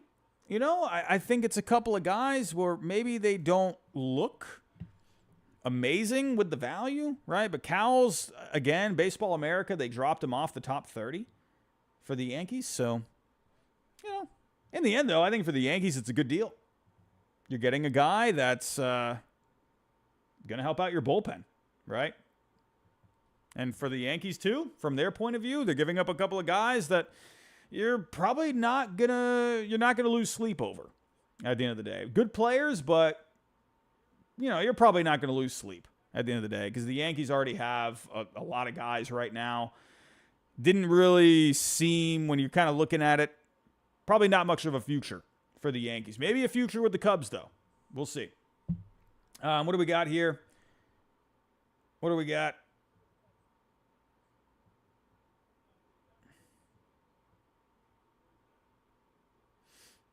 I had a few super chats come in. What do we got? James Blosser, $4.99. Orioles trading for a right-handed bat. Who you got going to them? I mean, if they were to get another right-handed bat, I wonder if Kana could be a guy. I know I keep mentioning him, but he's someone that wouldn't cost a whole bunch. And he could also play first. So if they end up moving Mountcastle, I don't know. I don't know if that could be something there. Look out for that. Yeah, for the Orioles, man, I think right now, man, right-handed bat, it's like I just want them to add pitching, But that's what I think. I think if anything, there's not a whole lot of bats out there. So I think probably you're looking at someone like a Kana, Yeah, that's pretty much where I'm at. Your outfield is already good, Zach G, $1.99, like the move, but Neely could be a future closer. Yeah, I mean, after looking at the numbers, for sure, and we had another super chat too, I believe, Michael, $1.99, Neely is a power arm with big K numbers, relief pitcher upside.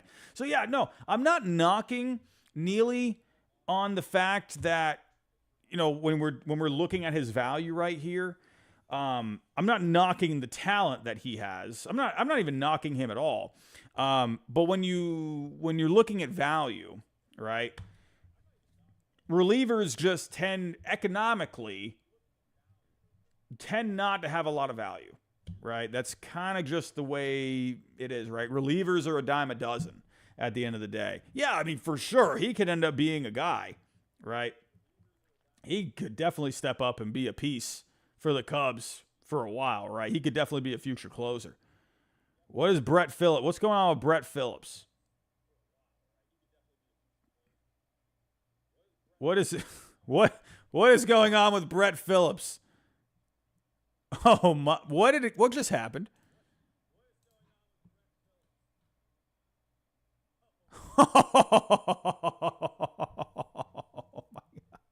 Oh my goodness! The Yankees are going crazy. The Yankees signed Brett Phillips. Oh, my goodness. Brett Phillips is signed with the Yankees. Well, that's why they traded away Neely, because they got Phillips. You didn't even need Neely anymore because you got Brett freaking Phillips. Who the heck is Brett Phillips? Who remembers that classic line here on the channel? Man, oh man, remember the World Series back in 2020? Brett Phillips comes up to the plate, bases are loaded or whatever the heck it was, and I'm sitting here watching, I'm saying, who the heck is Brett Phillips? Man, I can't like Brett Phillips anymore because he's a Yankee now. Ah, dang it. I can't do it. I did see the video yesterday of him. What a great story that would be. What a great story. That would be fantastic. If he ends up, revitalizing his career. I mean, come on. That's awesome. Yeah, good for him. I'm really happy for him. I'm glad because he seems like a really cool dude. And anytime you see him, talking with whoever or, doing any kind of interview or whatever, he just seems like a fun guy, right? So a Dark Shadow 88. I was just thinking that in my head, like a reverse Rick Ankiel, right? Rick Ankiel was the picture. A lot of potential there. Flamed out. Had success as an outfielder. Could you see the same thing, but in reverse for Brett Phillips? This is pretty cool. And actually, Pitching Ninja was the one that was on it first.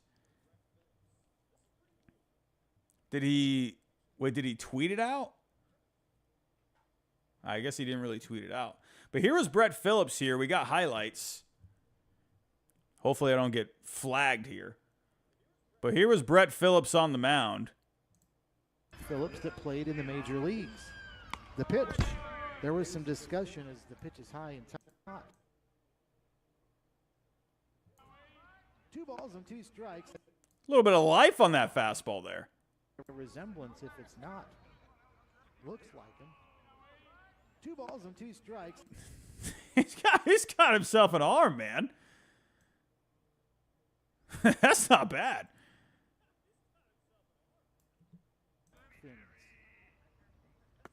That's decent. Man. What was that a curve or was that was a slider? That was a nasty pitch. Anyone see that? Robert Murray. What is Robert Murray saying? Man. Gotta love that. What has Robert Murray got for us? That's Craig Mish. We need Robert Murray. Whoops. Oh! Oh, my Red Sox! That's not Garrett Crochet. The Red Sox are acquiring Lucas Sims from the Cincinnati Reds. All right. I don't hate the bullpen move. We needed something for the bullpen. Did need something there. Absolutely. They've been having some injuries lately. Lucas Sims, this has been a name. You know, again, it's one of these guys, you know, hasn't really fully put it together in the end, but there is upside, right? I mean, if you look at the numbers over the last few years, last year he was racking up strikeouts, right? He had 10.6 strikeouts per 9 last year, but almost 6 walks per 9. 61 innings pitched last year overall. You know, the FIP was a little higher at 4.37. ERA was a 3.10. This year, ERA is at a 3.57. FIP is at a 4.88. 10 strikeouts per 9, 5 walks per 9, 1.5 home runs per 9. Yeah, there is some upside here with Lucas Sims. Has some pretty good stuff. If we were to go to the StatCast here, the Red Sox see an opportunity to get a guy who has some stuff. They put their plan in place. Andrew Bailey works with them a little bit, and they got a guy. Maybe ends up getting you end up getting a really good reliever here. For the Red Sox, the one thing I do know that they have liked over the past is limiting the exit velocity. He ranks very high there. Does well with the chase. Does well with the whiff. He does get a good amount of strikeouts. We just saw that, over 10 strikeouts per 9. He doesn't give up a lot of hard hit balls. However, not a lot of ground balls. And he walks a lot of guys. So he gives up a lot of balls in the air, and he's giving free bases to the batters. So it's interesting. You know, there's upside. Again, any picture that you put on the Red Sox right now, get him with Bailey. You know, use the strengths that the Red Sox have been really focusing on. One fun fact, one fun stat for the Red Sox, if you don't know, is that the Red Sox are throwing the least amount of fastballs this year.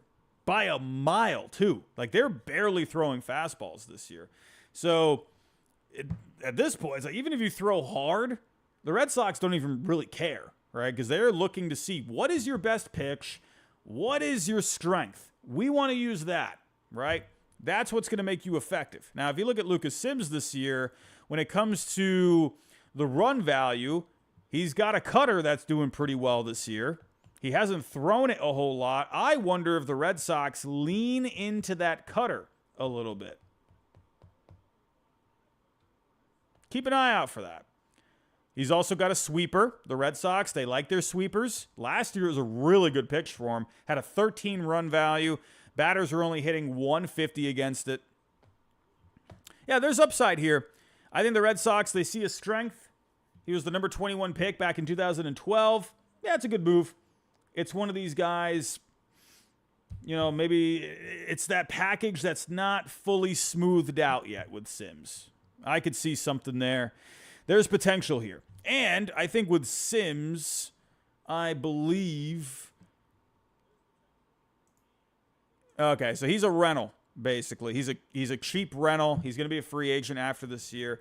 They're picking him up to help their bullpen down the stretch. It gives them another arm there. And they've been having injuries, right? You know, Chris Martin's been out. Slayton's been out a little bit. So it gives them another arm back there. I'm okay with it. I'm fine with it. But what did they give up? Did we get the final trade? Now, Lucas Sims, if we were to clear this out, on the Reds, I would imagine there's probably not a ton of value here. Yeah, 0.1. The Red Sox are probably giving up.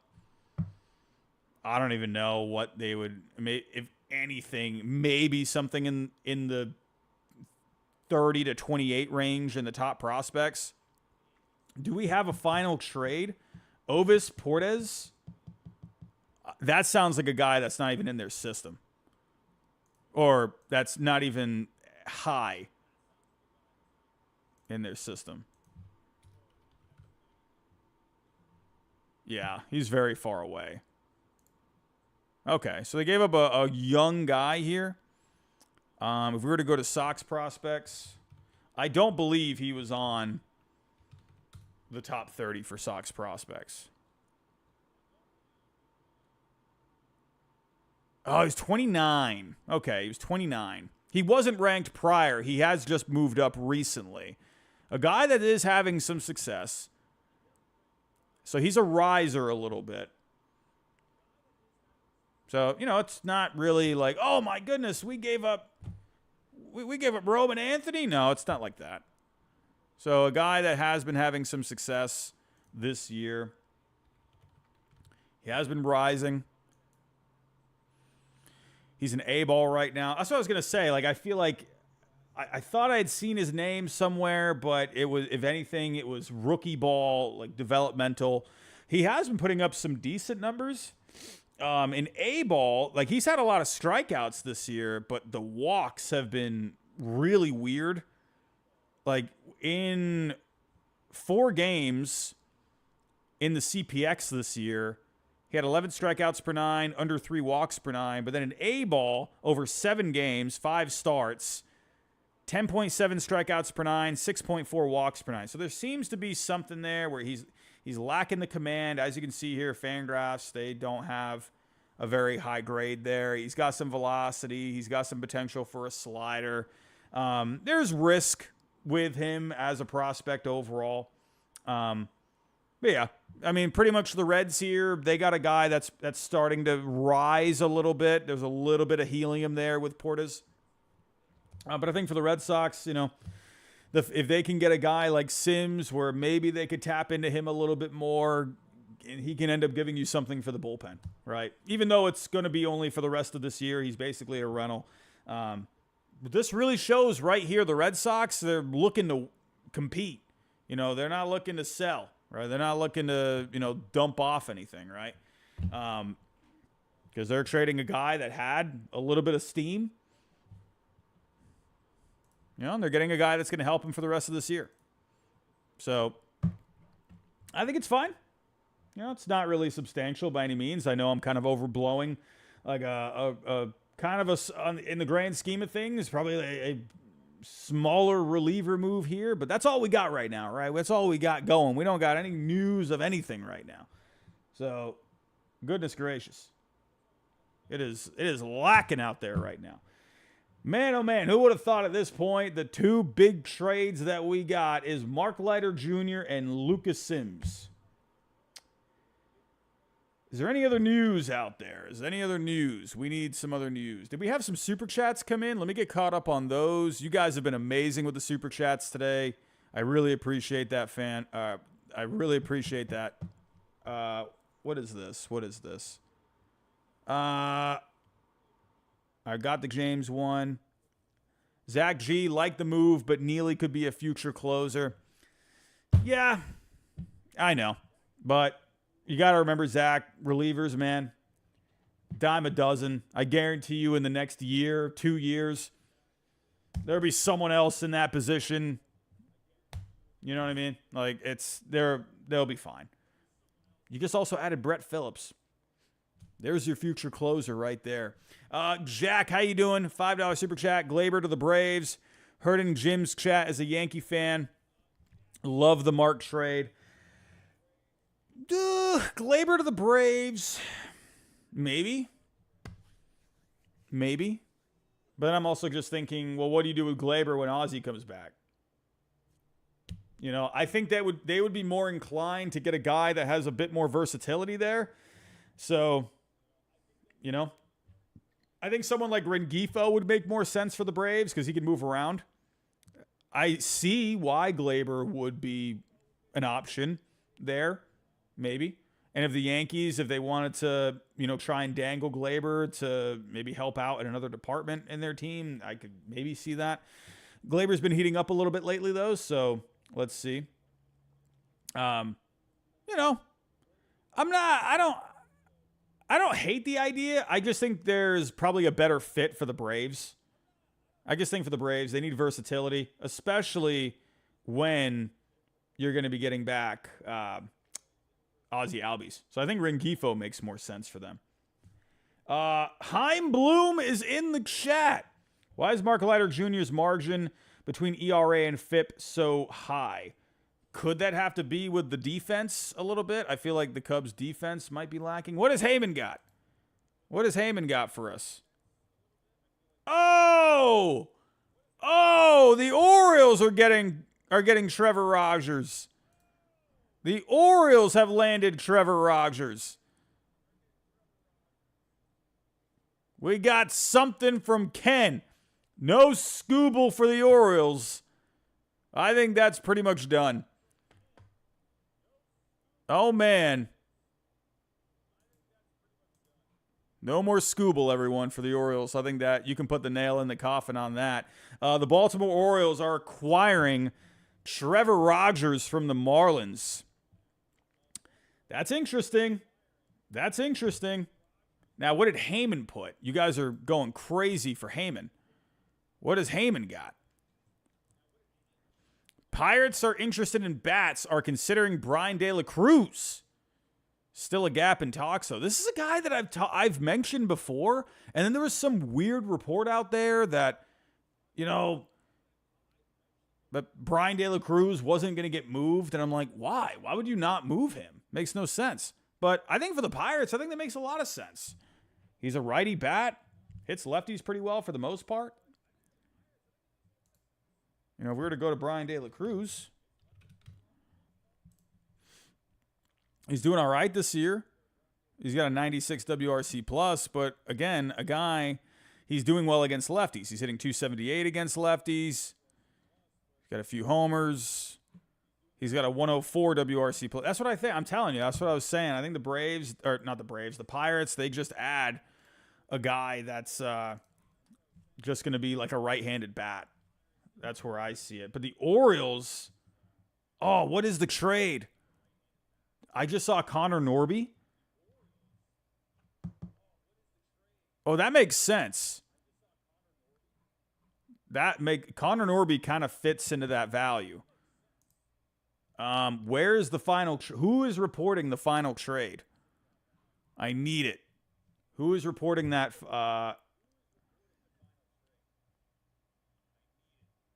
Was it Murray?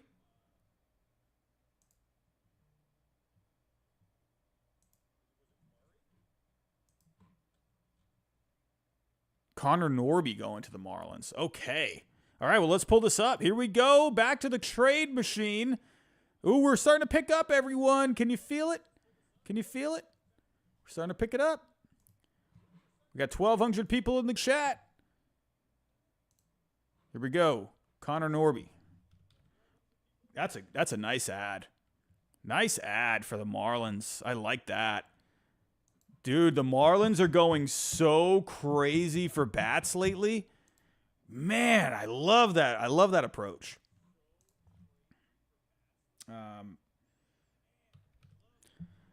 I don't know if I'm a big fan of Rogers for the Orioles, though. I mean, yeah. This is kind of what I was showing you a little bit earlier with Brett Beatty, right? Similar value to Connor Norby. Right, like that 10 million-ish value, but there's probably got to be another piece. Passon says another player. That's what I would think.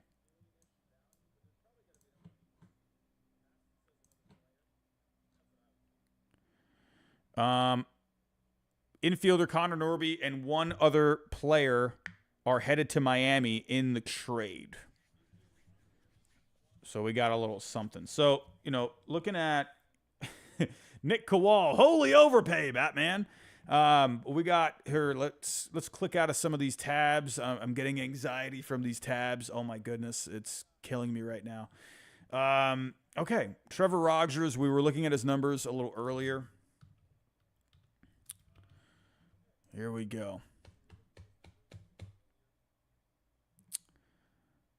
All right, I'll pull up StatCast too for Rogers. I'm guessing there you're going to see some blues. You're going to see some reds a little bit too. Okay. Oh, you see a couple of reds at the bottom. But here is Trevor Rogers.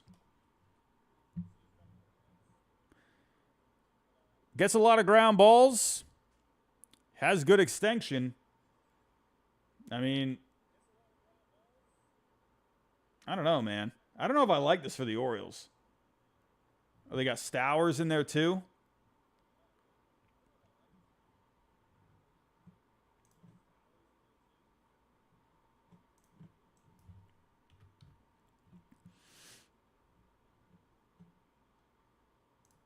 All right. So that's it. Connor Norby and Stowers. Sorry if I'm botching it.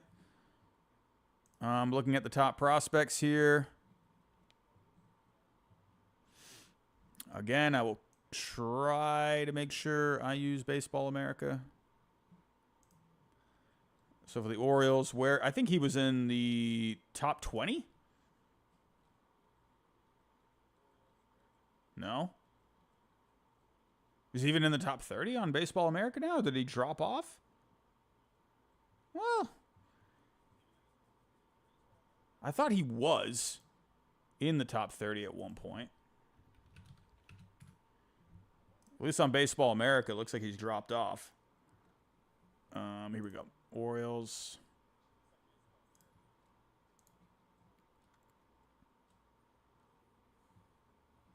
Yeah, he's dropped out of the top 30 here. But I like Norby. Norby's a nice piece. That was the number 5 prospect on Pipeline. And Norby was number 7 on Baseball America. So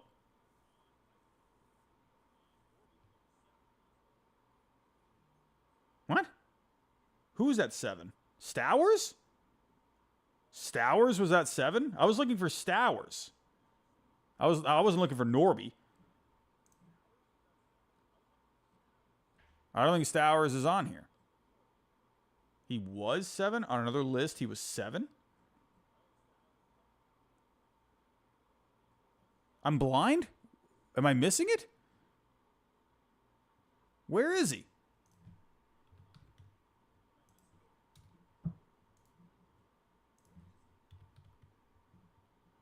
I don't see Stowers anywhere.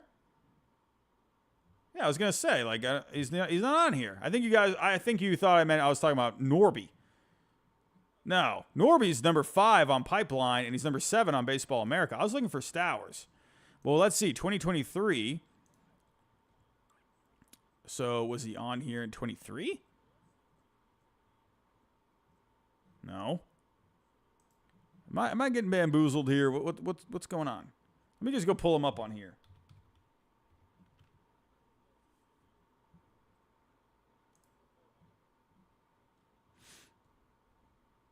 Okay, yeah, he's been up for a little bit. I didn't think he was gonna be off the list though.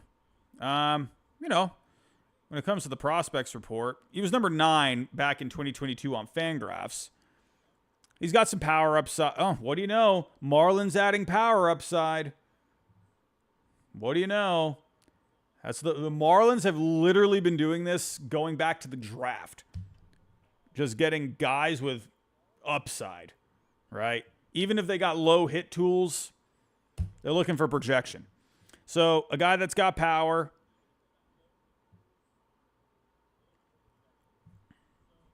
If you look at his minor league numbers, this year in the minors, he's hitting .240 with a .555 slugging, 18 home runs, 55 RBIs.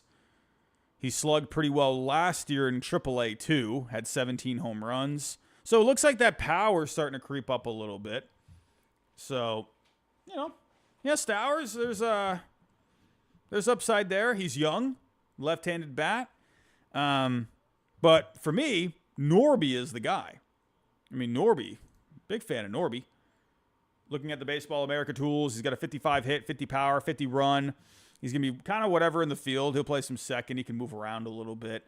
But yeah, I'm a Norby guy. I like Norby. Kind of just one of those solid players, you know. Not going to be a superstar by any means. But in AAA this year, Norby's been hitting really well. 297, slugging 519, a 389 on base, 16 homers, and has a little speed. 13 stolen bases as well. Marlins fans, I think you should be pretty excited for this. This is a good get. And Trevor Rogers, he just, ever since that first year where, man, he was really doing well. John Heyman, hearing the Dodgers, Yankees, and Red Sox are among the teams with interest in Tigers' top right-hander, Jack Flaherty.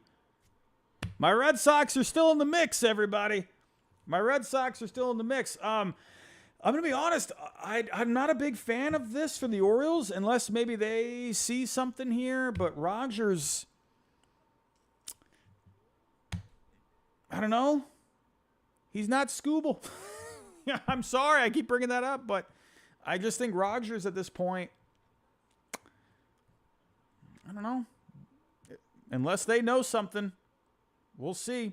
But Heyman, he just put something out here. Let's get to this. We got Jack Flaherty. We got 1,300 people in the chat. Everyone stick with us. The goal for today is to get to at least 2,000 people in the chat. We're on our way. We're starting to get there. But here we go. We got John Heyman. Where you at? Dodgers, Yankees, Red Sox among the teams with interest in Jack Flaherty. I mean, at this point, I don't know, man. I mean, the Red Sox, they're interesting right now. The Yankees, we already heard that they were out on Flaherty. Or it's not looking too great.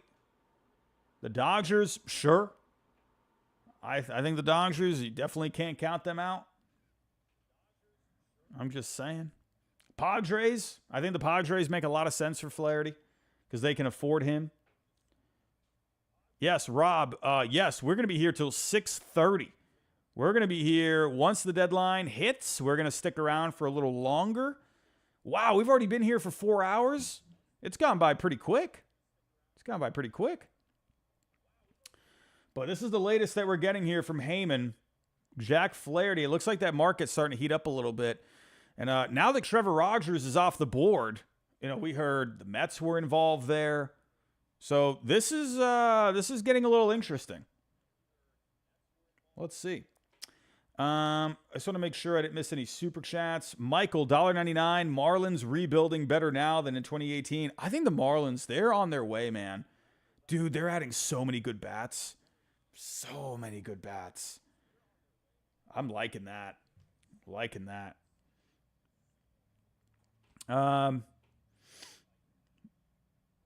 Bobby Wasabi, Tyone for Mountcastle. Could be interesting. I wonder if the Orioles are done.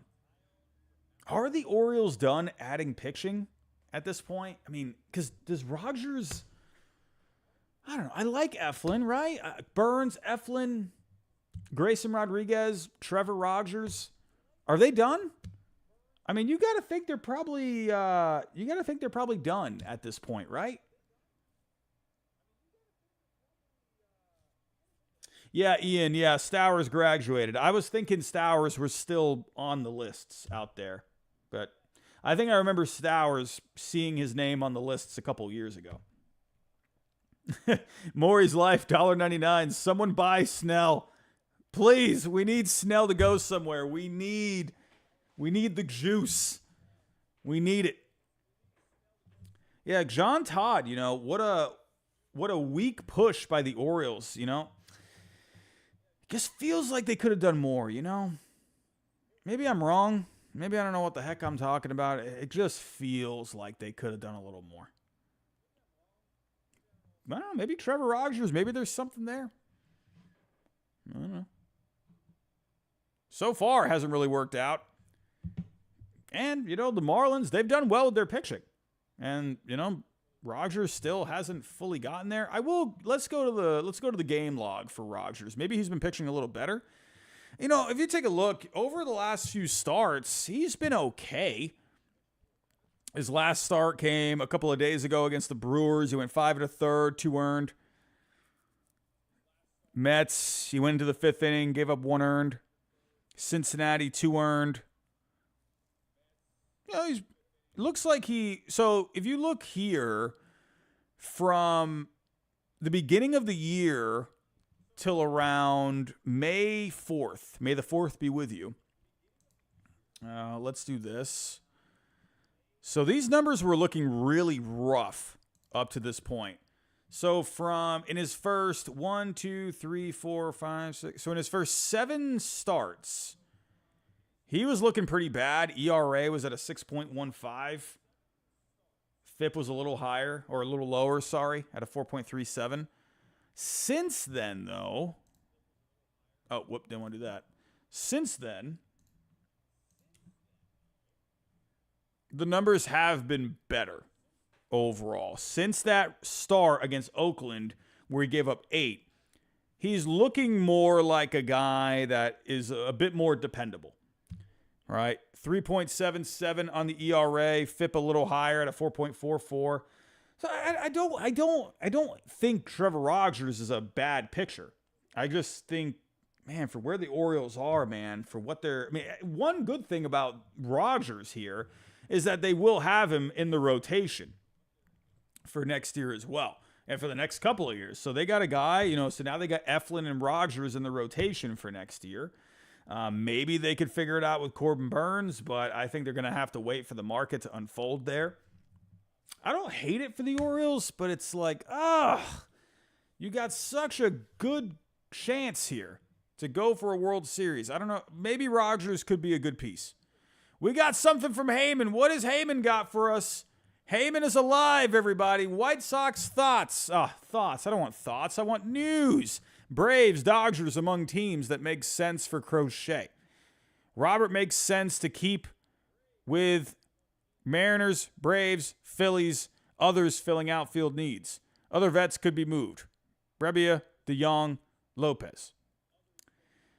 Here's the thing with Crochet. I don't think they can afford Crochet. The Braves. I don't think the Braves can afford Crochet. They don't have enough. I don't know. Unless something with that, the weird contract thing, maybe that can come into play where he loses value. I don't know. But maybe. Feinstein. What has Feinstein got? What has he got? What has Marky Mark got?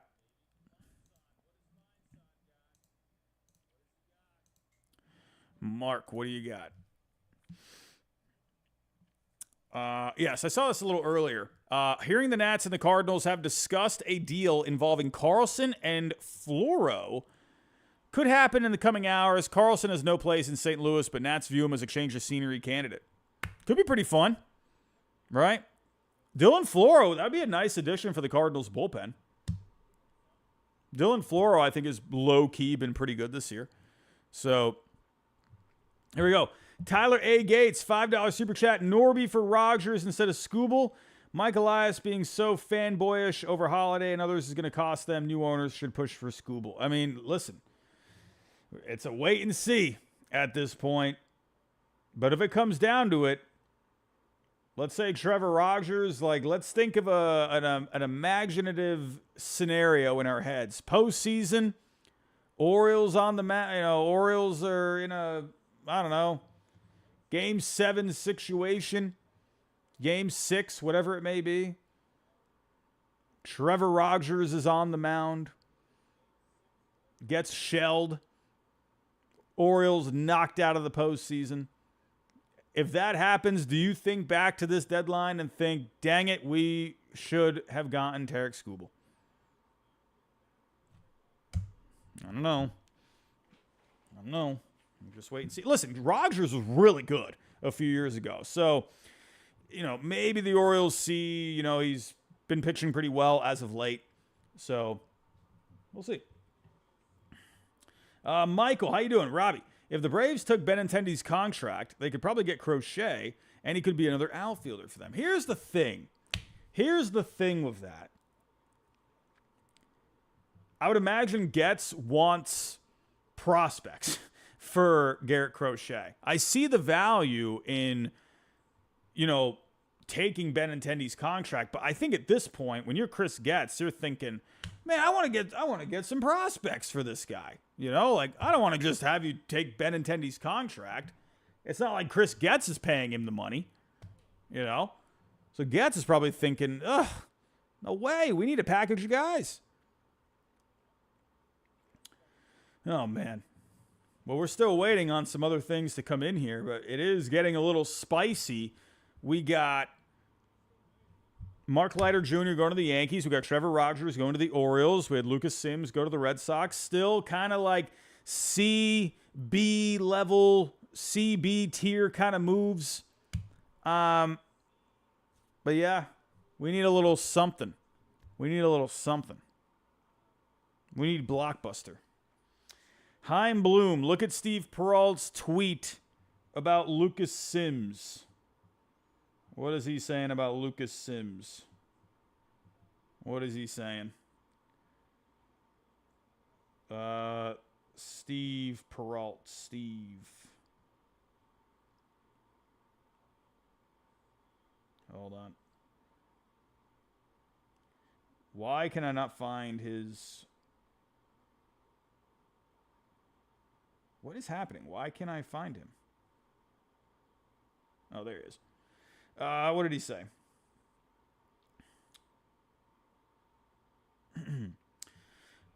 Pretty wild home road splits for Lucas Sims this season, especially with the Reds having a hitter's ballpark.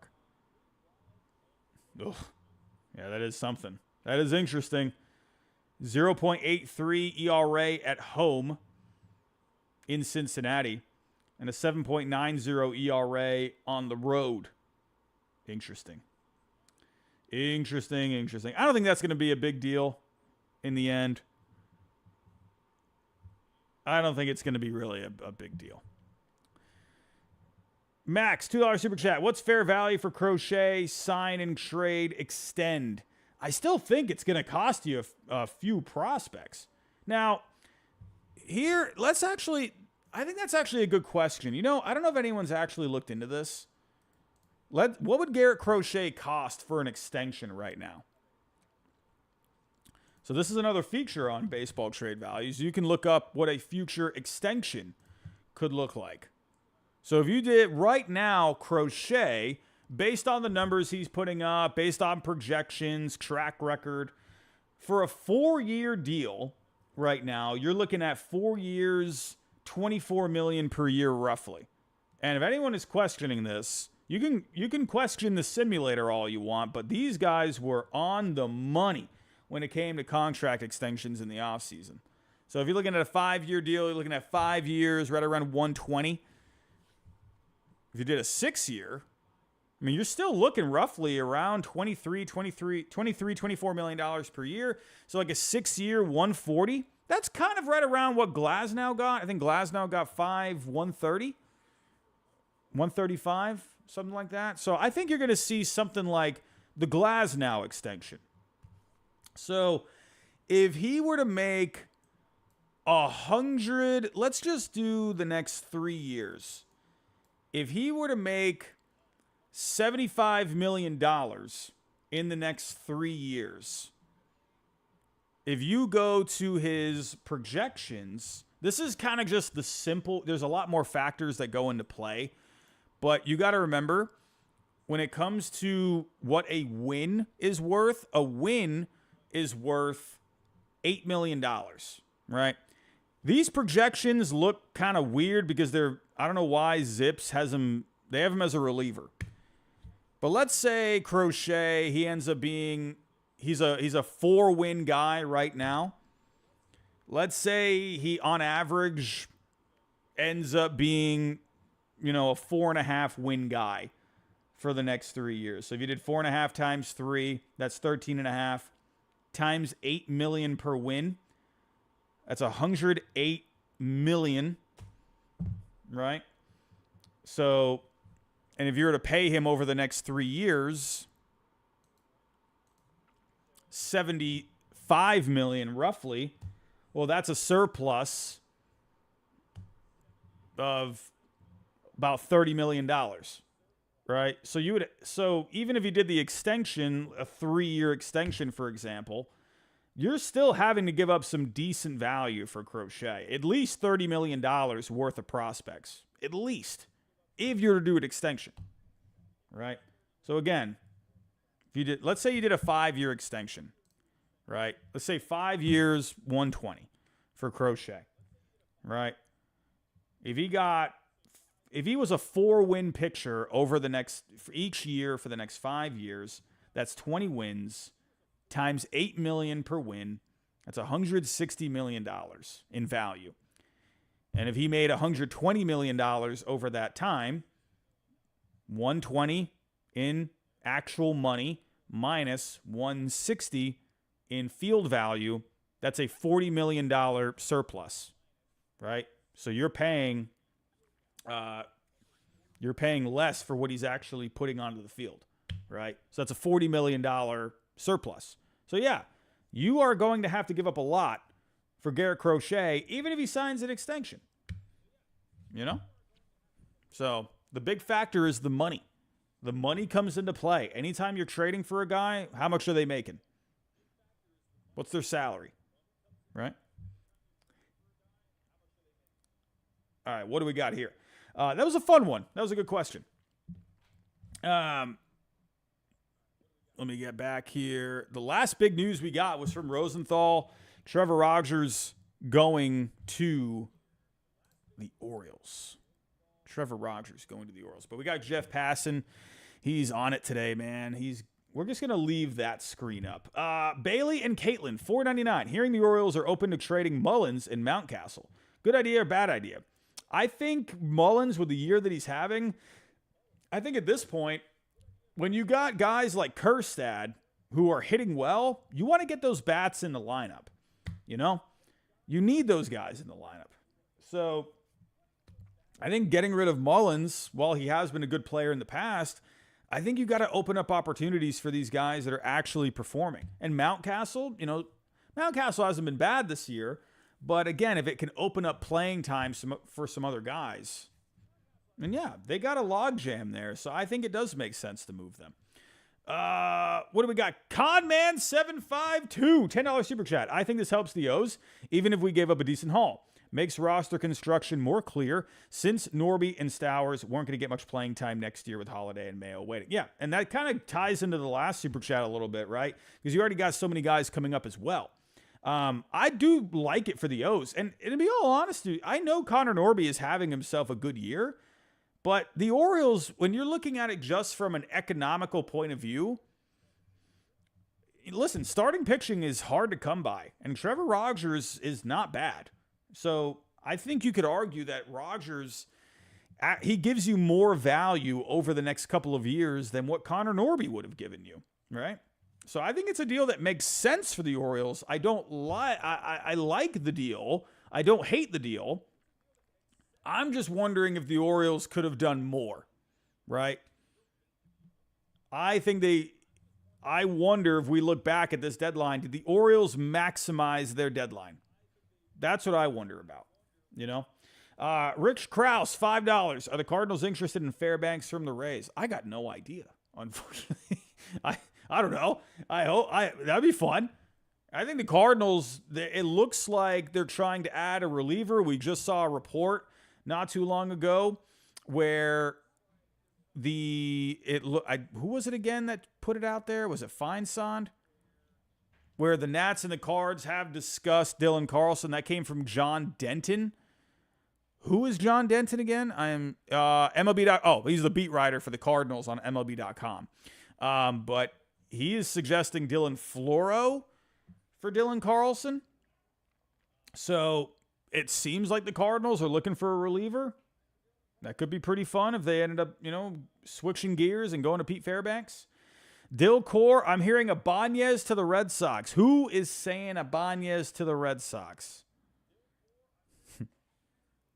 Texaco, you look like that guy from Dude Perfect. I've gotten that before. I've heard that one before. What the heck is happening outside? Something was just happening outside. Someone just started running. I don't know what the heck was going on. What is happening? Francis Romero.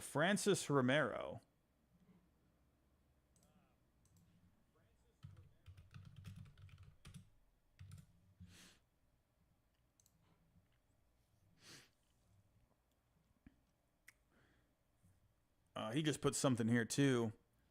The Yankees are still pushing for Yandy Diaz. They've been scouting him for 5 to 6 days. The Rays are asking for a good package of players. I mean, Yandy, he would make some sense for the Yankees. Look at Brett Phillips. I love that. Brett Phillips. Did he say something about Andy Ibanez earlier today? Who had the Andy Ibanez news? Dilcor, where did you hear Ibanez to the Red Sox? I love this name, Dadley Klutchman. That's a solid name. Baltimore is not done. I'm wondering, what else does Baltimore have? I mean, you just gave up a decent trade piece in Connor Norby. I mean, I'm curious. Nightingale? What did Nightingale say? Is Bob awake? Bob finally woke up? Connor Norby was the Orioles' 7th best prospect.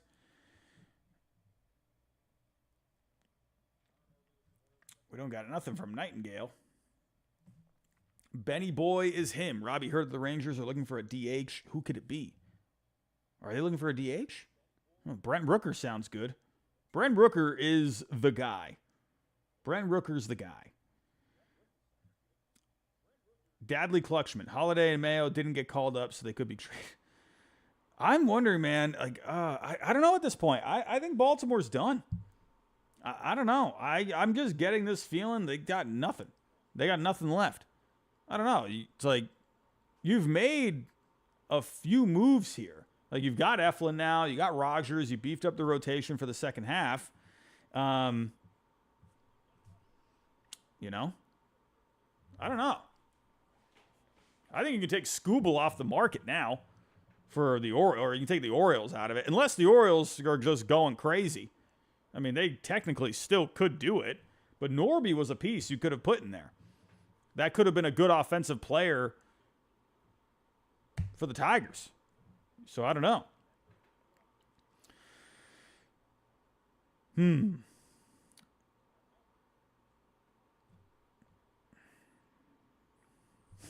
Big Tuna. Flip Willier and a prospect for Rooker. You know, I'll be honest with you. It's an idea that I've thought about. I like Willier Abreu a lot, but, it's kind of one of those things. If the Red Sox are looking to get a bit more right-handed, that could be an option.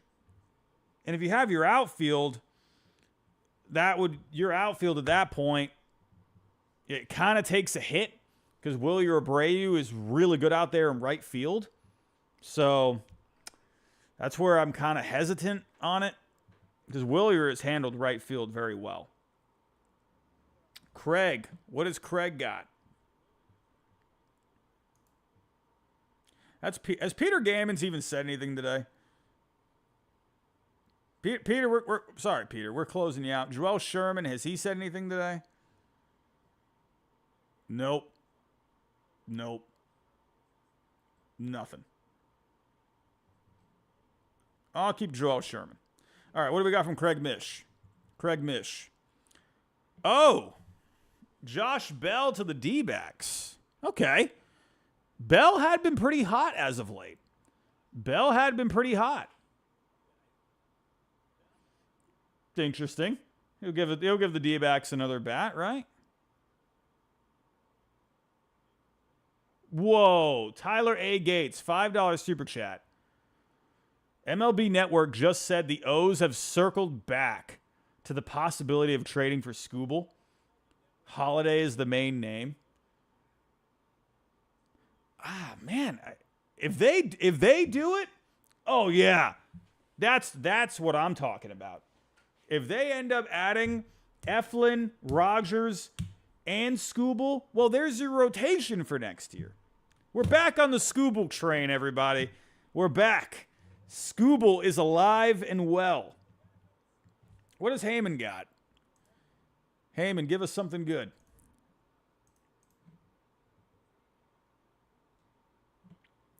Marlins said to be asking for a giant return for dominant lefty closer Tanner Scott. Okay. It's very subjective. What does giant return mean? I mean, of course they're going to be looking for a good return. But what do you mean by that? I mean, I feel like people out there are going to be thinking like, oh, what are the Orioles going to give up Kobe Mayo to get Tanner Scott? No. Nope. Yeah, well, John Heyman, he's giving us a little something here. Giving us a little something. I mean, Tanner Scott's got to be moving at some point. I don't see how he ends up staying. But yeah, we got Josh Bell to the D-backs. I think that's fine. You know, it's all right. Had been hot lately. You know, he's basically going to be... He's going to be just a guy off the bench at this point. You know. Nothing crazy. Now, if we were to go Josh Bell with the stats. Again, had been hitting well over the last couple of weeks. Hitting .310, slugging .655, 6 home runs over the last 15 games. So, you know. Hey, if Josh Bell has woken up, then yeah, that'll be a good get for the D-backs. Sean Kaplan, thank you for the $1.99. Thank you for the $1.99. Adam Hyman, $2 super chat. Glaber got to go. Need a better reliever. I wonder if Glaber ends up getting moved. I do wonder about that because the Yankees, it seems like they got a lot of position players here. Maybe that could be possible. We'll see. Just want to make sure I didn't miss any super chats. I don't think I did. I'm going to circle back just in case. I just want to make sure. I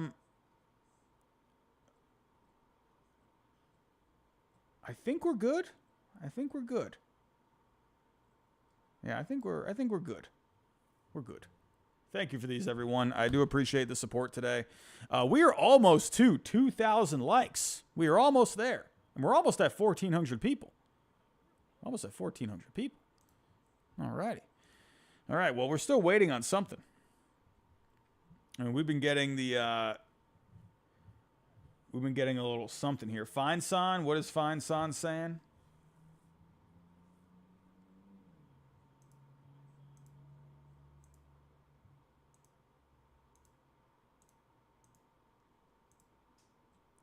Where the heck is he?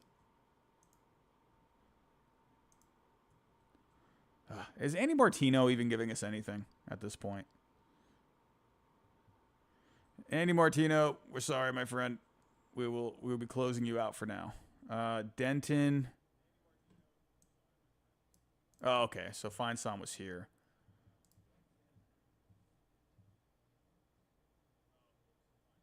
No, nothing from Feinson. Why are we saying Feinson in the chat? We got nothing. Yeah, we got this. We got this one earlier.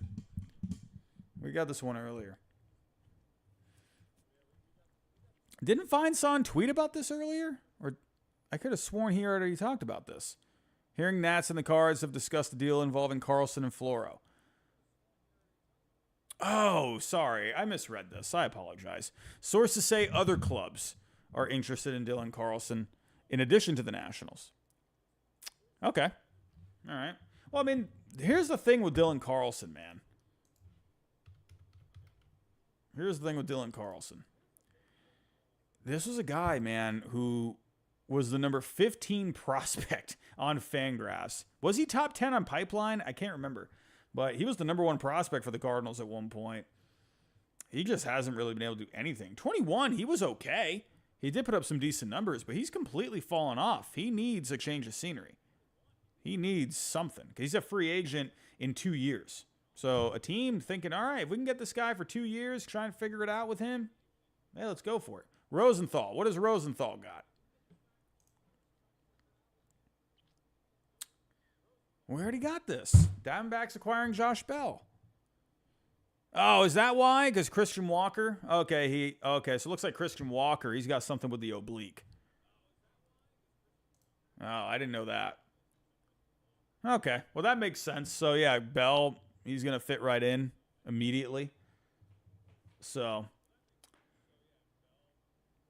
refresh. Is this not the... Was this the one? Josh Bell? Marlins? I think that's what it is. Francie Romero. Here we go. Nope, nothing new there.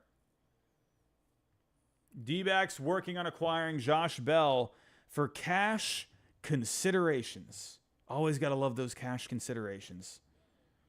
Got to love it. The almighty cash considerations. Ava, does Skubal get traded or no? Huge Tigers fan. I don't know. I mean, I guess we got a report earlier. We had a super chat.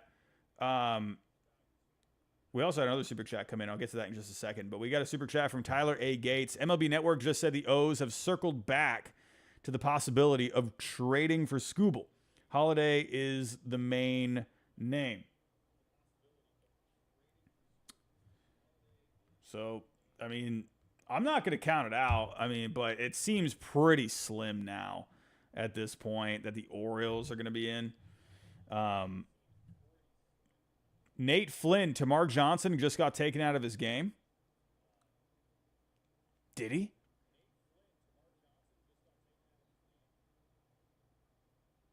Oh, man, that would be something. Tamar Johnson out of the game? No. Or now, what inning is it? What inning is it? That's something you all like. Is it the end of the game? Is it like towards the end? Is it sometimes these things are kind of pre-planned a little bit.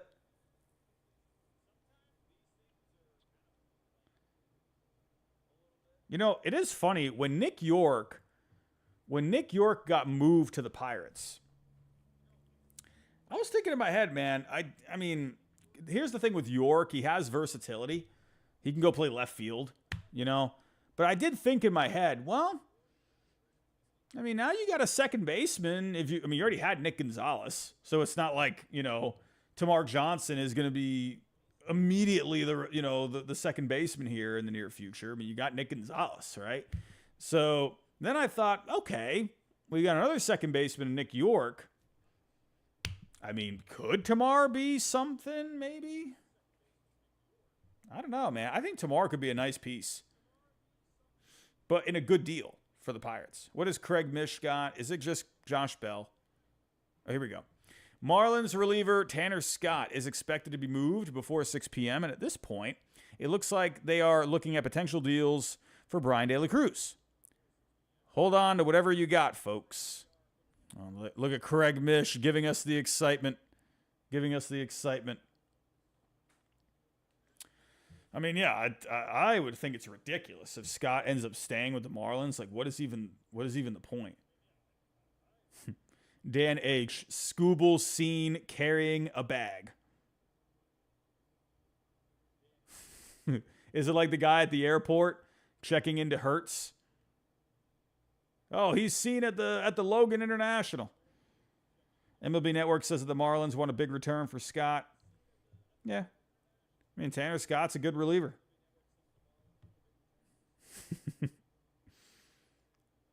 Oh, Dan H. The bag of popcorn. I mean, I need some popcorn too. Give me some popcorn. We got about 4 more hours to go on this stream. What do we got? Oh, we had a super chat earlier. Let me get caught up with that. Nate P. Saxophone, $5 super chat. What are the chances of the Yankees landing Diaz and Fairbanks as a blockbuster? I think this and another picture gives a good shot at the World Series. Yeah, Nate, I think Yandy makes a lot of sense, right, for the Yankees, right? You got Ben Rice there. But DJ LeMahieu just hasn't really been able to figure it out. You know, and this is a guy that's been hurt a lot too, so it's like, are you really going to be expecting a lot out of DJ LeMahieu at this point? You know, I think he just got IL too, right? Where is LeMahieu? Oh, there he is. He's right there on the bench. I mean, yeah. Ben Rice would be the lefty. You know, Yandy, he can be the righty bat there. I think he makes sense. You know, Ben Rice, he's been pretty good at times. Had the 3 home run game against the Red Sox. He's been all right. He's been okay. He has been productive a little bit. You know, Ben Rice, if you wanted to have Yandy as your everyday first baseman, and then you got Ben Rice as a lefty backup, you know, I could see that. So, I mean, yeah, Fairbanks definitely makes sense there. They did just get Mark Leiter Jr., so are they going to add another reliever? I'm not sure. But, yeah, of course, that would definitely make the Yankees better. I agree. Yandy's really interesting today. Michael Bradigan, $4.99. Philly's going to do something Dave is never out on anything. I agree. Michael Bradigan, $4.99. Man, oh, man. I agree. Never count out Dave Dombrowski on anything. That dude dreams about making trades. I do wonder if the Phillies end up doing something big.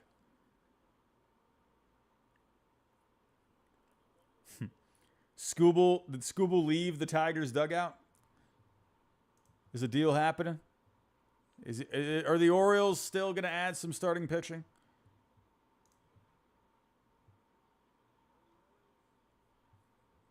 We got nothing from Ken, nothing from Passon. Last thing he said was Trevor Rogers. Heyman, anything new from Heyman? He talked about the cash considerations.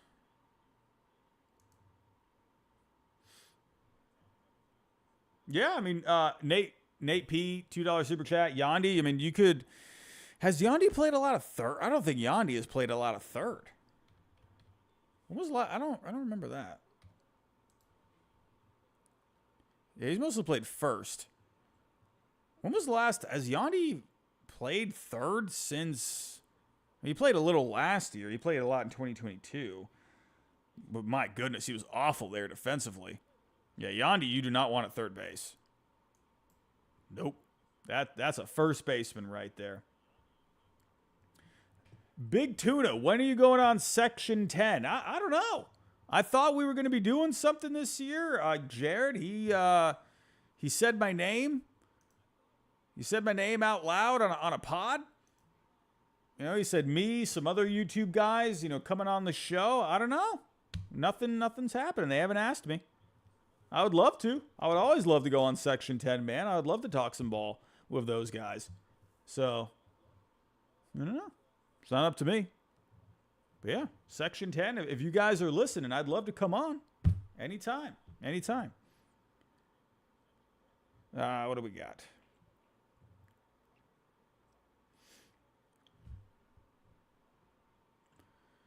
Man, we're getting nothing, man. It got kind of fun there for a second, but we got nothing right now.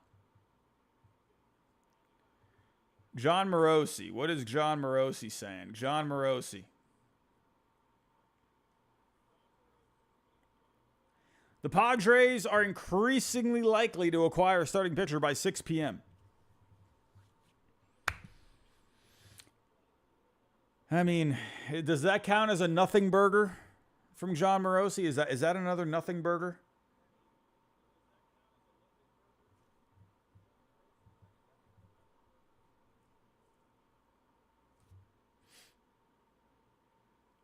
Orioles massively overpaid for Rogers As an O's fan, I'm upset. Nicholas, I don't necessarily think they overpaid. Norby is a good prospect. If you're looking at it from a value point of view, I don't think it was an overpay. I think it was Norby was completely blocked, right? I mean, not completely, but it was going to be hard for him to get playing time, especially with these other guys they got on the roster already. You got Holiday coming up. You know, Norby was, you know, Stowers, same thing. They already have their outfield set. They just drafted Vance Honeycutt. You got Enrique Bradfield Jr. You got Dylan Beavers. You know, you got guys, right? The Orioles gave up 2 pieces. Norby is a good player. He is a good player. But it's not very often you come across cost-controlled starting pitching. So I would say they did not overpay. Personally, I could see why, because Norby is a good prospect, but I think that was a good deal for the Orioles. Again, nothing against the deal. I just wonder if they could have done more. What do we got here? What do we got? Alexander, I hope the Red Sox make one more move. I agree.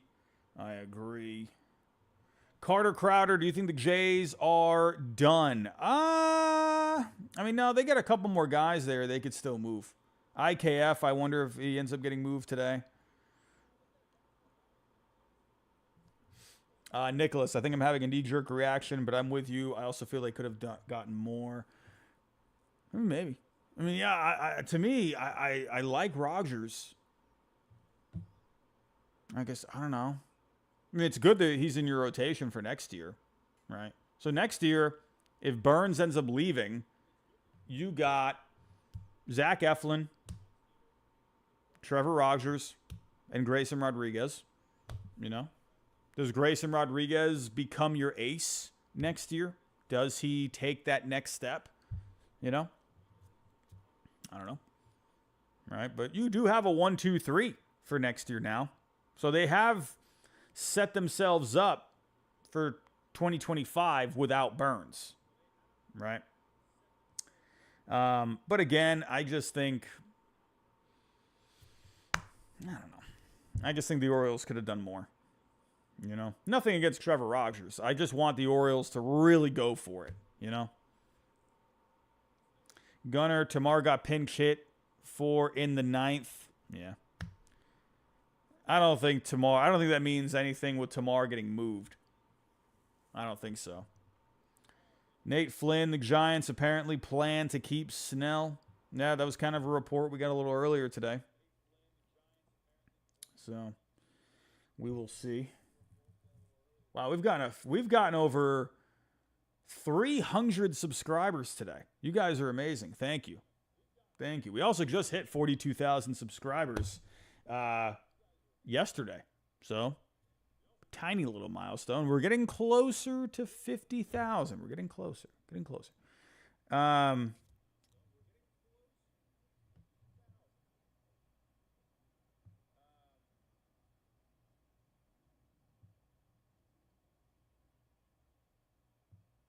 What is this?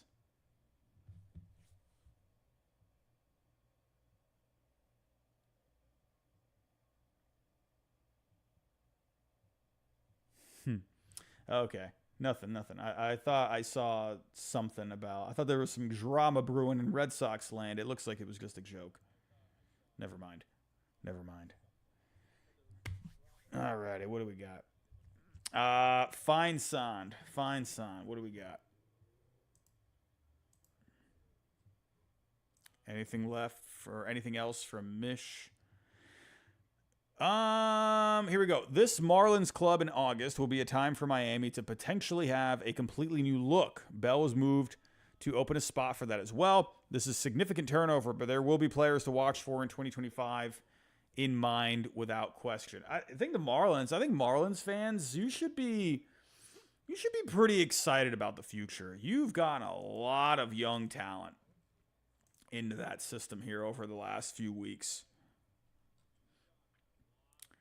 Finds on the Nationals and the Angels appear to be the two teams most interested in Dylan Carlson. Of course the Angels would be interested in Dylan Carlson. Hey, they did all right with Mickey Moniak. So that is one thing to think about. Dylan Carlson, maybe to the Angels. The Cardinals are expected to deal him today, but his destination is still unclear. What the Angels could send back, they could send back Luis Garcia in that deal. Something. What did we have? Maury's Life, $1.99, foreign taking his midday. Oh, Maury's Life, I'm sorry. Come on, Blake Snell, let's go. We got to get this guy somewhere. Heyman, what is Heyman saying? Has Bob completely fallen asleep? Uncertain if Jameson Taillon is still out there in trade talks, but in case, his 10-team no-trade list does not include Yankees, Mets, Dodgers, Padres, and 15 others. Who is on the no-trade list for Jameson Taillon?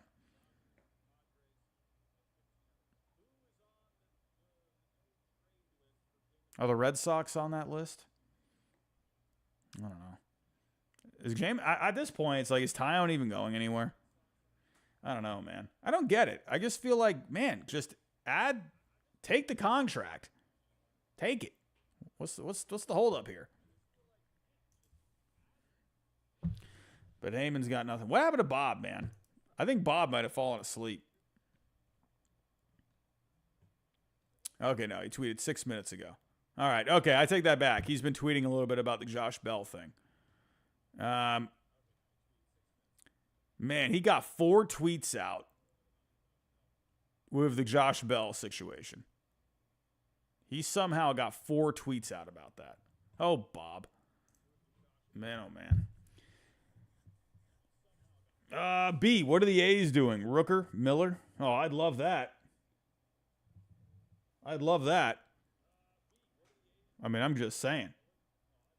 I need Rooker going somewhere. I need Rooker on my Red Sox. Please. Please. I need that in my life.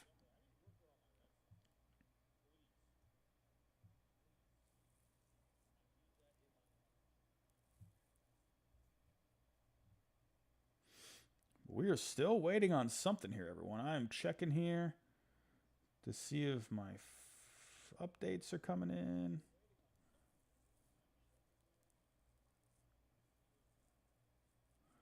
We got nothing. We got nothing.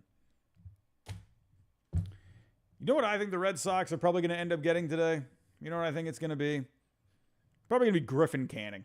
Is that really what I think? Is that what the Red Sox are going to end up getting? I hope not. I hope not. Griffin Canning. I feel like I'm gonna predict it right here. I think Griffin Canning is on the Red Sox by the end of the day.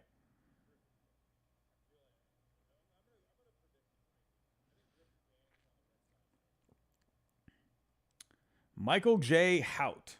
MLB Scoops.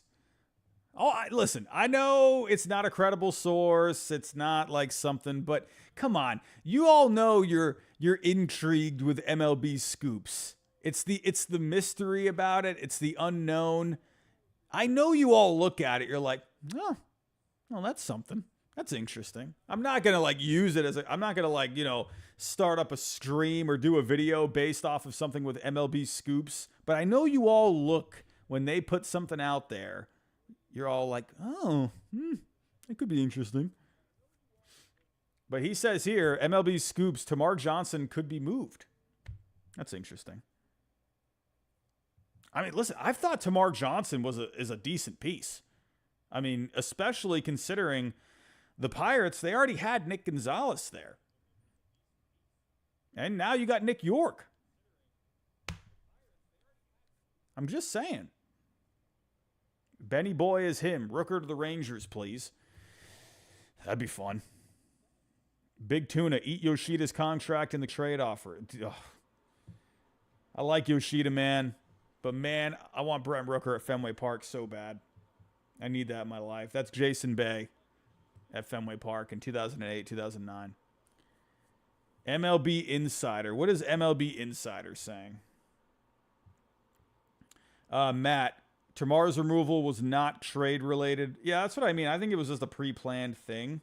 Who knows? I mean, you never know. At the end of the day, you never know. MLB Insider. What are they saying?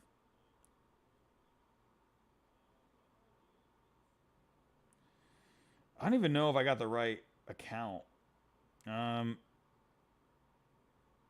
Is it MLB like underscore insider?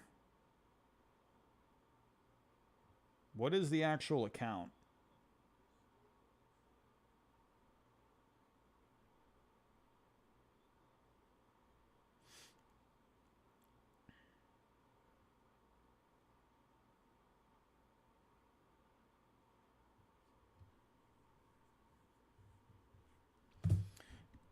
Maury's Life, $4.99. This just in, Giants trading $480 to Oakland A's for a feral cat and a bag of chips. Sounds pretty good if you ask me. Sounds pretty good to me. I wouldn't mind some chips right now, to be honest with you. Can they send some of those over here? Nolan, how you doing? Do the Cubs trade Nico Horner? And if so, what does the return look like? They'd get a pretty good package. That would definitely at least take a top 10 prospect, at least. Rob Murray, what does Rob Murray got? Oh, please be something good. Please, I need something good. Come on, dude. Give me something.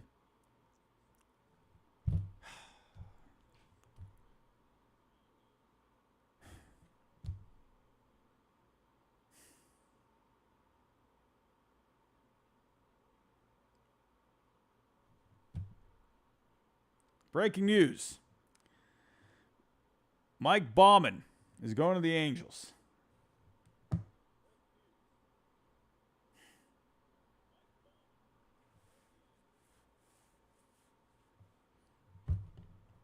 Dang.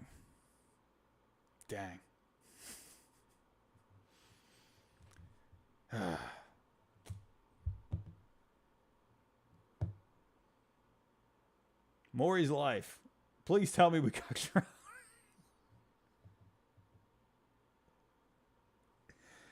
Oh.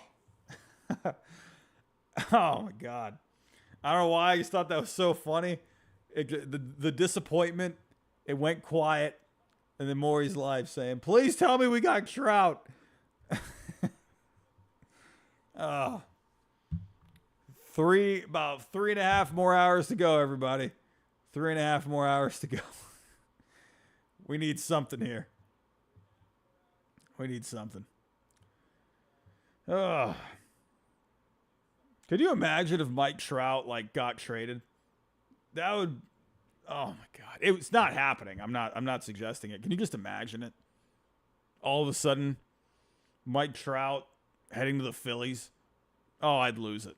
I'd lose my freaking mind. What is Francis Romero and Sherman? Here we go. Oh, wait, I already have Francis Romero pulled up. What is Romero saying? Final race for Yandy and teams involved. Yankees, Mariners, Astros in. The Pirates are out.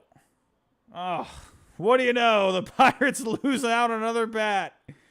Goodness gracious. Goodness gracious. The Pirates, they can't get bats, dude. What is happening with the Pirates? Joel Sherman, what did he say? The Cardinals would like to use Dylan Carlson to add another reliever. Yep. We saw the Dylan Floro story, right? Saw the Angels are connected. I would think Luis Garcia from the Angels at this point is, yeah, that's probably the piece at this point.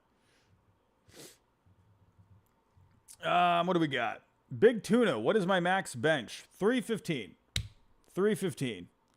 I am not very good at bench compared to the good power lifters out there. I have a weak bench. Weak bench. What do you think if the Red Sox can get Snell? I don't know, man. I don't see it. I don't see it. I mean, it'd be fun. I would like that for sure. For sure. I would totally like that.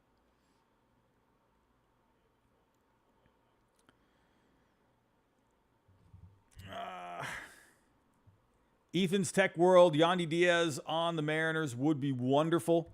Yeah, man. I think that'd be really nice. I think it'd be really nice, right? That would be 3 bats that get on base. You know, good plate discipline. Justin Turner. Listen, I'll say it again. I don't know if anyone else has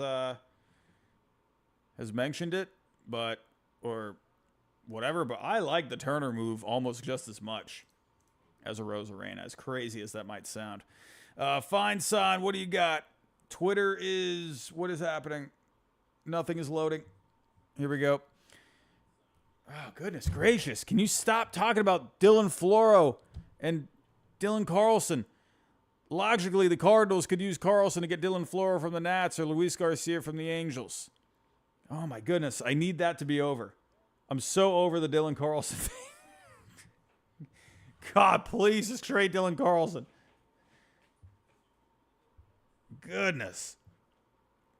I appreciate you guys letting me know, but I want Feinson to just say something else.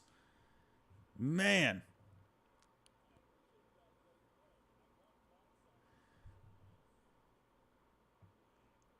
OJ, opinion on the Nick York Priester trade. Yeah, I touched on it a little earlier. I think it's a good move, right? York, he had no spot with the Red Sox, but he's a good bat that the Pirates could use. And Quinn Priester, change of scenery. There's upside with Quinn Priester, and hey, Red Sox, they've been doing well when it comes to the pitching department. So I think it's good.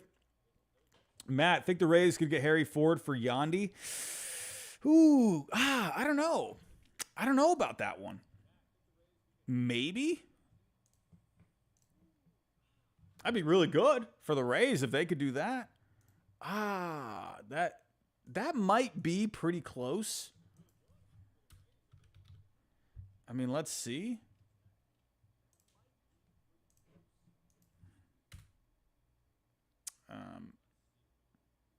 I'm going just blank. Oh yeah, Harry Ford. My goodness, I just completely forgot. Yeah, I think that's going to be a little too much. Yeah, I don't know about that. I mean, that would be amazing for the Rays if they could pull that off. Combat Legacy, Luis Robert Jr. At this point, I don't know if he's going anywhere.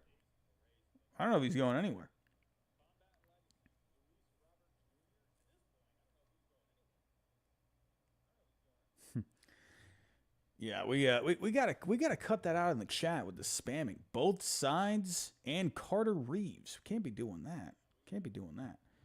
Mods, make sure you're on the lookout for the spams, please. What do we got?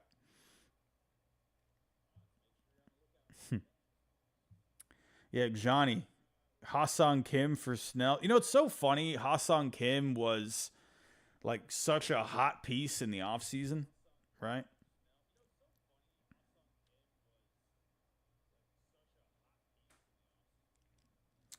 Brody, what's the possibility of the Royals trying in division and getting Skubal? Yeah, that's not happening. The Royals just don't have the prospects to get a deal done. They just don't. They were in on supposedly they were in for Jazz Chisholm, and supposedly, I mean, the Marlins, they were not supposedly on this, but they were looking for a catcher, so that would be safe to assume that the Royals, who have Blake Mitchell, you could have maybe done something there. So, Boston Edits, how do you feel about Taylor Ward to the Red Sox? Would love to see him hitting bombs over the monster. Yeah, Ward is, yeah, he's had a couple of good games at Fenway Park. I wouldn't mind it. You just have so many outfielders. The only way I could see that happening is if you move Willier somewhere. That's the only way I could see it. But yeah, that's it. Yeah. But then again, taking Willier out of right field, that's tough because he has been good out there. He's been good defensively. So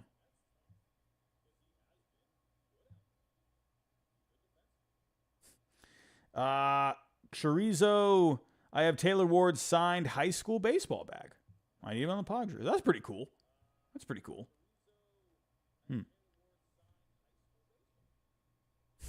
Maury's life. The Marlins been wanting a catcher since they traded Real Muto. I know, right? Goodness gracious. Waj. What is what? Waj? Who is Waj? Adrian Wojnarowski?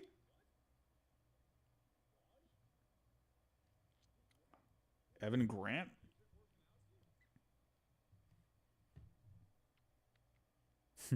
What happened in basketball? What was the signing in basketball? Oh man. We got basketball. We got more basketball news than actual baseball news right now. I was about to say, I'm like, well, isn't Waj Adrian Wojnarowski? I'm like, is there a Waj in baseball? I don't know. What is Evan Grant saying? Evan Grant.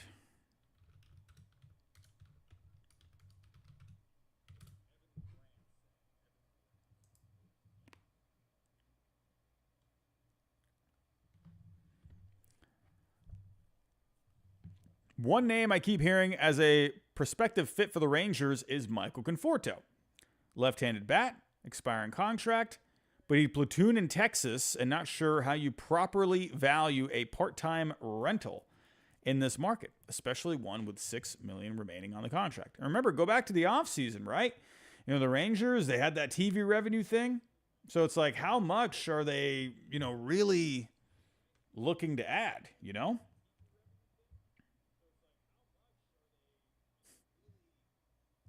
What is MLB Scoops saying?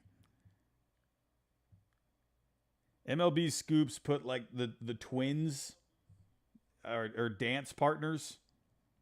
I don't know. Scoops is going crazy right now. Scoops is going crazy. Toby, rumors. They don't mean anything. They don't. But they are fun. Maury's life. Send Conforto packing. Oh, no. Matt, don't let the deadline distract you from the Rays Stadium County Commission meeting happening right now. Stadium looks pretty good. I'm excited, man. Living in Central Florida, I'm all for a new ballpark there. That's going to be cool. Jack Curry. What is Jack Curry saying? Jack Curry, what are you saying?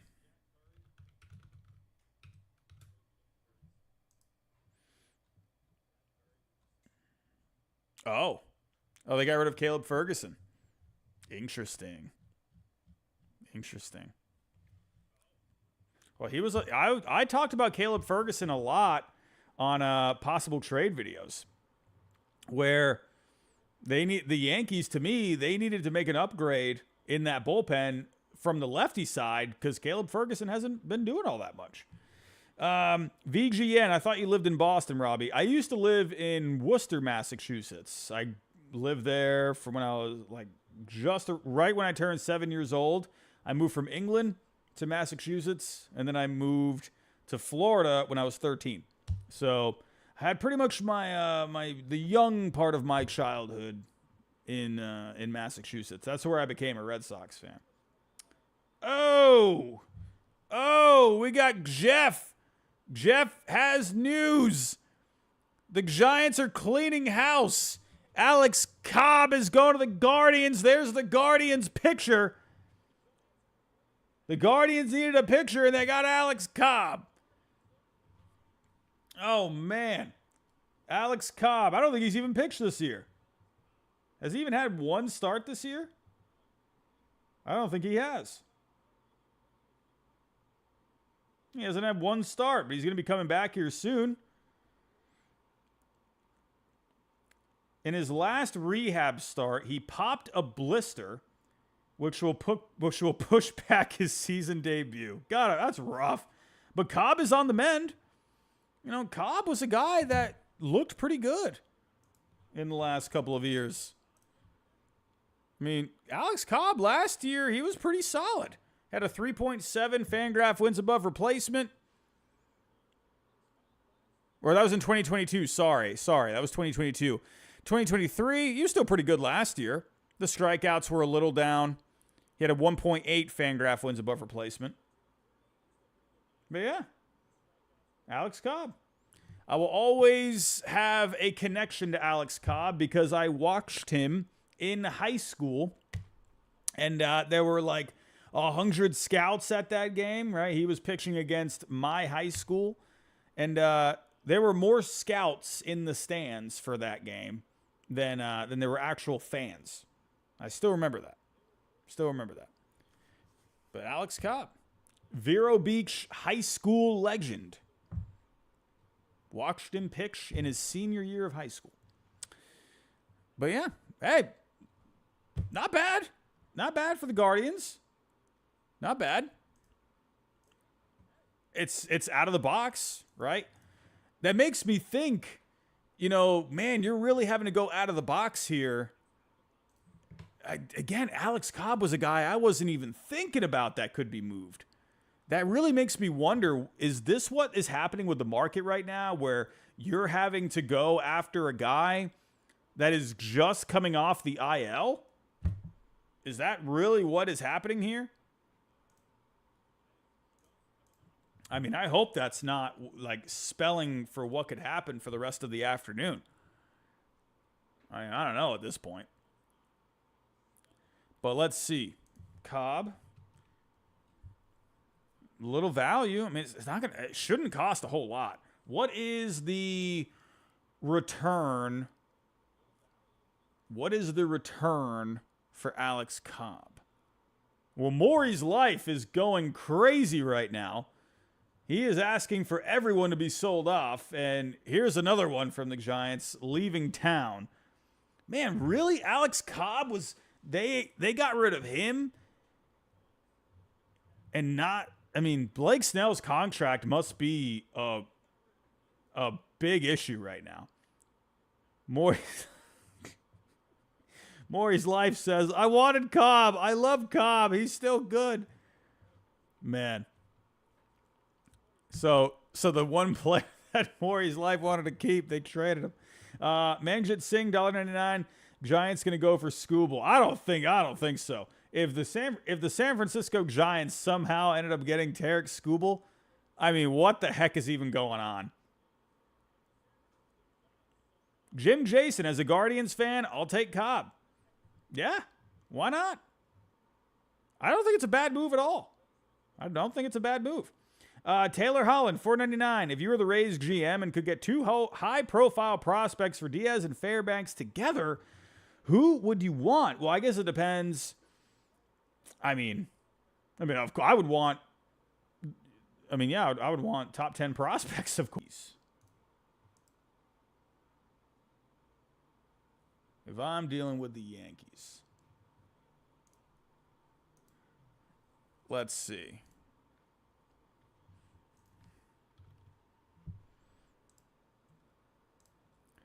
I would think from the Yankees, if it were me running the show, I mean, I'm going to try and get one of these shortstops. I'm going to get Arias or Lombard. I would like that. That would be what my first go-to. Spencer Jones, yeah, I'll take Spencer Jones, but I don't think that's pretty realistic. But, yeah, I would go for one of these shortstops, to be completely honest. I would want Arias or Lombard. If you're talking about it from the Astros point of view, the Astros, what do they have left after giving up what they gave up yesterday? I think for the Astros, I would love to get Jacob Melton if that was possible. Is that possible for Yandy Diaz? I don't know. I wouldn't mind Bryce Matthews. I would not mind Bryce Matthews at all for the Rays. If I'm running the show there, yeah, I would take Bryce Matthews. Very athletic player, could have a pretty decent bat. Yeah, that's what I would want. I think the Rays could end up getting something pretty good. We'll see. What do we got here? What do we got? Thank you, Taylor, for the super chat. Maury's life. Give me the banana #1 pick, dude. But Travis Bazana Banana's not going anywhere. WMW3 gameplay $1.99. Love you, Robbie. Hashtag Trump 2024. We don't do the politics here. We do the baseball here. But thank you, my friend. Love you too. Thank you so much. Chris Sierra, $2 super chat. What's the next move for the Dodgers? What is the move? What are they doing? I mean, they are non-existent today. I haven't even seen anything about the Dodgers today. I haven't seen one thing. I haven't seen them pop up with any rumor. I haven't seen anything. I mean, come on. Brian 35 as a Marlins fan, I'm happy. Yeah, you should be. Oh, what was the final trade? Did we get the final trade? Okay, so yeah, the Giants, they got back Jacob Bresnahan. Is that how you say it?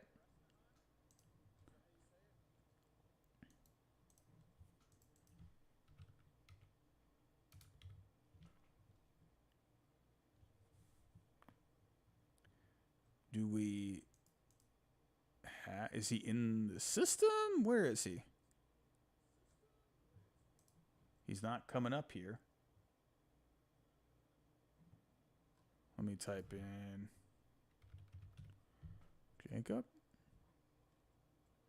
I'm not seeing. He's not in the system. All right. Well, there's probably not a whole lot of value if he's not in the system yet. So basically, the Giants are just getting rid of payroll. They're just unloading payroll. I mean, why would Snell? I mean, I guess teams they want the Giants to pay down some of that contract. That's my guess. Because it's very clear right now the Giants are just getting rid of money, right? Getting rid of players on contracts, right? They've gotten rid of Cobb. Cobb was due how much? So he was due a little bit more, but yeah, I mean, they got rid of Soler, Cobb. I mean, I think Conforto probably ends up getting moved here at some point. I would imagine. But man, my guess is that teams, they are wanting the Giants to pay down some of Snell's salary for this year. I mean, Conforto, he's making $18 million this year. So let's see if they can get that off. Does Taylor Rogers end up getting moved? I mean, do they move Chapman? I mean, I don't know. He's got those player options tied to him, so I don't know if teams are going to want to be signing up for that. Yeah, I don't know, man. Giants are in a weird spot right now. What do we got? Maury's Live, $1.99. Cobb was traded so Birdsong could stay in the rotation. Okay, that makes sense. Yeah, they do it. I mean, they just got Robbie Ray back. So, but there was no need to hang on to Cobb at this point. No need to hang on to him. But yeah, that does make sense. Brandon King, thank you for the $1.99. I appreciate you, my friend. David Young, it's so quiet right now. Calm before the storm. I hope so. I mean, goodness gracious, we need something here. New tweet regarding Yandy. New tweet where? Who? Oh, is it from Francis again?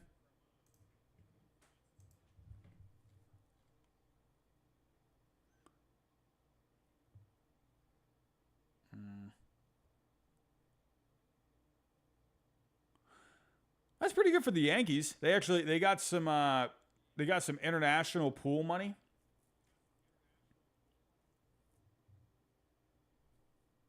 Man, is that good for the Astros? Why are they giving up international pool money?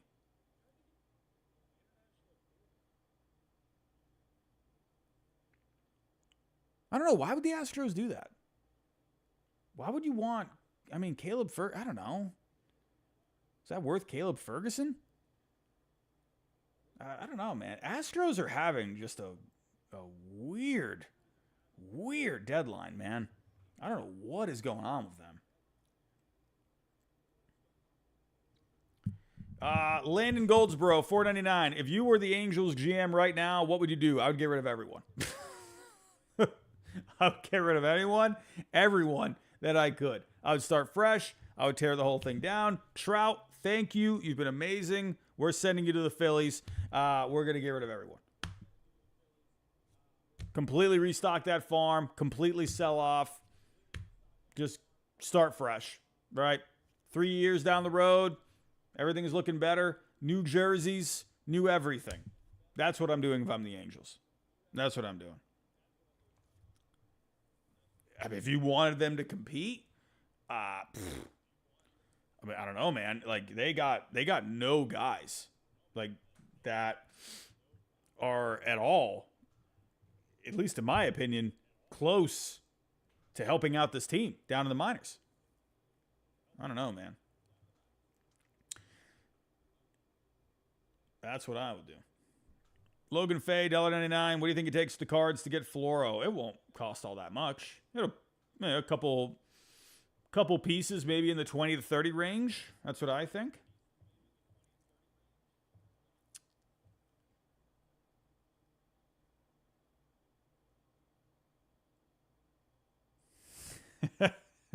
Heim Bloom. I've been making phone calls all day. I miss the Red Sox, man, and I have to do anything. You got me thinking it's probably from Heim Bloom. He's probably thinking today, you know, it's kind of nice not having to do this whole trade deadline thing. You know? I bet he's loving it. We are 300 likes away from 2,000 likes. 300 likes away from 2,000 likes. Man, oh man. Has Ken said anything here? Has he said anything? He just retweeted stuff. He confirmed the Cobb thing. Heyman, does he have anything? Anything? Same thing, Cobb.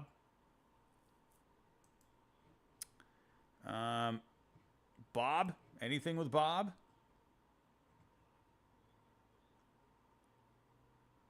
Nope. Everyone's just talking about Alex Cobb right now. How about Jim Bowden? Does Jim Bowden have anything? Nope. Jim Bowden fell asleep. I don't know what's happening right now. I don't know what is going on. Joel Sherman, Rays most likely to be traded in order in the next 2+ hours. Zach Littell, Pete Fairbanks, Yandy Diaz. I've been mentioning Zach Littell for a while. I feel like he's an under-the-radar trade candidate. You know? It's like, why hang on to him? He's a guy that has control next year. He's going to have a little bit of value. Heck yeah, they should trade him. What's the point? Sarah, Angels have Michael Stefanik that has a near 400 average, 900 OPS. They just never play him. Won minor league batting title last year. Drury and Lewis block him. Yeah, I mean, they do have a couple of pieces, but nothing that's going to really save that team right now. They got nothing. You know, you got I'm excited about a couple of pitching prospects they got. You know, you got Caden Donna. I'm excited about that. I don't know, man. It's looking, you do have some fun pieces with the Angels. You do. I don't know. It just feels like they're far. Well, maybe I'm wrong. Hopefully. Landon. Yeah. Dana Rada, yeah. For sure. I agree. You know, they do have some pieces there. But I don't know, man. I don't know. Benny Boy is him. I'm surprised the Rays aren't trading Jose Siri. That could be a piece that they could get back some value. For sure.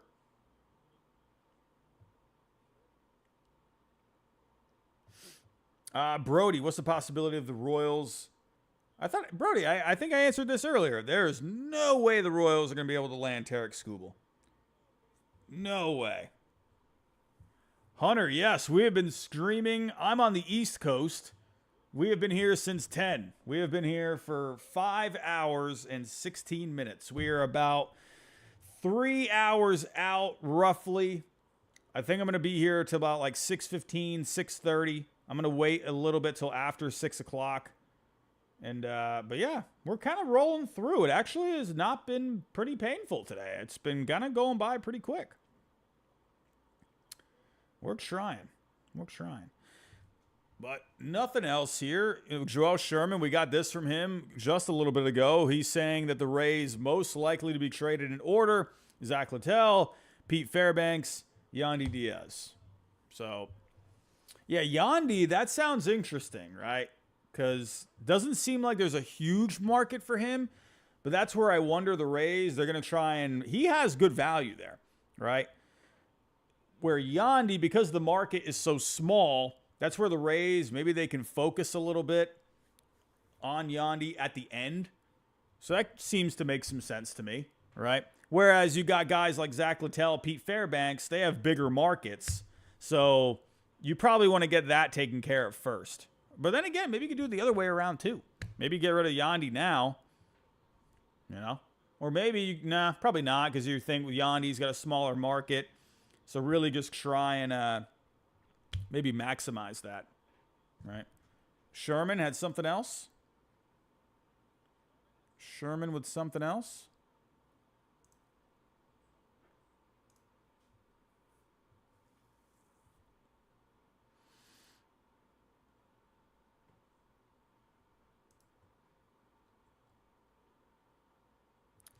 Guardians plan for Cobb to make one more rehab start, and then he's going to join the rotation. So in the end for the Guardians, I think it's a good move.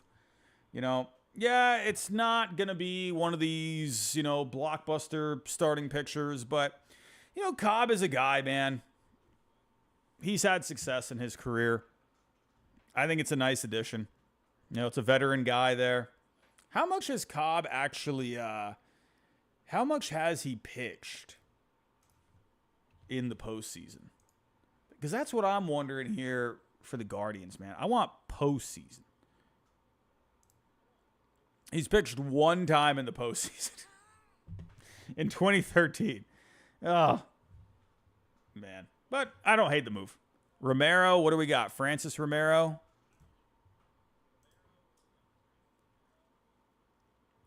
Ooh, we got some juiciness. Alex Verdugo. Oh, man. Alex Verdugo. What the heck happened there? That makes sense, right? Because they're going to be getting Dominguez back here.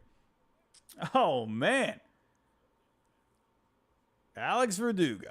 Another source doesn't rule out that he could be part of a trade before the deadline. Oh, I need it. Verdugo, he kind of fits almost like that Jazz Chisholm kind of mold. He's a lightning rod.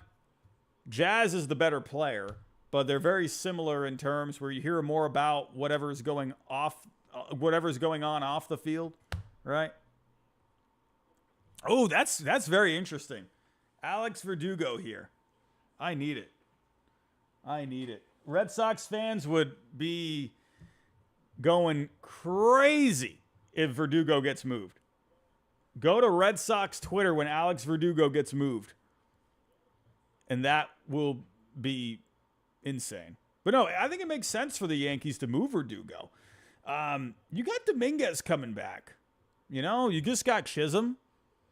I mean, Verdugo's gone after this year. They're not bringing him back. They don't need him. They got Jazz. But Verdugo, yeah, I would absolutely move him. Especially with Dominguez coming back. We will see. Verdugo would be a good ad for the Dodgers who need another outfielder. Robert, not a bad idea. Could he go back to the Dodgers? Could you imagine Verdugo and Mookie on the same team? That literally feels like it's going to happen now. It's going to happen, right? You're going to get the piece that the Red Sox got for Mookie. Well, one of the pieces. And now he's going to go back on the same team? I don't know. Man, oh man. Maury's life. Give me Verdugo for Snell. Why? Why would you want Verdugo for Snell? You don't want that. Why would you want that? That does nothing. If you're gonna trade Snell, get yourself a prospect at least. Go for some upside. Christopher M. Do the Orioles go after anyone else after the Rogers trade? It beats me. It kind of feels like they're done, but then I'm also kind of pumping the brakes a little bit because, you know what? I feel like they're done, but what if something else happens, I don't know. Michael, do you think Yandy will get moved? I'm leaning more towards yes. I mean, I'm not basing that off of anything. I'm just seeing his name popping up a lot. But go back to other trade deadlines, right? We've had other, players pop up a lot, and then they end up not getting moved, right? Eduardo Rodriguez, right? We thought he was going to get moved, and then there was a deal, but then it got shot down by Eduardo Rodriguez himself.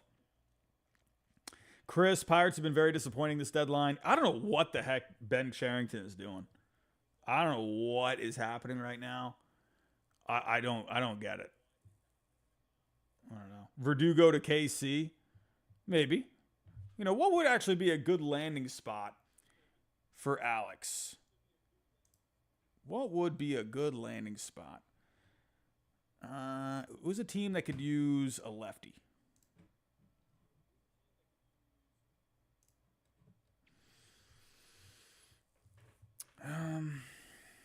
Yeah, I mean, I think KC, that could make some sense. That could make some sense.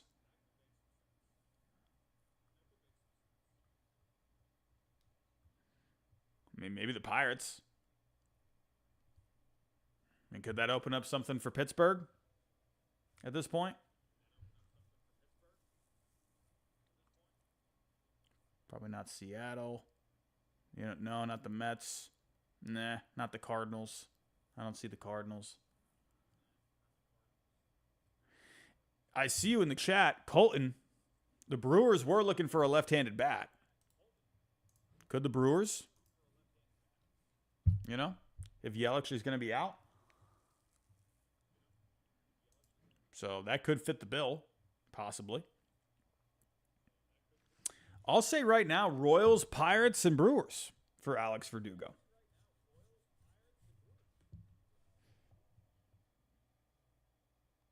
We will see. We will see. It is quiet here, everybody. It is quiet. We have 1,300 people in the chat. 1,300 people in the chat.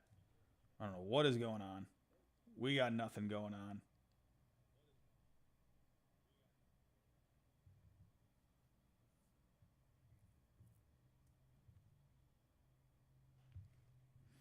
We are 300 likes away from 2,000.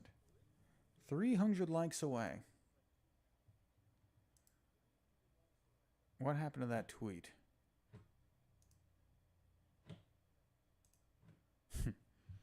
Again, not surprising to see Verdugo come up. I've been wondering about that. I've been thinking, like, what do you do with him, right? I would think, you know, Trent Grisham would probably be the guy that they just probably DFA him. But even then, now that you got Jazz, it's like, well, okay, when Dominguez comes back, you have Soto, Judge, Jazz, Verdugo, Dominguez. I know Jazz is playing third right now. Well, let's see how that goes. I don't know how that's even going to go. So, gotta remember, Jazz was an infielder, right? Has a good arm. So he could essentially play third, right? It'll be interesting to see if he stays there. It'll be interesting. I don't know. But Verdugo moving would be pretty funny. You know? Twitter would melt. Twitter would melt. Would you do Campbell or Miguel Blaze for Flaherty? I wouldn't do either of those for Flaherty. I don't think it's worth it. I don't know. For a rental, it does, like, it's not, like, the Red Sox are not in a position right now to go after a rental, in my opinion. Like, they don't, yes, they could go after a rental. I'm not saying that's something they can't do, but realistically where they are, the position they're in, you're not in a position to be super aggressive for a rental like they were with Jake Peavy back in 2013, right? Jake Peavy, he was one of the better starters that year. The Red Sox were looking really good that year. The Red Sox are looking good this year, but are they as good as what they were in 2013 when they made that deal, right? Where you could get aggressive in that situation where they gave up Jose Iglesias for Jake Peavy, right? In that three-team trade with the Tigers and the White Sox. So I don't know. I don't think Flaherty at this point with where the Red Sox are, yeah, I wouldn't mind getting a club-controlled guy for the Red Sox. I wouldn't mind giving up Christian Campbell for a club-controlled guy. But for a rental, I just don't think that's the way to go right now. You know? Now, if you're the Orioles or the Dodgers, on the other hand, or the Yankees, I think you're in more of a position to make a really aggressive deal like that. I think for the Red Sox, it just doesn't really make sense to be that aggressive. Kirk Johnson, possibility of Luzardo to the Dodgers. Man, I haven't heard that name in a little bit. Jesus Luzardo. I mean, we did just see, how is Luzardo doing on his rehab right now? Is he on a rehab assignment yet? Or like, what's he even doing?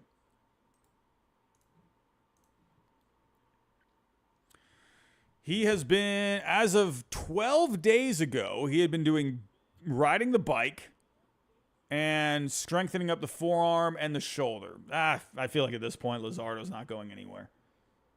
iTalk Studios, what's going on? Sox need relievers and more relievers. I agree. I think they definitely could use something there. They could use something. I wouldn't mind a situation if they...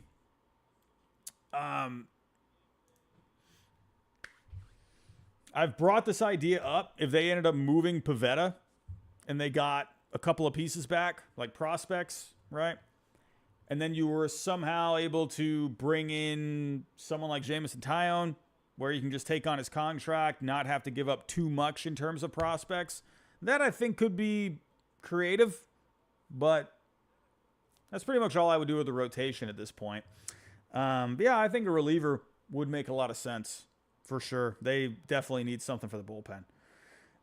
Robert, do you think that these astronomical prices at the deadline will be the norm from here on out, or is it just the nature of this particular season? I mean, every trade season is going to have its own unique kind of formula.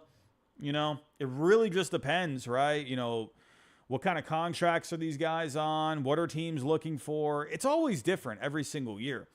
You know, you just have more teams in the hunt now for wild card spots, and to where even if, you know, you're a team like the Reds this year, or even if you're not going to make it this year, well, you know you're close enough to go for at least a wild card spot again next year. So you can just go for a retool. So it's not like the traditional buying, selling. Now we're seeing a lot more retools, you know, for those peripheral, I can't speak, for those teams on the periphery, right? So that's kind of the difference right now with what's going on. Yeah, and you're seeing teams really trying to get as much as they can. But again, it's 3:30. We got a little more time here, you know, so I just think, you know, yeah, we're seeing these high prices, but let's see what happens in the last hour.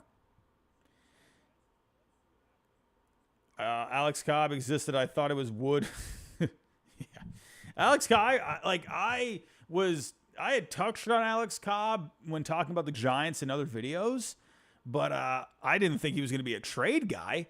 I was like thinking, all right, well, they're going to be getting Alex Cobb back soon, so maybe that could be good for them to go on a bit of a run in the second half, right?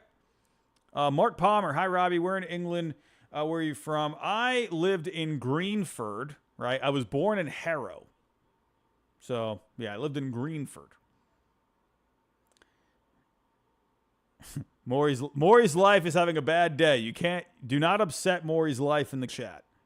Do not upset Maury's life. What do we got?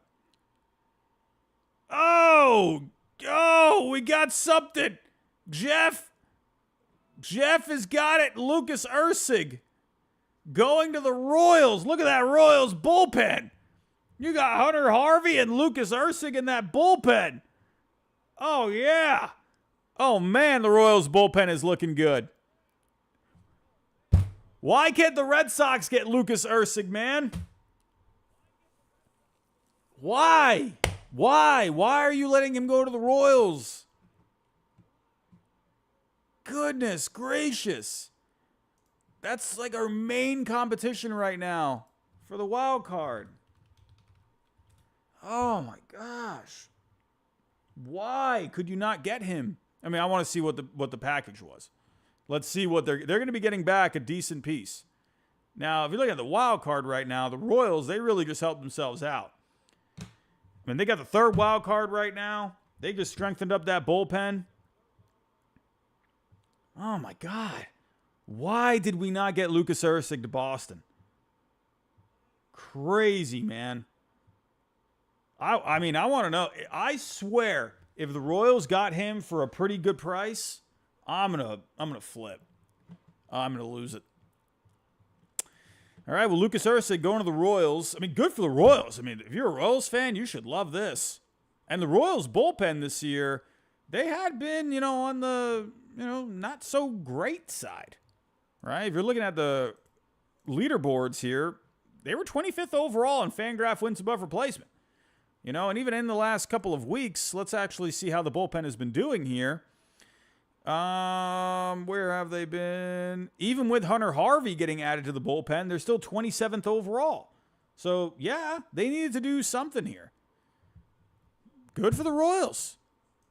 Good for the Royals, man. Like that, when you have a part of your team that is not strong, you go out there and you go get a deal done. And, yeah, Erceg, he's going to cost something. He's not going to be cheap. But why couldn't the Red Sox do this? Like, what are we doing here? Goodness. I don't get it.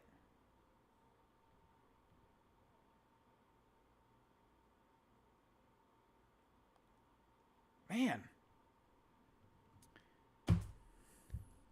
Tons of control. Ellie's Antics, that's got to be a solid package. Tons of control. Yeah, I mean, that's the thing with Erceg, man. That is the big thing. He has a ton of control. He's not going to be a free agent until 2030. ERA of a 3.68, FIP of a 3.46, 10 strikeouts per 9, 3 walks per 9. He's really improved the walks from last year. He's got them down from almost 6 per 9 last year to 3 per 9 this year. He is putting together some good numbers. Man, he's throwing upper 90s on average. Man.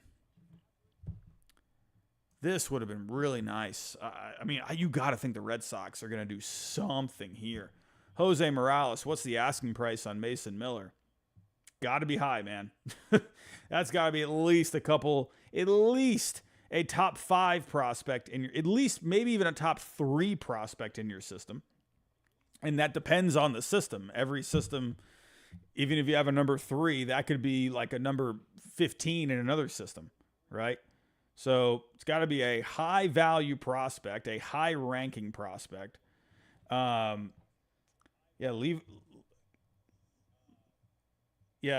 couldn't agree more, Robbie. That's a guy we should have been heavily involved in. Would have been nice. I mean, I get it. He is a little pricey. Here, but I mean, would have really liked that for Boston. That was a name I was kind of hoping you'd see. Go to the Red Sox, right? A cost-controlled guy. He'd be in your bullpen for a little while. What did the Royals give up here? Now, I'm gonna hold a little bit on it because I want to see the return package going back to the Oakland A's.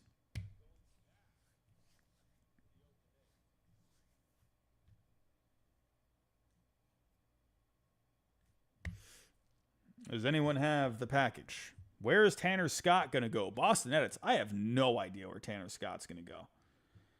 I have no idea.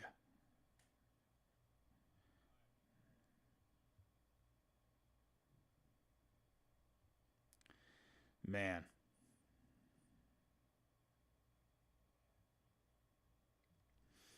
We got a little something here. I was just tagged a little bit ago from Tony. Bruce Levine says the White Sox and the White Sox and the Dodgers. White Sox target Dodgers top 10 prospect list in any deal for Garrett Crochet. Yes. LA system is flush with top minor leaguers. Teams obviously have had productive conversations. Deal could be revisited in the offseason. That's kind of where, I don't know. At this point, when you're seeing guys like Alex Cobb get moved, I mean, what does this mean here for, Crochet? I mean, Snell. I mean, Alex Cobb got moved before Snell. I mean, I know Cobb was just about to come back off the IL, but that really shows to me that Snell is, that contract is holding him back. We need that final package. Bobby Wasabi, do you think Jonathan India gets dealt to a team like the Yankees? I mean, maybe. It's possible.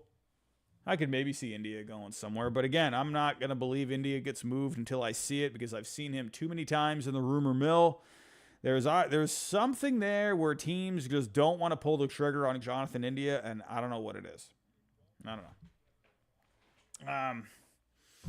But we are waiting on the final deal here for Lucas Erceg. But we did just get this from Bruce Levine. White Sox are targeting Dodgers top 10 prospects. Well, yeah, they're going to have to give up a couple of top 10 prospects to get Garrett Crochet. Dalton Rushing or Josue DePaula would have to be in that deal. I would imagine River Ryan would be in that deal. Throw in a couple other guys at least. Robbie, do you have any moves that the Yankees should make? I think really the Yankees, I mean, they got Mark Leiter Jr. It wouldn't hurt to beef up that bullpen a little bit more for the Yankees. I wouldn't hate that at all. I don't know. I think for the Yankees, they just have like a glut of position players right now where, you brought in Jazz, obviously, and now, you're going to be getting Dominguez back here soon. So what happens with Verdugo, Grisham, obviously you need, I don't know what the plan is for Jazz long-term, third base. Like, I don't know. Is he going to stay there at this point? Do you move Glaber and then put Jazz at second? At this point, I would think Jazz is probably going to be staying in the infield, right? Especially with Dominguez coming back, I could see days where like the thing is you got Stanton there, so that's not helping anything. I was going to say if Stanton wasn't there, then Judge, he could just DH more, and then you could have Jazz out in center. But I think for the Yankees, I could see them moving a position player to try and get something else for the bullpen. Possibly.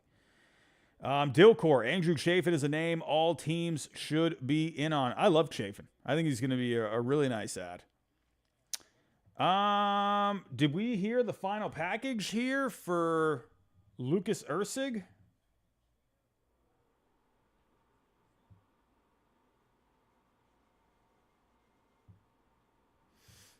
It's going to cost something.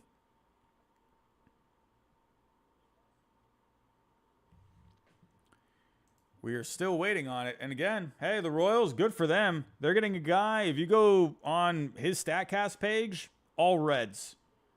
All Reds. Got nasty stuff, man. I'm so bummed the Red Sox didn't do this.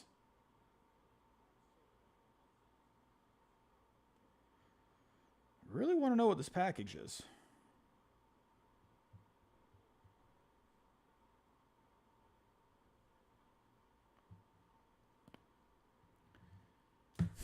Jose Rojas, hearing Bobby Wick Jr. Decent. Not a bad ad. Ashton, Friedman always does this. He did it with Lux, Vargas, and Bush. He holds them way too close and just immediately kills any trade involving them just to underuse them, and they get pushed off the roster. It's funny how that works out, right? Gavin Lux. Dude was the number 2 prospect in baseball at the time. Vargas, top 50. Bush, the guy lost like a really good amount of value. You did get Jackson Ferris for him, but you're starting to see a bit of a trend here with Andrew Friedman. You got these prospects, but this is why, prospect hugging is not the best thing to do all the time, right? There's a time and place, but dude, go land these guys, man. I don't know. Jose Rojas, 3rd straight year, spending trade deadline day with you. Always a fan of your work. Thank you, Jose. I appreciate you, my friend. Thank you. Lux has been great recently. Maybe Lux is turning a corner. That is true. He has been hitting a little bit better. But still, you all expected Gavin Lux to be, one of the top players in the game. Tyler, what do you think the Red Sox would need to give up to get Luis Rengifo? It's interesting. I could see them giving up one of those infielders, a Nazan Zanatello. I could see a Mikey Romero being in that kind of a deal, right? A young middle infielder. I could see that. Maybe you could do like an Alan Castro in that kind of a deal. I don't think you would have to give up you wouldn't have to give up anyone in your top 5 easily. York could have been a guy that maybe you sent back in a Rengifo deal, but obviously that's not going to happen anymore. So yeah, I'd probably say that. Either a Mikey Romero, Nazan Zanatello, maybe throwing a guy like Castro in there. Then yeah, I think you could be on the right track. So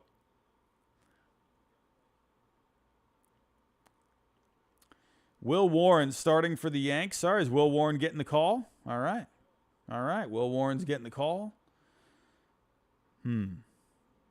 Sarah Gomez, Cole Tucker, Michael Stefanik, not in the lineup for AAA today. Maybe 2 guys gone for the Angels soon. Maybe. Possibly. Alexander, can't believe Colorado hasn't traded Ryan. Yeah, man. I don't know. What are the Rockies? I mean, they got rid of Jalen Beeks. Not really much. Matt, how you doing? Do the Mariners have one more move in them? Maybe Yandy. I could see it. Maybe. Yeah, for sure.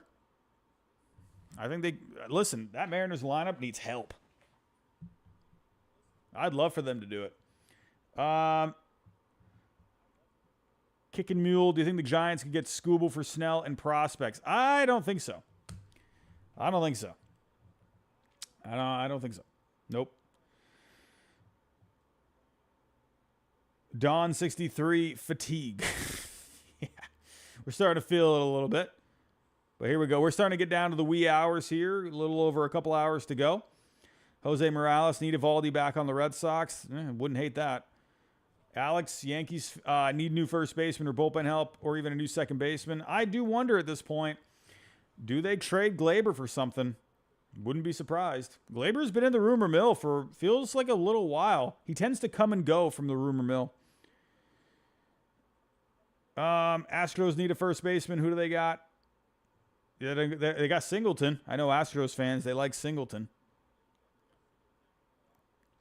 Enzo, Giants will add an outfielder with power in the next 2 hours. What a weird deadline that would be if the Giants ended up adding something.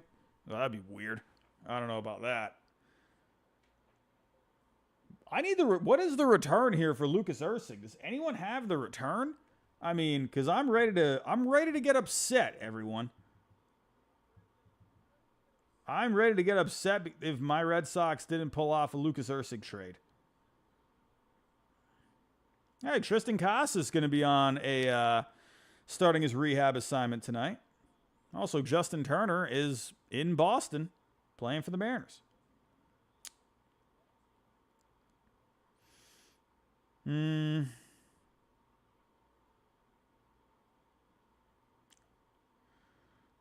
don't know what is happening here, man. There is nothing happening.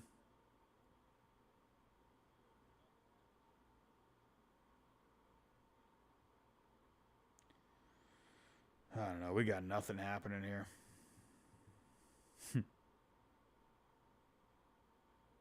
Oh, Jeff Passan. He answered our call. Jeff Passan is here. Andrew Chafin going to the Rangers. Andrew Chafin going to the Rangers. All righty, we got a little something here. The Rangers are not out of it.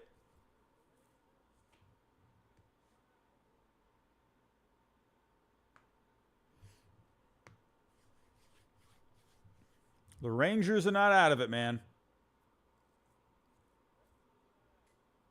Garrett Cole scratched from tonight's... Oh, is that what you meant earlier in the chat? Is that what you meant earlier in the chat when you said fatigue? Oh, that's what you meant with Garrett Cole. I thought you meant yourself. I was like, yeah, I agree, man. I'm getting fatigued too. We might have a little word. Oh. Might have a little something here on the Erceg trade.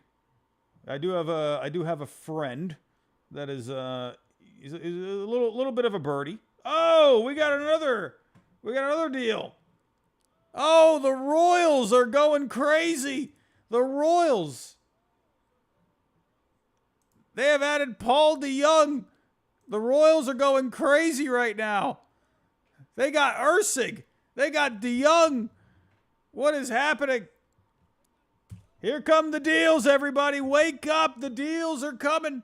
We got Chafin to the Rangers. We got DeYoung to the Royals. I mean, DeYoung to the Royals? I don't know. Feels weird. Or where is he? Am I not thinking of something here? Are they going to have him play second?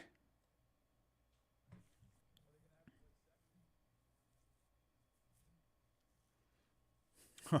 Did the Royals actually trade Bobby Wick Jr. for Paul DeYoung? I can't believe it. New shortstop for the Royals. I would imagine DeYoung's probably going to play second. I mean, Massey, he's the lefty bat.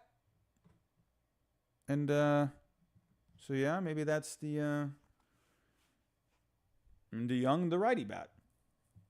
That's what I would think here. That's what I would think.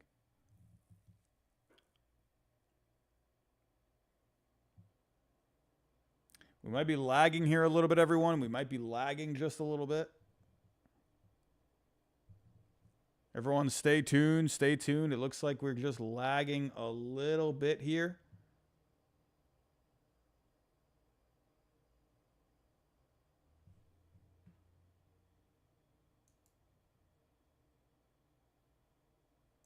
I think we're back. Are we back, everyone? I think we're good. 1 second, everyone. 1 second.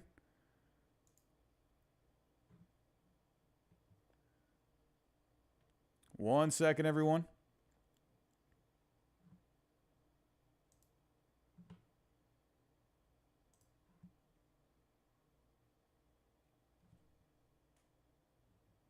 Are we good? Are we good? I don't know what is happening here. I don't know let's see. Hold on a second, everyone. It's not looking good on my end. Well, I guess it's just my... Okay, I think we're good. Okay, sorry about that, everyone. It looks like my iPad was losing connection here. So my iPad's being silly. Okay, we're good. Sorry about that, everyone. Okay, but where were we? Where were we?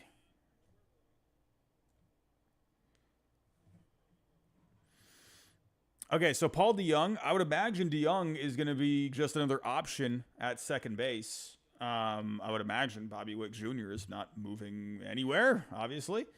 Oh, that's funny. Paul DeYoung is switching dugouts. That's funny. It's funny. I don't know what happened with my iPad here. Let me see if closing out YouTube. Looks like the 8-hour stream is causing a lot of problems. Oh, there we go. Okay, I guess I had to close out the YouTube app. We're good. Okay. Yeah, this is what I would think with DeYoung here. That's what I think, honestly. I think he's just going to be an option at second base. We just got Chafin going to the Rangers, and that clearly signals that the Rangers are not going to be selling. So, but I got a little birdie. A little birdie tells me that in the Lucas Erceg deal, there could be one piece that could be confirmed. And let's see here. Well, one piece could be a name of Jared Dickey. Well, he's not popping up on here.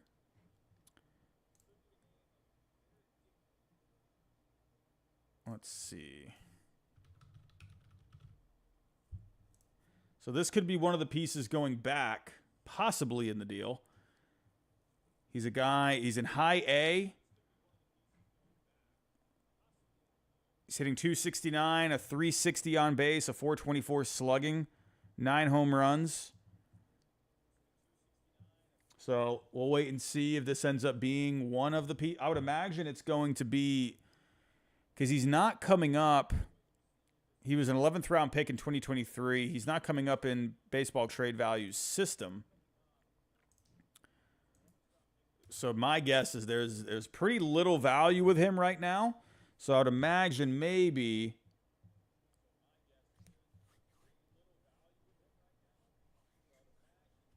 there could be more.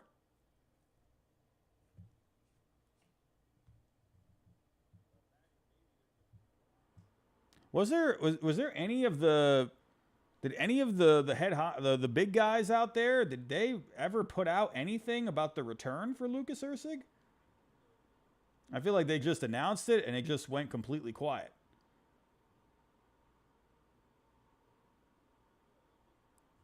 I mean, I'm trying to see if there anything is out there.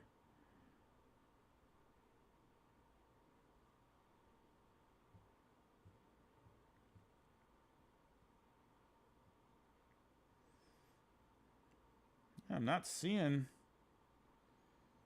anything. But I was told that it could be Jared Dickey, possibly a part of this. Flowy Tech, Erceg was for cash? I don't think so. I don't think so. Oh, wow. We just lost a lot of people here in the chat. Did we just loot? We just lost a lot of people in the chat. Whoa, we just lost like over a few hundred people. Did we have a... Oh, there we go. We're back. Okay. Never mind. All righty. Well, we got Chafin. Did we get the return on Chafin? Anything there? I think for the Rangers, right? You know, their bullpen, you know, besides the back end of the bullpen, I think it needed some shoring up. And if this is the route they're going to go, yeah, good for them. Chafin is a good ad, no matter what team you are. No matter what team.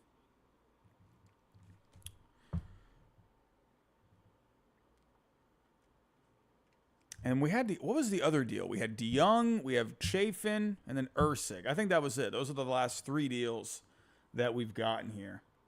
Oh, is YouTube having problems?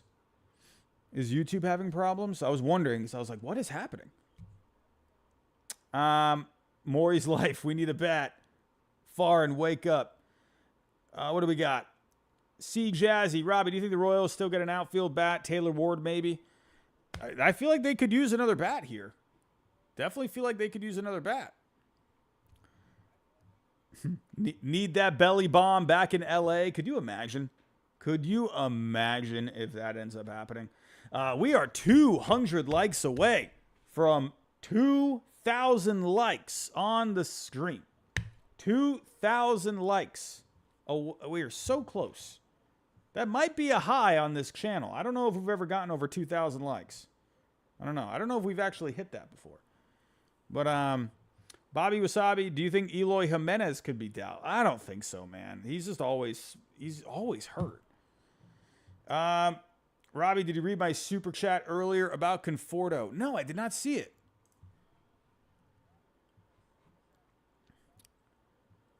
Conforto to Brewers for Cheerios. Perfect. I love it. Did you mean Cheerios? Or do you mean actually like a bowl of Cheerios? What do you mean? Landon, just for fun, do a Mike Trout trade. Let's do a Mike Trout trade, shall we? The super chat is asking for it. Let's have Mike Trout go to the Angels, or go from the Angels to the Giants. Because Maury's Life, he needs help today. I need something for him today. Here we go. Mike Trout. Oh, boy. Look at that negative value right there. Look at that big old negative value right there. Juicy. All right, what the heck are the Giants going to have to give up for Mike Trout? All right, well, the Angels, they got to pay some of that money. Trout is under contract until when? When is he under contract until? Like, what is that, 2029? Whatever. Let's just say 100 million. Oh, no, that's not the right. That's not the right one. Here we go. Let's do 110 million. Going to the Giants with Mike Trout. And there you go. So for the Giants, all they got to send back. Let's do, who do we got? So Marco Luciano. And a Carson Wisenhunt. There you go. Marco Luciano, Carson Wisenhunt for Mike Trout and 110 million bucks. There you go. Perfect. Looks good to me. Looks good to me. Maybe Snell could go to the Angels too. Maybe Snell. Oh, let's do that. Let's throw in Snell. Blake Snell, go to the Angels. Done. There you go. There's your trade. Never going to happen. But there it is. All right, what else we got? Thank you for the super chat. Appreciate that. Always appreciate the supers. Elliot Ramos. Listen, I wouldn't be giving up Elliot Ramos. I'm sorry. I love Mike Trout, but with all the injuries he's had, I don't know, man. Don't know if that's a good idea. Don't know. Man, it got red hot there. We had like 3 deals come in within 5 minutes. And we got nothing. Now it's completely quiet. We never got the final return. I did get a little something on what could go back to the A's in that deal for Lucas Erceg. But we need the final deal reported. And at this point, no one has said anything. I mean, we're going to do a bit of refreshing here. Kem Rosenthal, has he had anything? Oh, pass it. Paul Blackburn going to the Mets. Paul Blackburn is going to the Mets. I can't believe it. Oh, man. I actually can't believe Paul Blackburn got moved. I can't believe they finally did it. Wow. I can't believe it, man.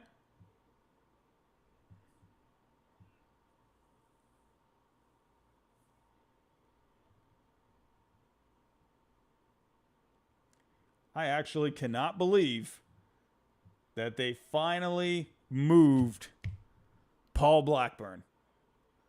I cannot believe it. I thought this was going to happen like 2 years ago, and it didn't happen. But all right. Well, hey, good for them. So is Blackburn going to be fine now? What's been going on with his rehab? I know he was having the injuries there. Was he back now? Oh, he came back? I missed this. Oh, he just came back. He just came back. Just the other day. So he's back now. I like it. I mean, he's a guy, right? He's been having his issues this year, right, with the injuries, but he's a guy that's shown success. He's not going to be an ace of your staff by any means, but he's a guy that's going to give you some depth in the bullpen or in the rotation. Sorry. Whoa, wow, we're losing concentration right now. Paul Blackburn, decent addition for the Mets rotation here.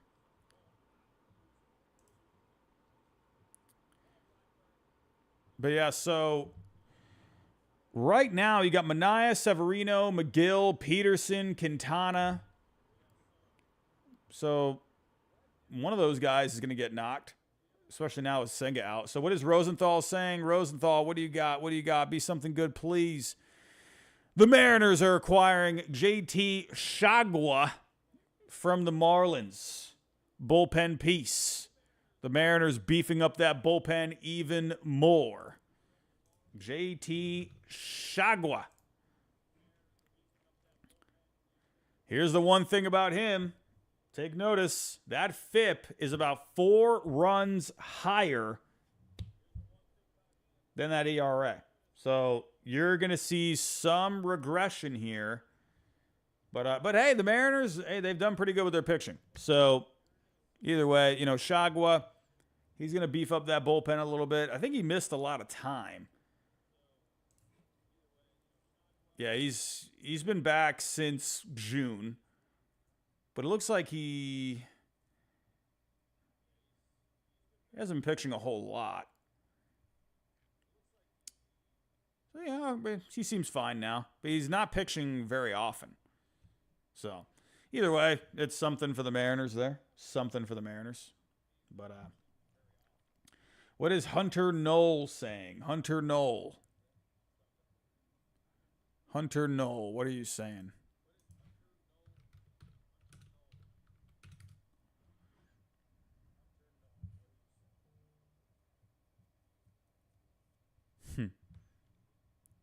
Very true. But yeah. All right. Well, we got Paul Blackburn. Alex, Draftneck Mark is going to like the Paul Blackburn to the Mets trade. I think he'll be fine on it. Genetic. What are you saying? What is he? What do you? Major? What? Interesting. Oh, that's interesting. This may not mean anything, but Chase Majdroff is not in the Woo Sox lineup. He has come up. I mean, his name has come up in the last couple of days. Maybe that could be something. Could be something. And Casas back in the lineup, everybody. Casas making his return. Yeah, we're still waiting on the final package for Lucas Erceg. Still haven't gotten word on what that is as of right now. We're waiting on that. Feinson, Feinson's got the return. He's got the... Also, I think you guys are saying Craig Mish. All right, yeah, so that was the Chagua thing. He's got the return. Okay, everyone, I told you. I said Jared Dickey. I said earlier I had a little birdie that told me Jared Dickey. So now you know I'm not lying.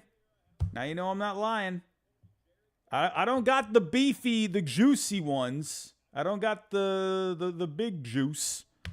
But I got something.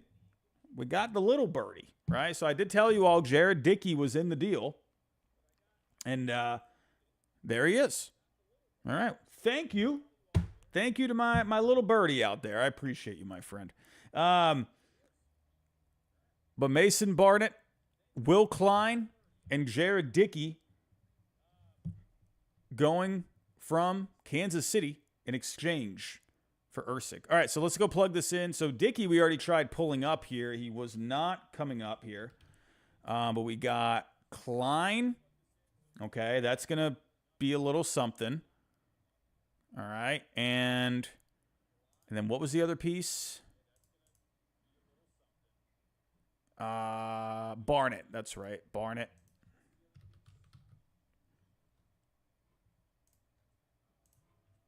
All right, okay. So, yeah, value-wise, and then you got Dickey in there as well. That's going to bring it up a tiny little bit. But you're not very far off. But why could my Red Sox not get this done? Hold on a second. Let's go look at the comparisons here. The Royals' top prospects. All right, where are these guys? Barnett was number 18, and Klein was number 24. Well, that was in 23. So, hold on, let's go to this year. Klein is number 18. And then Barnett. I guess Barnett's probably not even... Is he not on here anymore? Either way, 23. In 2023, it was the number 18 and the number 24 prospect. So the Red Sox couldn't do that? I mean, Jost Nixon Garcia, he's been really good. Matthew Lugo's been really good too. I guess the difference is... Oh, Barnett's number 4. Wow, did I miss that? I'm sorry. I'm sorry. Kansas City. Oh, he's right there. Man, he flew up. He went up crazy. Sorry about that, everyone. Yeah, Mason Barnett really flew up here. Number 4. Wow. He was number 18 last year. 55 fastball, 55 on the slider, 55 changeup. Has the 50 curveball. He hasn't really had good numbers this year. A 4.91 ERA. 19 games, 18 starts. Not amazing numbers. Doesn't necessarily mean that that's a bad thing, right? But got the fastball, slider, changeup. Pretty decent. So, hey, good ad for Oakland. And they needed some pitching in their system. They did need some pitching. And then you also got here Will Klein. A big fastball, a 70 on the fastball, has a 60 slider, and a 55 curveball. He has pitched a little for Kansas City this year, but, you know, he's a reliever. So it seems like at the end of the day, you know, now that I'm going to, you know, get my bearings straight, the Oakland A's, they wanted pitching in return. And the Red Sox, they just don't have enough depth in their system to be able to trade that away. I mean, could you have done here and, you know, Elmer Rodriguez Cruz if you were the Red Sox? Maybe. I mean, I don't know. You know, Elmer Rodriguez Cruz and like a Hunter Dobbins. But then again, the Red Sox, they don't have a lot of pitching depth there. So, you know, I can understand why maybe the A's preferred the Royals. Maybe. I don't even know if the Red Sox are in. I don't know. But what do we got? Ken. What is Ken saying? Ken Rosenthal. We are within 2 hours. Okay, Britt Garoli can confirm the Mets are acquiring Paul Blackburn. Okay.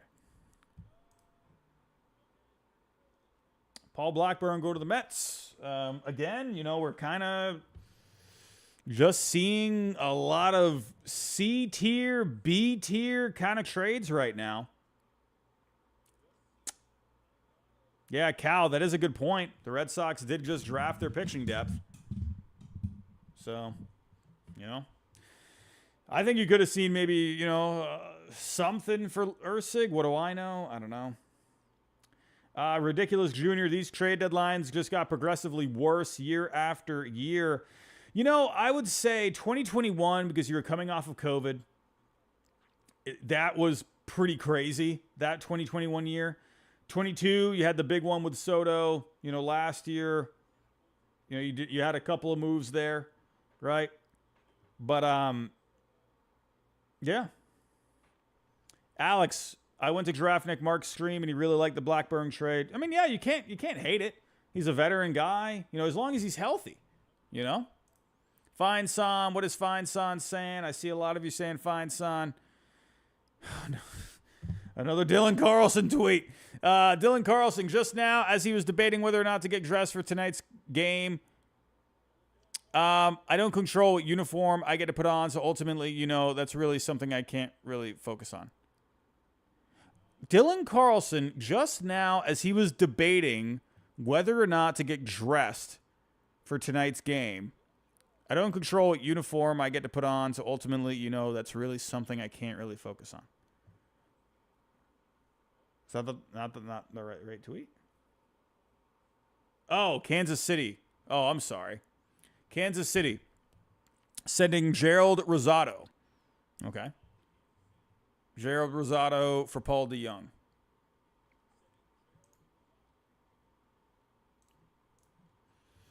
All right, let's do this.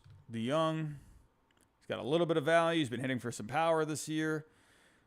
And then we got Rosado. He's not even coming up. Not coming up in their system. So a guy really, you know, a guy that's probably a little further away. Yeah, Class A right-hander. So, yeah, a guy that's far away. We can go look up the numbers, though. Gerald Rosado.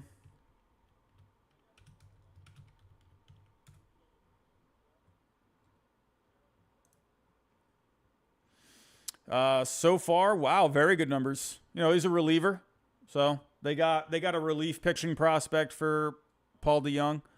27 games, ERA of a 1.85, 10 strikeouts per 9 in A ball right now. So, man, oh man. Bear Island Comics, how you doing, my friend? Robbie's put in the work today. Ooh, my back is put in the work right now. We got a couple more hours, though. I haven't gotten up one time to go to the bathroom. I just realized that. Now I can't think about that now. Nope. Dang it. I shouldn't have even said bathroom. Nope. David Young, Alex Spire. What is Alex Spire saying? Alex Spire.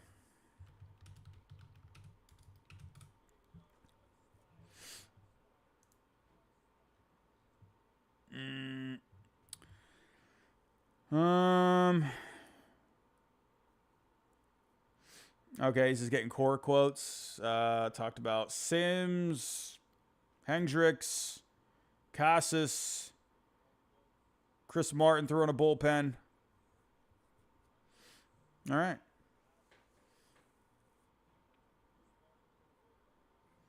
Well, we are waiting on more, everyone. We are waiting on more. Jeff Passan really putting in the work today, everyone. Jeff Passan came up dealing today. Jeff Passan giving us all the scoops. But the last thing we got was Blackburn. Has Heyman even said anything? Nah, Heyman's just getting in on the action. He's not really giving us all that much. He gave us the Yandy one. Astros' big target now is Yandy. Still seems to be a gap in talks, though. Mariners, Pirates, Yankees, also potential fits. Remix, $1.99. COA, the Cardinals make a splash for Yandy. Nah, probably not. They got Goldie. They don't need Yandy. They got Goldie. You know? The Mets are sending Cade Morris to Oakland. Cade Morris to Oakland. All right, let's actually do that one. I don't think I put it in here. Oakland Mets.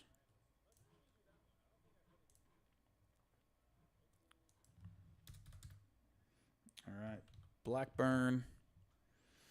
Yeah, Blackburn had a little bit of value. And who was the guy again? It was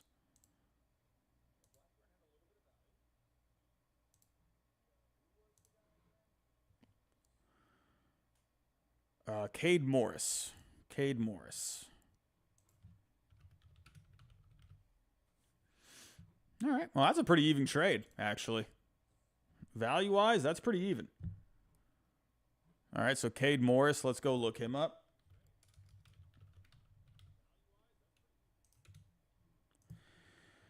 All right, so Cade Morris so far, 10 starts, 11 games, ERA at a 3.43, FIP at a 3.78, 8.9 strikeouts per 9, 3 walks per 9. You know, pretty decent numbers overall in high A ball this year, and then also pitched well in A ball too. Looks like for him, he just looks like more of a pretty balanced guy. 50 fastball, future value at a 50. Slider, future at a 50. Has a 50 curveball. Changeup has a 50 for the future. Command. So, yeah, he seems like a pretty balanced guy. I mean, when you look at the numbers, it kind of screams that. So, but yeah, I think for the A's, good. Yeah, getting back a decent picture for your system. All right, we got a couple more here. B&B, $1.99. What on earth are the Twins doing? What are the Twins doing? Good grief. Can the Twins do something? Zach, $1.99. JT Shagwa to Seattle. Yes. Beefing up that bullpen just a little bit. All righty. Alexander, every trade deadline. My Red Sox disappoint me. Oh, it's not very fun right now. Not very fun right now. SoundFX09, $2 super chat. Well, join Twitter. Following you there, Robbie. Hey, it's about time, SoundFX. Now you get to listen to all my nonsense on X. Derek B, Twins should grab Lance Lynn. I wonder if the Twins end up doing something like that. They grab like a guy. Well, payroll, I don't know, man. I don't think the Twins are going to be adding payroll. Chris Cotillo. What is Chris Cotillo saying? I need something here. Chris Cotillo.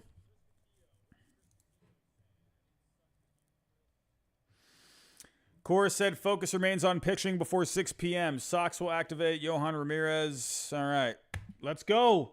You couldn't get Lucas Erceg, man. I know they gave up their number 4. Well, the Royals farm system is way behind the Red Sox system. So, yeah, they gave up their number 4. That's not going to be near what the Red Sox number 4 is, right? But, so, either way, though, man, I really hate that we couldn't get Erceg for that bullpen.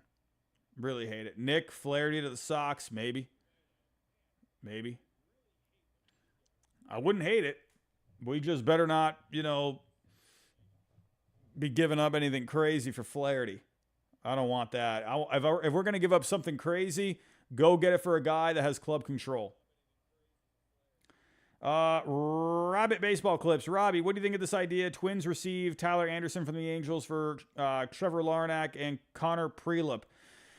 Again, yeah, sure. I mean, the Angels, I think they'd be getting some pretty good upside there. But the Twins, I don't know if they can take on the payroll. That's the only thing.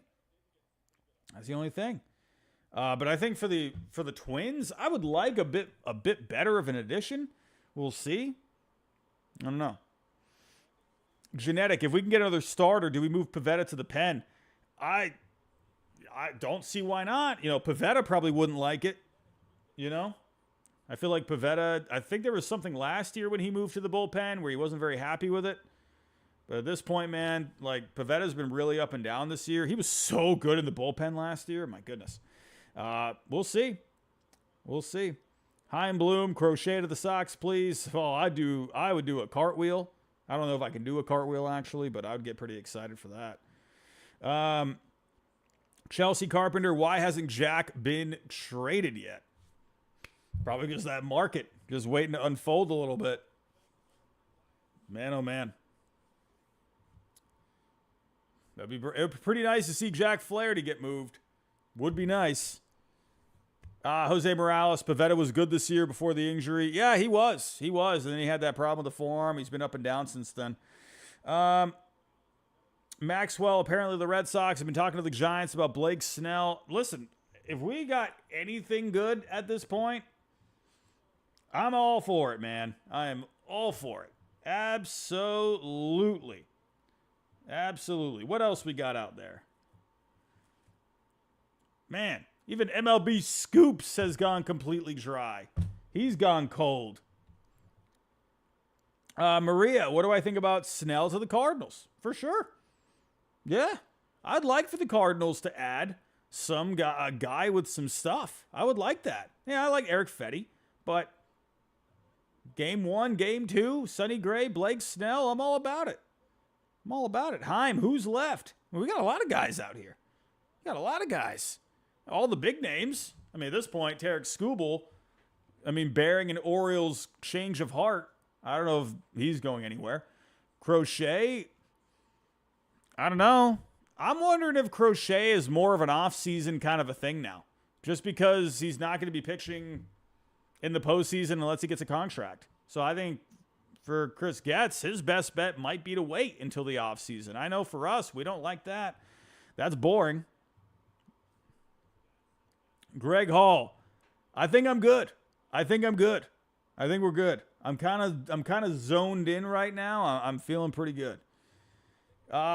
Kicking Mule, if Skubal goes anywhere, where do you think he'll go? Orioles or Dodgers at this point? At this point, I'm actually wondering if it's more likely the Dodgers. If he does go anywhere, the Orioles, they've made their moves for starting pitching, right? You got Trevor Rogers. You got Zach Eflin. I don't know. What are the Dodgers doing right now? Well, here's the thing. They got Tommy Edman yesterday. Oh, we hit 2,000 likes. We did it. 2,000 likes. We did it, everybody. I think that is a record here on the channel. We got 2,000 likes. Gotta love it. No, Greg, no bottles under the desk. Do I have any? Well, I do got a water right here. I moved it over a little earlier, but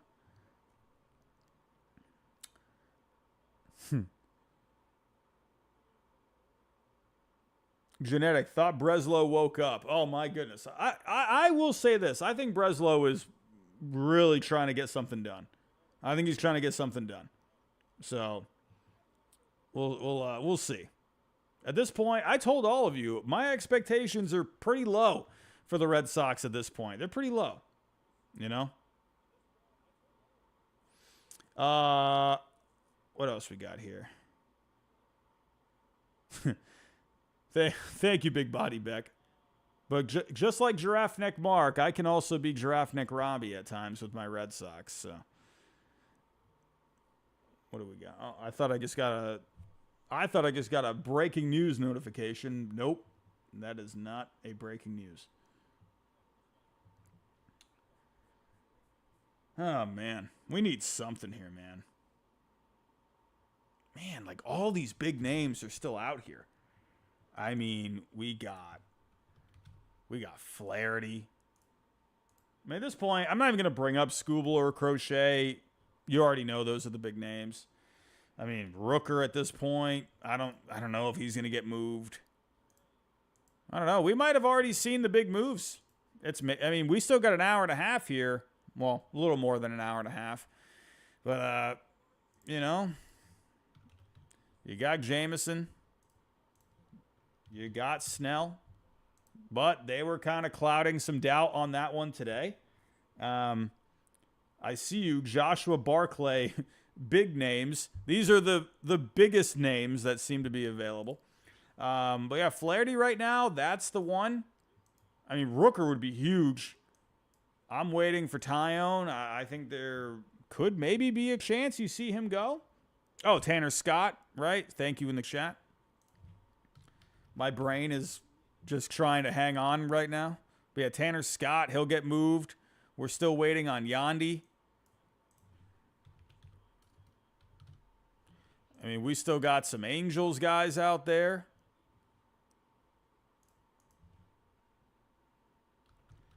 We got Luis Rengifo. I mean, we still have a few guys out there that, still have a few guys. Elias Salcedo, $5 super chat. Since the Garrett Cole news, what team do you think Spencer Jones will be on? Tigers, White Sox, or Giants?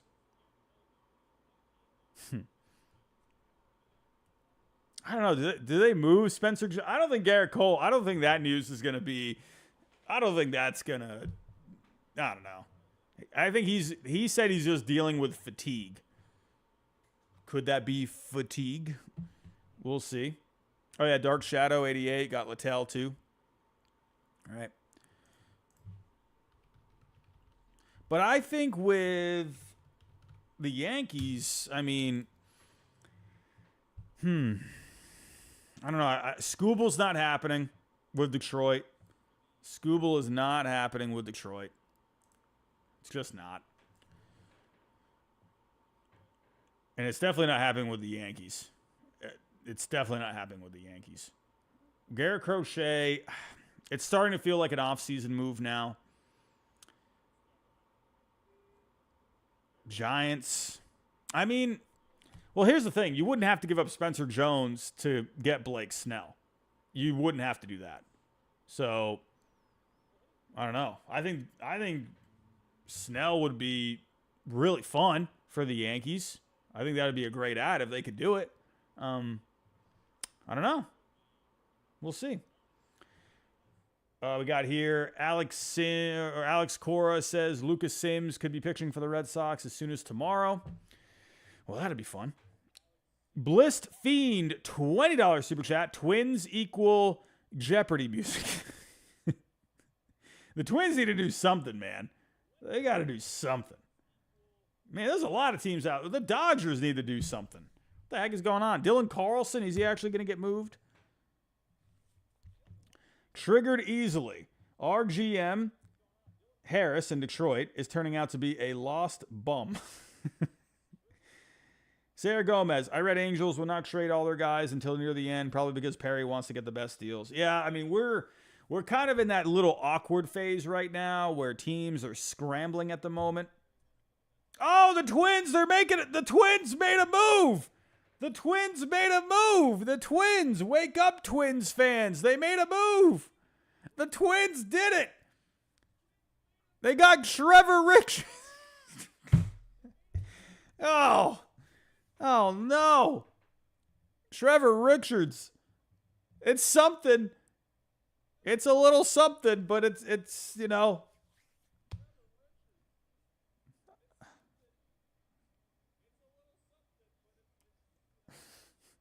I mean, I think they needed to add to the bullpen a little bit, I thought. I didn't think it was a bad idea to add for this bullpen. But, you know. Troy, Twins are shocked. Oh, man. I mean, Richards this year, you know, it's not great. You know, he's someone for the bullpen. He's a Cam says they got their guy. Oh, that's so funny because of the super chat that we just got with the Twins equal Jeopardy music.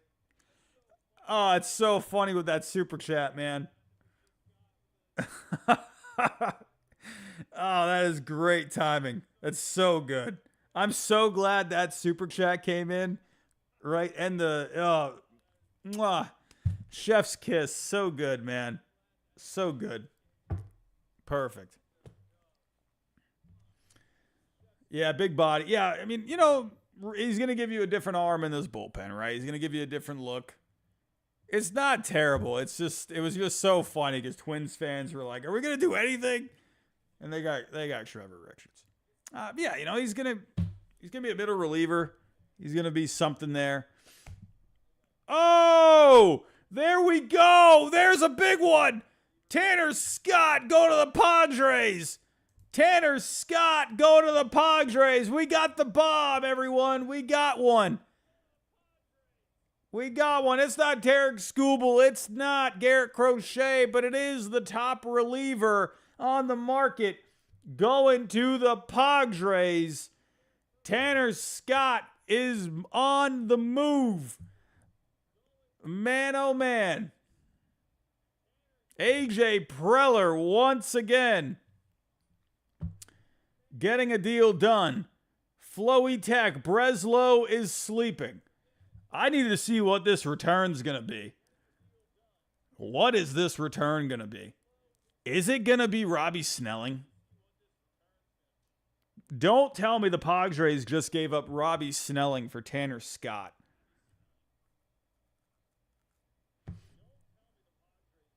Patman, I did Snelling and Pauly earlier. Don't tell me it's going to be... Oh, man. I pulled up. I did that trade earlier. Here we go.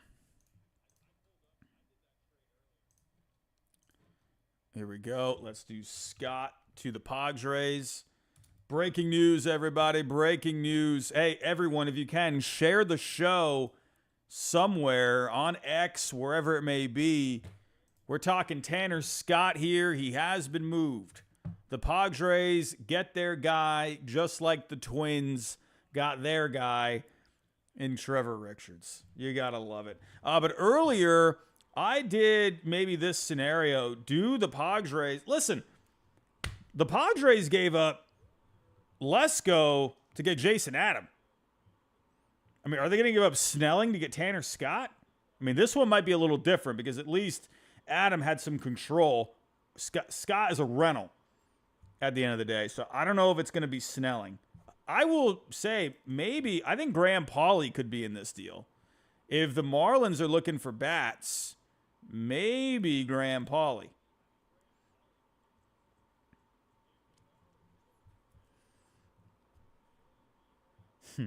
Wendell Magoon, Breslow is sleeping. Man, oh man. I wouldn't have minded Tanner Scott on the Red Sox, but a higher priced rental guy The higher price rental guy, man, you know, I just didn't see the Red Sox doing something like that. I didn't see him doing something like that. But that's kind of where my head was at. I just didn't see that happening. Real quick, everyone, let me just fix something here. Okay, there we go. All right, we are good. We are good. We just got the deal. I don't know if this is the actual deal. Still waiting on the finalized deal. But we got Tanner Scott going to the Padres. We got something here finally. But there we go. Hey, that's a good addition for the Padres. Good addition for the Padres there. They're really trying to...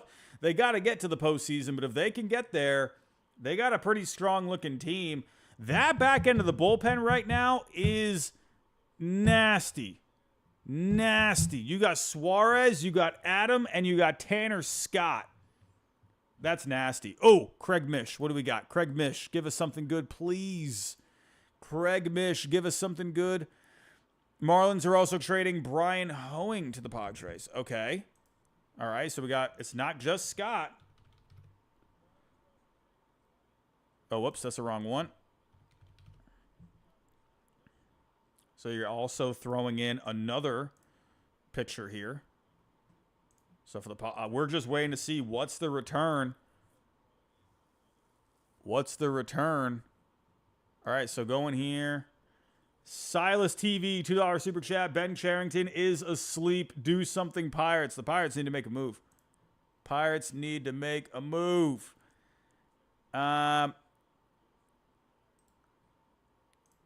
See, they also got Brian Hoeing in this deal. I mean, hey, you know, a guy that's putting up some decent numbers this year. You know? I mean, actually, he hasn't even been up very long. Oh, this is interesting. He hasn't done much at the major league level, but he has a lot of control. So that's pretty decent for the Padres, right? ERA at a 2.70, FIP at a 3.26. So what is the return going to be? I mean, I'm wondering here, is this going to be Robbie Snelling? I would imagine either Graham Pauley or Robbie Snelling is in this deal. If the Padres are aggressive, I mean, I don't know. Evan Grant, what is Craig Mish again? Like how someone said mush again. Craig Mish, here we go. Adam Mazur is another. Oh, Robbie Snelling is in the deal. Wow! Oh my God! The Padres gave up Robbie Snelling and Adam Mazur for Tanner Scott. Wow! Oh, that's a lot.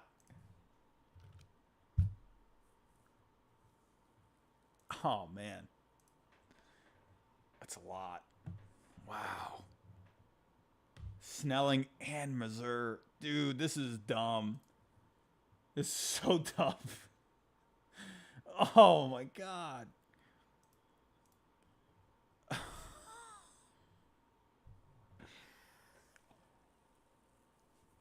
That's rough. Jeremiah, you got that right. The Marlins cooked. Oh, man. That's brutal. Dude, so many people were high on Robbie Snelling last year. I know he's had the bad year, but whoa. Dude. I'm sorry, man, but like, listen, there's a time, right, where you're aggressive and you go for it, right? This isn't one of those times, man. This is not one of those times. What is Mish? What is he saying? What do we got? Final piece is Jay Bashir's.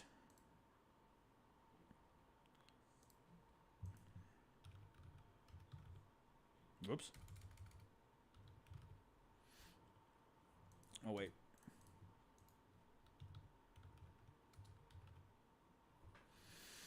Oh, my God. They gave up whatever. I mean, they gave up an infielder, too. Dude, the Marlins, you better watch out for the Marlins in the next 3 years. They're going to wreck everything. I hope you all know this. They just got... Wait, they got Pauly?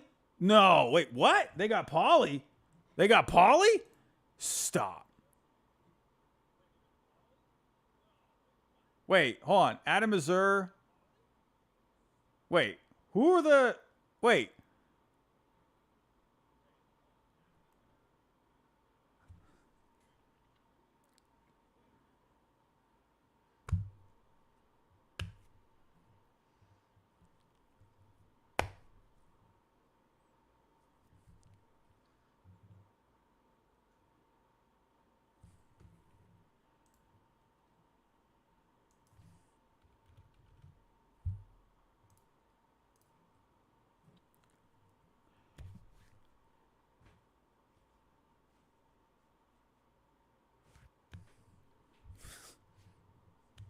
What?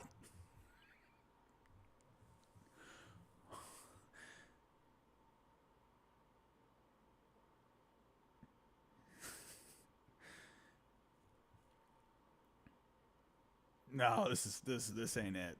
This isn't it. This is not it. This can't be it.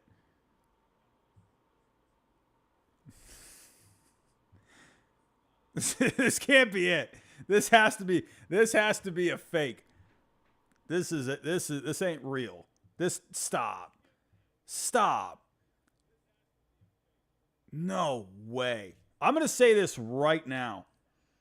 Either AJ, no, which one do I say first? It doesn't matter. Either Peter Bendix is an absolute genius,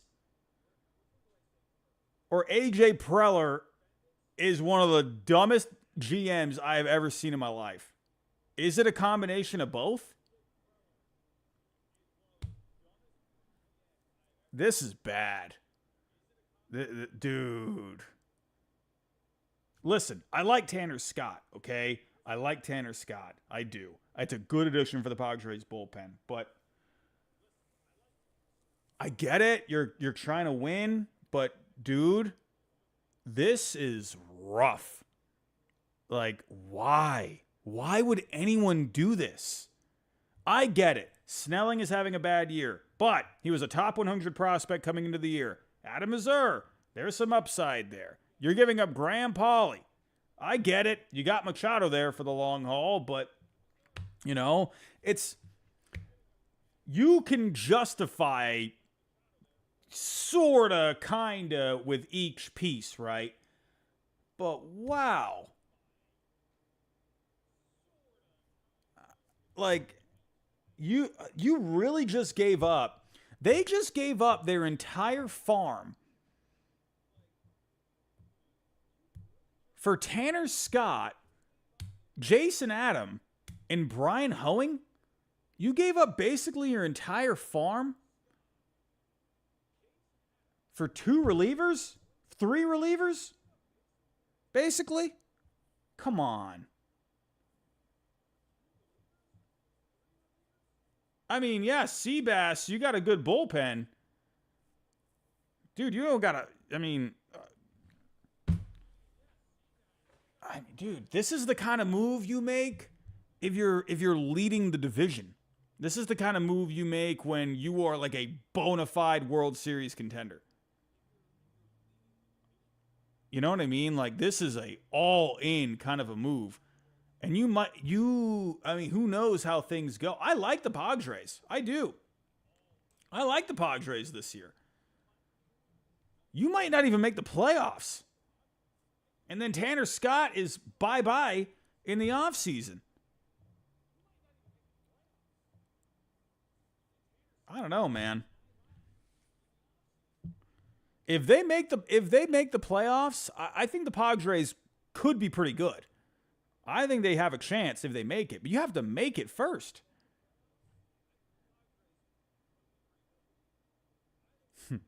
I don't know, man. This is a big package going back. This is pretty bad.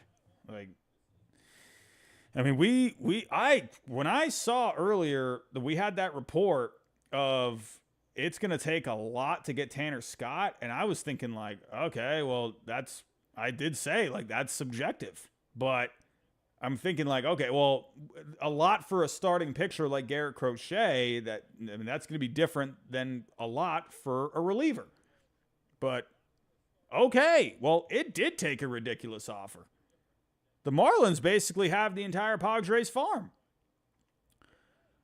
You got to think here from the Marlins' point of view. Dude, the Marlins have been going crazy here. I mean, wow. I mean, the Marlins have been doing a great job. You've gotten Agustin Ramirez, Davison De Los Santos. You also got Jared Cerna. You've picked up some decent pieces in the draft.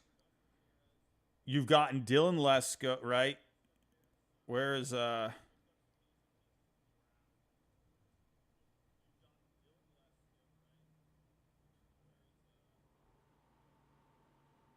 no, not Lesko. So you got Snelling. Sorry, you got Snelling.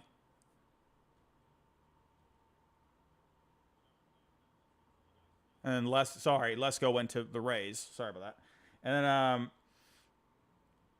man, that's just, they're doing great. The Marlins are doing great here. You got a catcher, you got a power bat in De Los Santos, you got Snelling to go along with the young pitchers you already have in your system in Noble Meyer, Thomas White, Max Meyer. You got Sandy Alcantara. I mean, they're looking really good. Heyman, what has Heyman got? Heyman, what do you got? What do you got? Need something. Wow, you guys are all over it. Ah, no! Come on! Close the gap! Close the gap! We need the gap closed.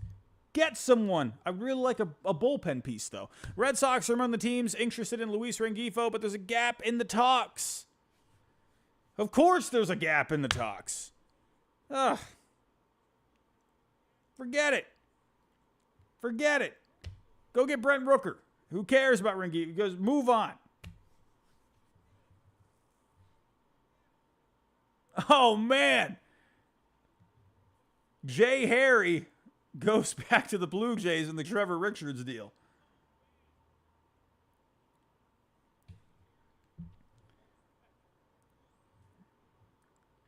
Well, you know, I'll be honest with you. Like, Rengifo, I don't know. I would like the idea of adding Rengifo. I would. Wouldn't hate it. It's just, you know, they just have so many infielders. I'm just kind of weird about it. You know? I think if you're looking at it from the Red Sox point of view, you could maybe see Mets get reliever Tyler Zuber.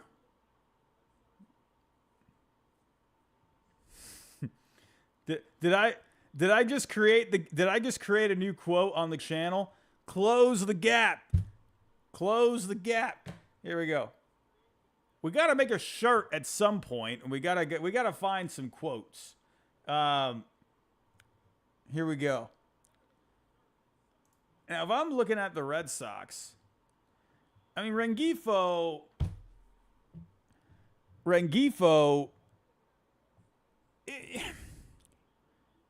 when I think of Rengifo, I'm thinking of playing him at second. But how much has he played? I mean, he's not playing third. I mean, the one possibility, if you added Rengifo,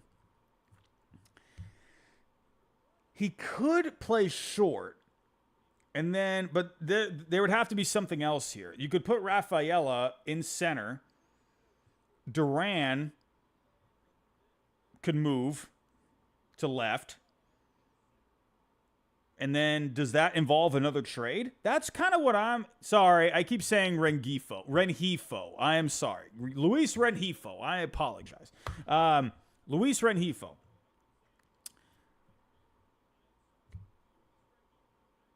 The only thing I could maybe think, like, if it makes more sense, yeah, he could just play second right now. Vaughn, he's going back down to AAA. But David Hamilton, I think, has been pretty productive. Right? So that's kind of, I'm like, well, he has been kind of coming back down to earth a little bit lately. He was pretty hot in the beginning. So Rengifo would be more of a guy that is a bit more solidified. You know, Hamilton was hot there in the beginning, but he has cooled off. So that's where I could see it. Unless they were really trying to get creative. You know, they wanted to maybe move Seti out to center field. You know, Duran, you could move him. O'Neill, I mean, I don't think you would get rid of O'Neill at this point. I don't see that happening. I wonder if Rengifo can lead to something else. Probably not. I would think it's probably just he plays second. And he gives you that versatility. He can play other positions. Oh, wait, what just happened here? What just happened here? Oh, no, nothing happened. Mets get reliever Tyler Zuber for Paul Gavassi. I think I'm saying that right. Sarah, Rengifo can play third and second. He's gotten better with defense, doesn't make mistakes anymore. He's also pretty fast, power with contact. He can play shortstop, outfield if needed. Yeah, third. Yeah, of course. You know, third, he's not playing there in Boston. Second, that's the most logical home, right? And then Hamilton kind of slides more into that bench kind of role. But, you know, the thing is he helps out when it comes to the matchups in there. You know, like when you want to get different guys in, you know, against different pitchers, right? Lefties, righties. And Rengifo, he's a switch hitter too. So, actually, how have the splits looked with Rengifo this year? He's hitting really well against lefties. So that could be where he's been hitting more against righties, but he has done well against lefties. So, yeah, either way, I mean, no, it's a good bat. I like the bat of Rengifo here if they could figure out a way to get him. And you'll have him for next year, too. So, we'll see. I mean, he would improve the offense, and he would give you a bat on the right side. We'll see. Ken Rosenthal, what did he say? Here's the return for Andrew Chafin. They get Joseph Montalvo and Chase Lee. Montalvo's the number 27 prospect on Pipeline. Yeah, Nick. I mean, yeah, I would like the idea of Rengifo. Maybe I'm being a little...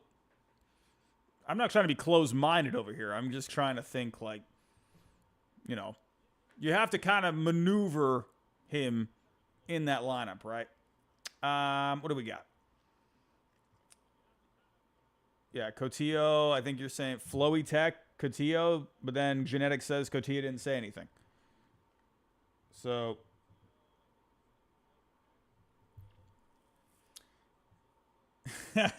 I got someone, Andrew Meschetti on X. He hashtagged close the gap. I hate that I just came up with a catchphrase. Close the gap.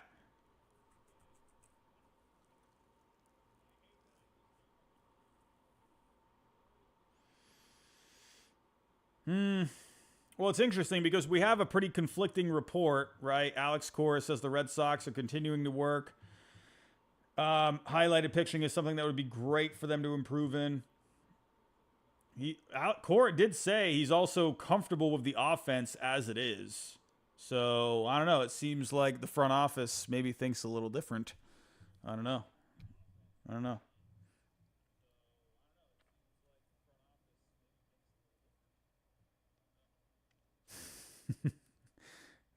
Genetic, I can't believe we actually just had a monumental moment in channel history. We got to close the gap. Dan H., I was on the phone. Did the Dodgers do anything? Dan, you might want to go back on the phone. You might want to call up who you were talking to, because no, nothing has happened with the Dodgers. Nothing has happened with the Dodgers, unfortunately. Oh, man. That's rough. Why have the Dodgers not done anything?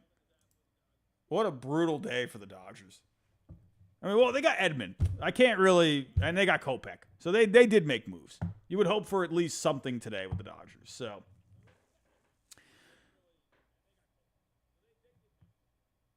be honest with you, that's actually one of my more favorite moves of the entire trade season. Edman and Kopech for the Dodgers. I think that's a really nice move, right? You kind of, I think Dodgers fans, they're just like, all right, what superstar are we going to land? Oh, we got Tommy Edman? Oh, okay. But Tommy Edman's solid. I like him.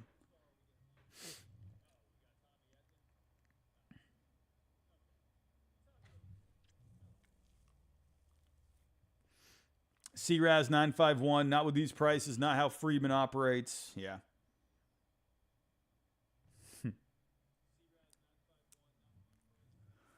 Jose Morales, got to get the close the gap. Come on. Close the gap. Got to close the gap, everyone. Here we go. Genetic MLB deadline news. That's the X account, right? Andrew22, $5 super chat. Might go to jail, but as a Pirates fan, I'm interested in buying a Hitman. Anyone know of one? 100% a joke. Yeah, that's good you put the last part. You gotta make sure about that. The Pirates, I mean, what a disappointing deadline for the Pirates so far. You got about an hour to go. Josh Prince, we haven't seen anything on the Tigers. Nothing. I would imagine you're going to see something with Flaherty in the next hour. I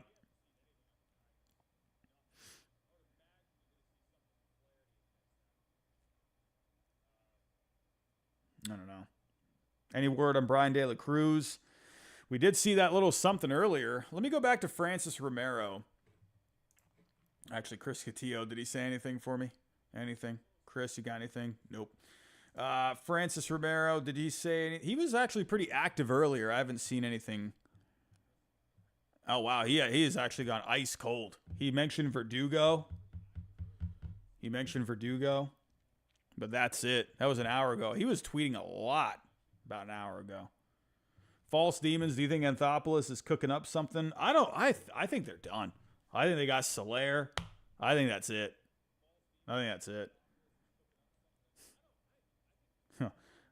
Oh, San Diego, they got Tanner Coffey in there. Oh, good. That really closes the gap on the deal. If Flaherty or Skubal don't get dealt today, Harris needs to be sent out of town on a Oh, man. No, I think Flaherty's going to get moved. Please. They better do it. They better have Skubal shipped out the door by 6 o'clock. Ash Turek, can you do a BTV possible trade between the Phillies and the White Sox for Crochet, Robert? I mean, yeah, those are the names that you're going to see, right? You know, I've done that probably mock trade on here like a million times. I mean, yeah, if you're going to get Robert and Crochet, yeah, you're giving up Andrew Painter in that deal. You know, you're giving up Aiden Miller in that deal, man. I mean, even if not Andrew Painter, you're easily giving up Aiden Miller in that deal. Justin Crawford easily. I think you would have to give up Andrew Painter in that deal. I think you would. Benny Boy is him. Do you think Rooker will come to the Rangers, Robbie? I don't know.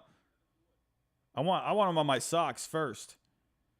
Carrick Barnett, breaking news. Rays Stadium vote just passed. Oh, that's fun. I thought it already passed. What was that vote they did like last week? What was that? What was the difference? Did Romero actually just say something? Is Romero actually watching the show? Because I said, hey, Romero, you've gone ice cold. And then 38 seconds ago, he tweets, Yankees and the Astros are the teams making a final push for Yandy. 1 hour to go. Actually, it's an hour and 4 minutes. Every minute counts. An hour and 4 minutes to go. But Yandy, I think Yandy's going to end up with the... well, I don't know. Well, no, I think he ends up with the Astros. That's my guess. I think Yandy's an Astro. That's my prediction. I'll probably be wrong, and the Yankees end up getting him. Bobby Wasabi, Astros and the Yankees both looking to close the gap, it seems. They're going to be closing the gap for sure. Astros have no farm. Well, here's the Astros can send Bryce Matthews. Listen, if they gave up what they gave up for a half a season of Yusei Kikuchi, they'll give up something for Yandy Diaz, who has another year of control. They can give up Bryce Matthews in that deal. Wish the Royals would free Drew Waters somewhere. Man, I was so excited when he went to the Royals. I was thinking, man, what a great opportunity. That would be good for him. Nope. Alexander, I would like the Red Sox to trade for someone like Finnegan, but the reliever market is crazy right now. Yeah, dude, at this point, I think the Red Sox actually did really well getting Lucas Sims. When you looked at what it cost to get Tanner Scott, I can't believe the Red Sox were even mentioned as a possible team. There's no way the Red Sox were even negotiating. There's no way. That was probably one phone call. Craig Breslow laughed and just hung up the phone. There's no way. Like, I can't believe Peter Bendix ended up getting that deal. I agree with you. Brian 35, Peter Bendix is a huge winner. The Marlins and the Blue Jays are big winners this deadline. Big winners. Yeah, Anthony L. Lucas Sims is nasty. Yeah, Lucas Sims, I mean, there's something, he's got the walks, right? But Lucas Sims, the fact that they got him for pretty cheap, that I think just the move in itself, not the player that they got, but I think just being able to maneuver in this market, and they got Lucas Sims for a guy that has some steam. They gave up a prospect that's rising a little bit but far away. I think the Red Sox, the fact that they did that, that's a win in my books. The fact that they got a reliever, but they didn't have to give up a ton to get him. That's the win for me. Baseball AI, Robbie has been live for 7 hours. I can't believe it. I've been sitting here basically since, for the last 8 hours because I was getting ready for the stream. So, Brian 35, Robbie, mark my words, Marlins are your 2029 World Series champs. They're going to be pretty good. I'm liking the way the Marlins are going, right? I love that addition of Snelling, man. I had mocked some deals with the Padres and Robbie Snelling. I think I had done, what was one? I can't remember. I think I was doing Jesus Luzardo. That's crazy to me, man. In the beginning of the year, I was coming up with mock trades for Jesus Luzardo. And I had Robbie Snelling going back. And they got Robbie Snelling for Tanner Scott. Like, that is nuts. Dodgers were another team in at the end for Tanner Scott, according to John Heyman.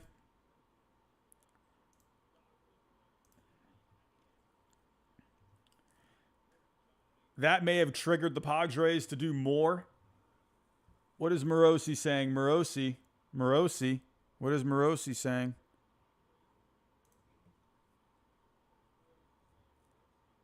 Oh, whoa! Oh, what is happening? What is happening? Roman Anthony scratched from the lineup. Close the gap.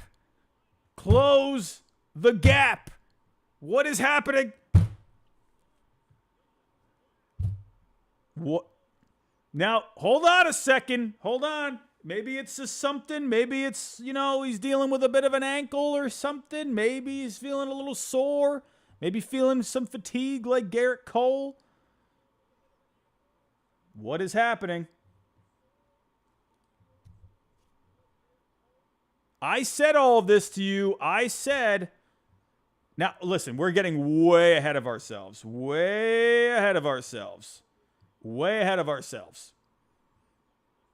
But I did tell you, if the Red Sox move a guy, I don't want Meyer getting moved. I don't want Kyle Teal getting moved. I would be okay if Anthony got moved if it meant something big. You know I said that. You know I said that.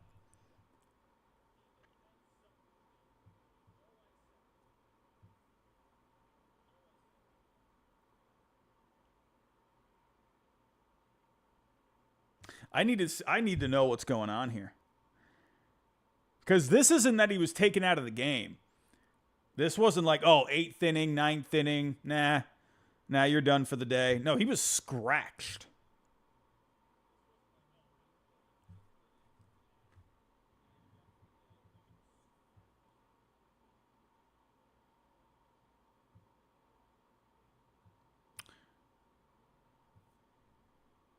I just got a, whoa, what is this?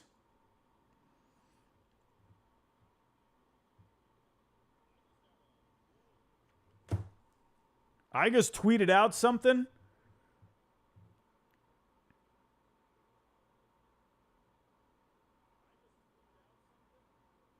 I need to see what this is, man. I need to see what this is.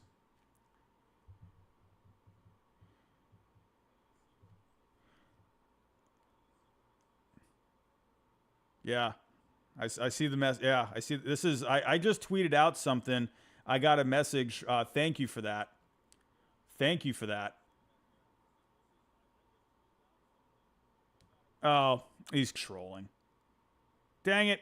We're deleting this. Nope. Delete. Never mind. He said he was trolling. Either way, though, Roman Anthony, he has been scratched from the lineup. Man, we can't be putting stuff out there like that, man. Can't be putting stuff out there like that. That's dumb. Dumb. I fell for it. Anyway, but we still have this. That is interesting that Anthony is scratched from the lineup. Fine, Sam. What do you got?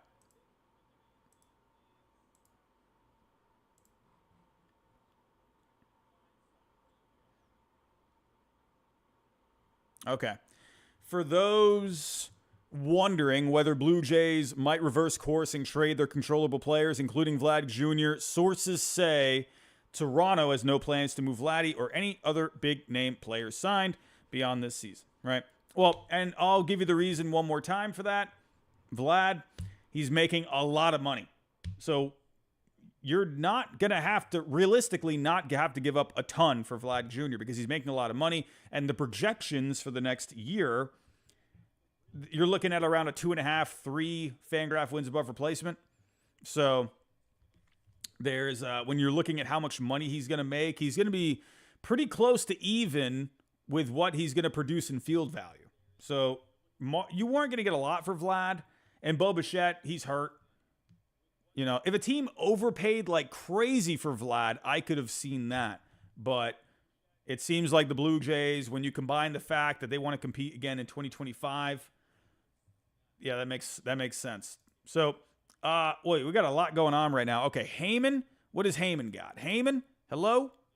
Hello, Heyman, what do you got for me? Nope, nothing on Heyman. Bob, what is Bob?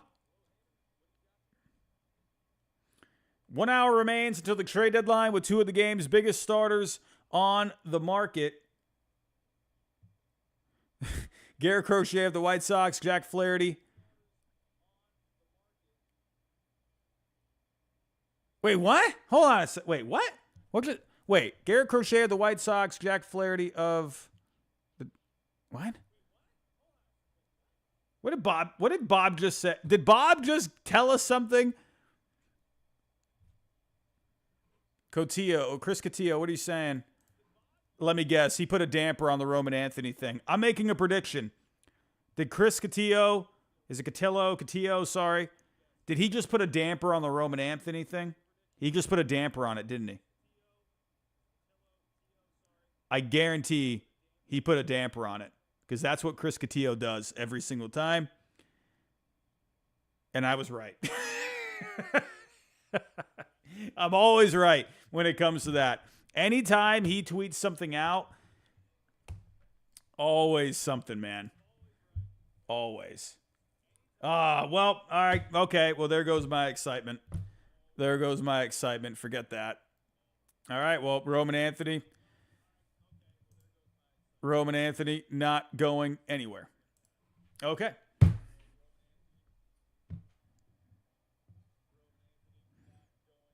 All right. Well, we still got an hour. Well, a little under. Well, no, I'd say an hour, right? You got to wait to that little bit after where, those last second trades come in. Can someone tell me this? I've actually never gotten the answer on this.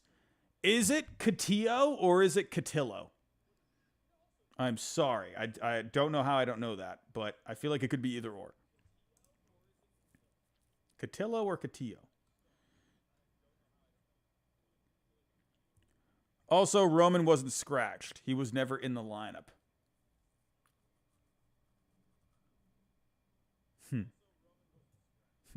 Well, it's fun to think about. Dang it, Morosi. Was that Morosi who tweeted that earlier? It was Morosi. Of course it was Morosi.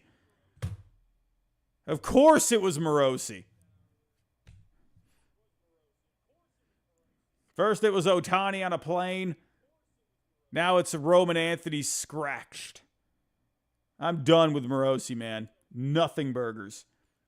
John Nothing Burger Morosi, dude. Dang.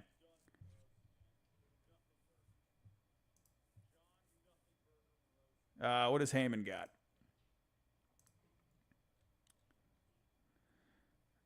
Roman Anthony scratch has no relationship to a trade. Morosi, man. Dude, come on, man. You can't put stuff out there like that. That was clearly just now look. In the moment, what is this?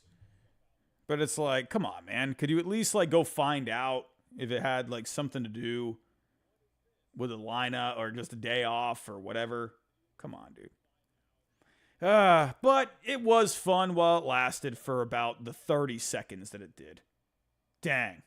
I got really excited right there, man. Because if you're thinking, if Roman Anthony, if he's moving, you're getting something big. John Heyman, 6 seconds ago, the Red Sox are looking to add lefty reliever. Well, you don't got Scott. You don't got Chafin. At this point, here's the thing. I would love to add Andrew Nardi. But look at what it just cost to get Tanner Scott for a rental. So, what's Nardi going to cost? Who is under control for years.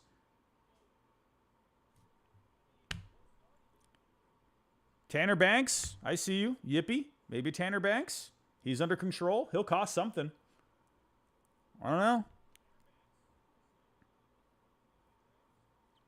I swear, if we end up just getting Griffin Canning, I'm just gonna cry. So I'm trying to think, who are some lefty relievers that are out there? Hey, Blake Snell, he's a lefty. How about that? That sounds pretty good.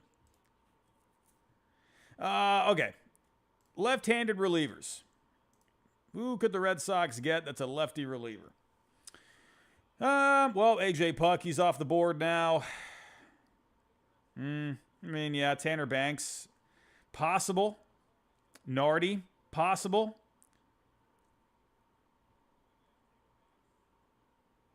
Tyler Holton, possible. I'd say look out for Tyler Holton. I think Tyler Holton could be someone.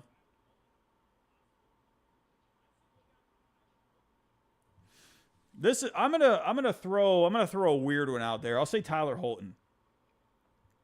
I hope it's Andrew Nardi. I really do. Really do. Oh, we got super chats coming in. Let me get to some super chats here while we're waiting on anything else. Here we go. Super chats. Joker, $5 super chat, just tuning in. Thoughts on Rengifo and the Red Sox trade per Heyman. There's still a gap. Close the gap. We got to close the gap. But yeah, Joker. Because of that tweet, we now have a new catchphrase on the channel. We got to close the gap. But listen, I'm all about it. If we can add Rengifo, he's been a solid bat this year. I will not complain at all whatsoever. It would definitely cost something. I would imagine you're probably going to be at least giving up one of either like a Mikey Romero or a Nazon. I think one of those guys would probably go. Yeah, I'd probably say, you know, someone in that top 10 would probably go too. You know, that's what I think. Probably 2 or 3 prospects overall. Or maybe you could send back Emmanuel Valdez in that deal.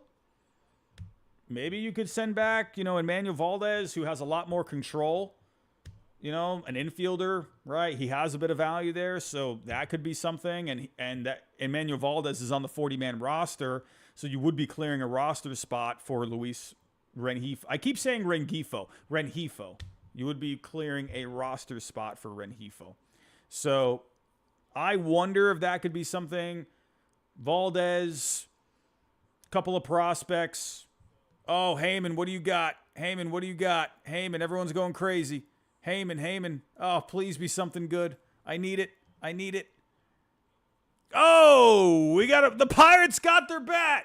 The Pirates did it. The Pirates got their bat. The Pirates have done it. They have closed the gap. The Pirates have gotten Brian De La Cruz. All right. It's not the most magnificent bat out there, but they got it done. They got one other bat.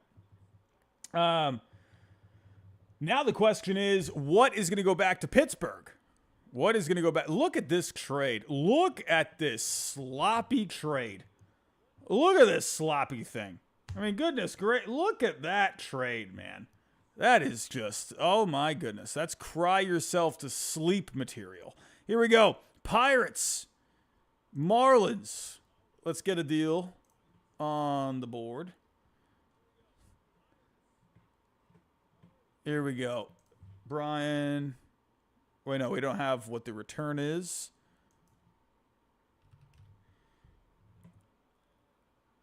So, yeah, Brian De La Cruz is not going to cost all that much.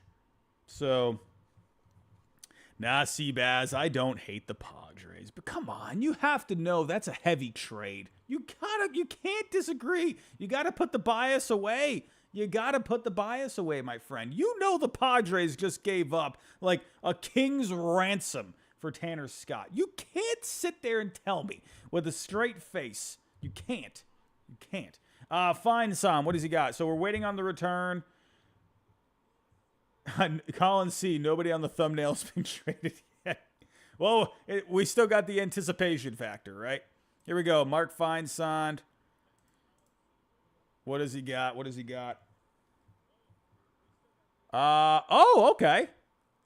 Okay.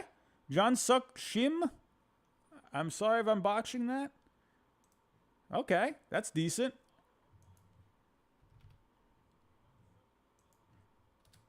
Whoops.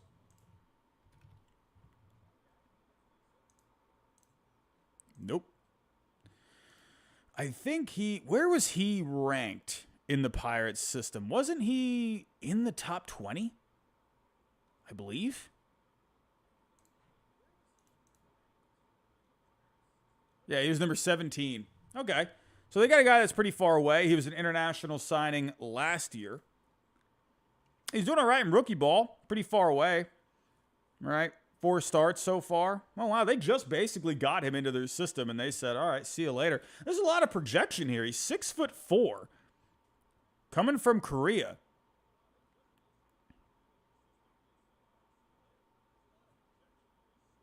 He decided instead of going to the KBO, he opted to sign with the Pirates instead of getting drafted. Right? There's a lot of projection there. 6'4", a 60 fastball, 55 on the curveball. So there's some stuff there. Man, the Marlins are cooking. The Marlins are just, I love that. Man, oh man, the Marlins are going to take your lunch money and then literally buy lunch right in front of you. They are killing it. Man, Marlins are doing great. You gotta love what the Marlins are doing. Matt, that's also going to be key. They need to develop the talent. Nope, nothing from passing. Nothing from passing. I can't believe that was the full trade. That's just wild. That's wild. Anyway. Yeah, Carson. Yeah, he does not have really any experience really at all. I mean, I'm just saying. When I see a guy that's 6'4" and a big fastball and a curveball to go along with it, right? Has a secondary pitch. There's a canvas there. I like that. You know, again, big frame, has velocity. That could end up being a pretty good addition for your organization. So, D-Mark 25, I don't know. D-Mark 25, nope, I'm not doing the Roman Anthony thing again. I'm not doing it. Goodness gracious, I just got freaking bamboozled with all that. John Morosi, I'm just done with John Morosi, dude. I'm so over it. Over it. Nolan Franz, are the Cubs done? I don't know. I would imagine. Smooth WMV. Bryce Matthews not in the lineup. Not in the lineup. That's interesting. That's interesting. Yandy Diaz, maybe?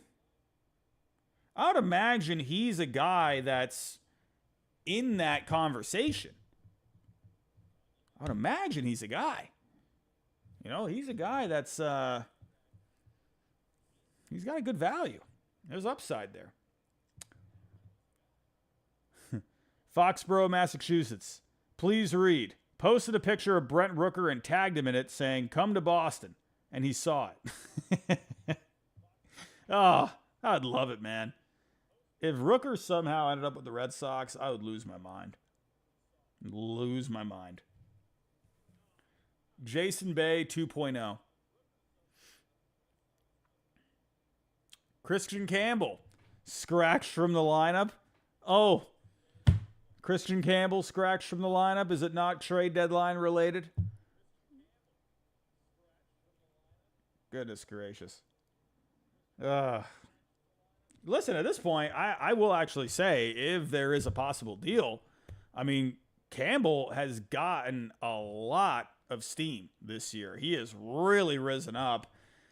If there was a guy, I want to just reiterate this. I did mention, yes, out of, Meyer, Anthony, and Teal, out of those three, I would be most willing to part with Anthony. I'm not saying I want to part with him, but if you were able to get something big, then yeah, out of those three, I would part with Anthony. However, if I got to keep all three of them, but also trade Christian Campbell, I'm doing that all day. All day. All day. All day. Yep. Not even hesitating. Not even hesitating. I like Christian Campbell. I think there's a lot of upside there. But, dude, if you can get yourself an established player, I'm doing it. Easily. Mish. What did Craig Mish say? John Morosi. I am done with John Morosi. We are closing that. We are done. Here we go. Marlins will receive Garrett Forrester from the Pirates as well. All right, so let's put Forrester in there. A little bit of value. All right, hey. So the Marlins get a bat here too. Not bad. Forrester's number 18. They got the 17 and the 18 for Brian De La Cruz. Man, that's good. That's good. 55 hit tool. Not really much of an athlete, but whatever. He's doing all right. He's got 399 on base. It's kind of funny in the Pirates system. Like you're seeing Tamar Johnson, right? A very high on base, but the slugging is low. Funny. There's another bat just like that. But Forrester looks like a pretty good, has good plate discipline for the most part, right? Those are hitters that I like to get. Guys that work counts, They're hard to strike out. You know? Those are the guys I like. Romero. What do we got? Francis Romero.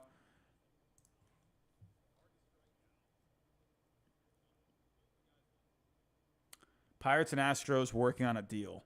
Nothing done so far. What could the Pirates and Astros be doing?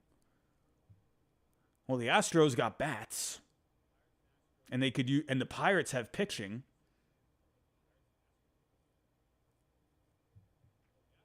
What could that deal be?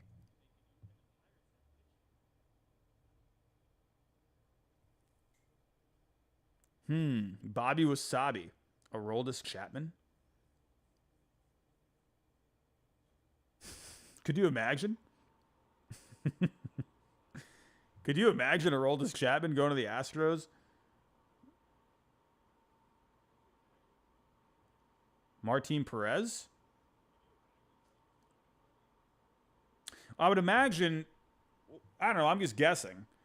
If the Astros want something from the Pirates, I would think it's probably a major league ready, probably something for the rotation or something for the bullpen.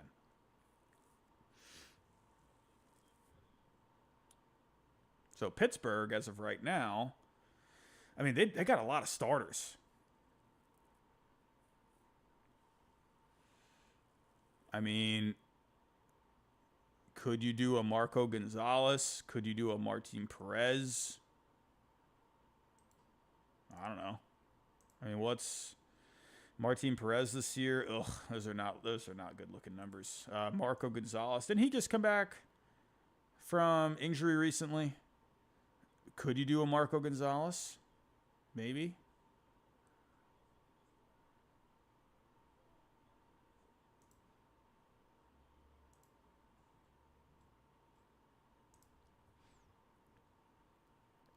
Let's see. Pirates. I'm like wondering what would what could the Astros send back for the Pirates?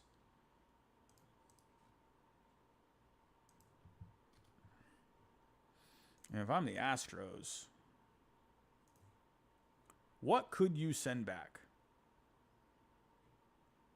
I mean, maybe Chas McCormick? Maybe.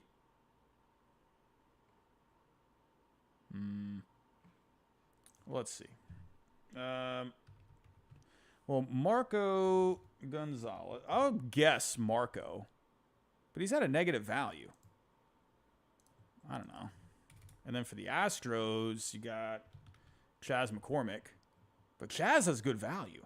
So I don't know. Do you do this? That feels weird. Unless maybe they attached some money. But would the Astros give up Chas McCormick? Jake Myers, maybe?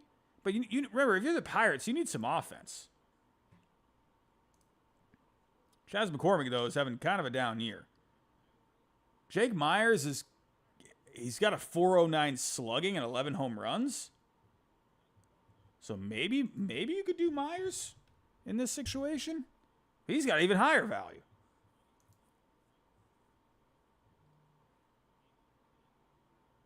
Oh, IKF is on the move. I guess maybe they're not getting anything from the Astros. IKF is a Pittsburgh Pirate. IKF is a Pittsburgh Pirate. Oh, man. The Pirates are getting bats. All of a sudden, the Pirates have an offense. They got Brian De La Cruz and IKF. I like it. I like that. I like that for the Pirates. IKF, anywhere he went, I was going to like it because he's a versatile player. He can move around. He can do things. I know, right, Jack?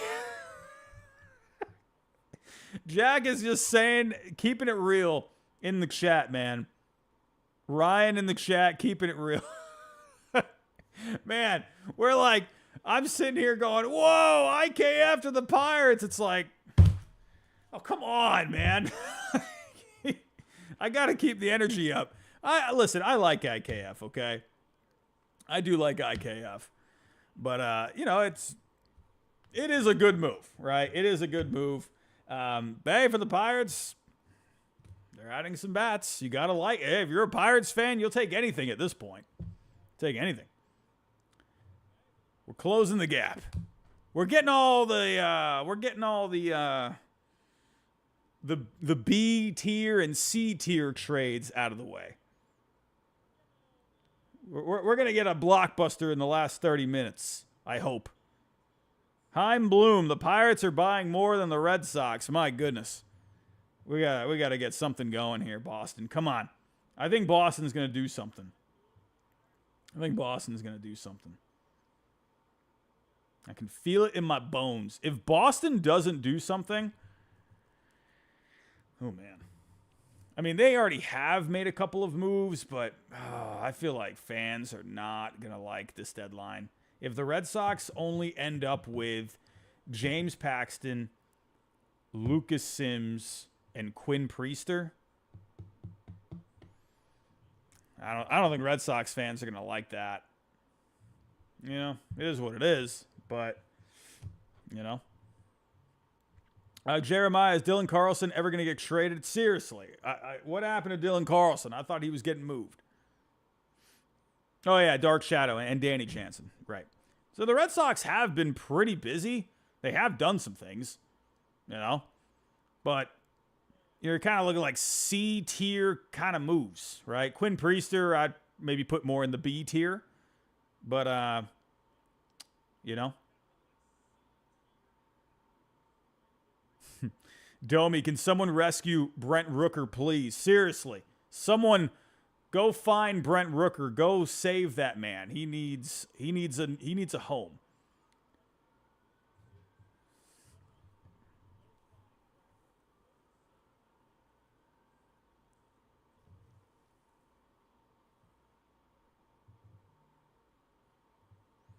There's Ken Rosenthal confirming IKF. Man, we need some action. We need something.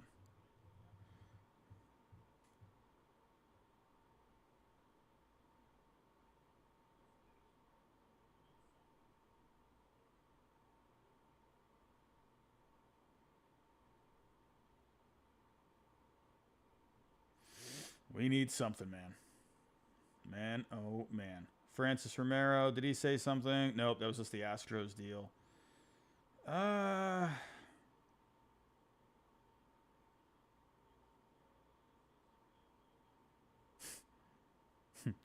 see Genetic has blocked John Morosi.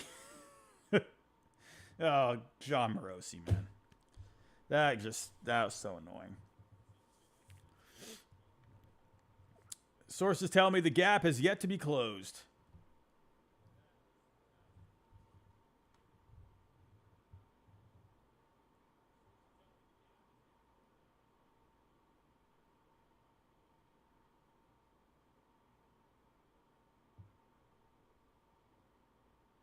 One second, everybody.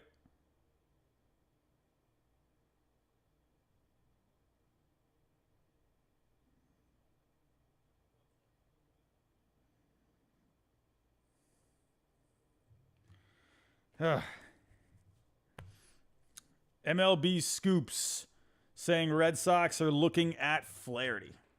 MLB Scoops, come on. 30 minutes to go. It's 5:30, everyone. We've been here all day. We have been here all day. Somehow my back is still intact. I don't know how, but we're doing it.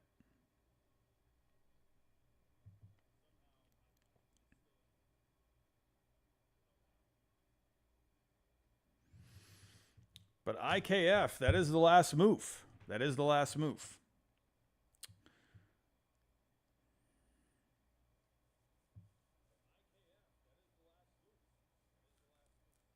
Or the last move that we have seen, right? We got 30 minutes here. I think something's going to happen. Jordan, would you see Jose Barrios trade shake this up? I don't think he gets moved. No, I don't think he gets moved. I think he stays. The Blue Jays are going for it again in 25, right? They're just kind of, you know, they're going for a retool, and they're doing a great job at it.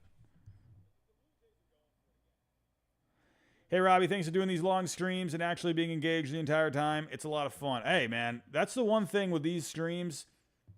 I don't care if I'm going an hour, 2 hours, 10 hours. I'm going to talk for most of the time. Like, I'm not going to sit here and just, like, you know, watch something while I'm not talking or whatever. Like, you know, I try to be engaged, man. That's how my brain works anyway. I can't, you know, I got to keep myself busy. So, James Stewart. James Stewart. Who is James Stewart?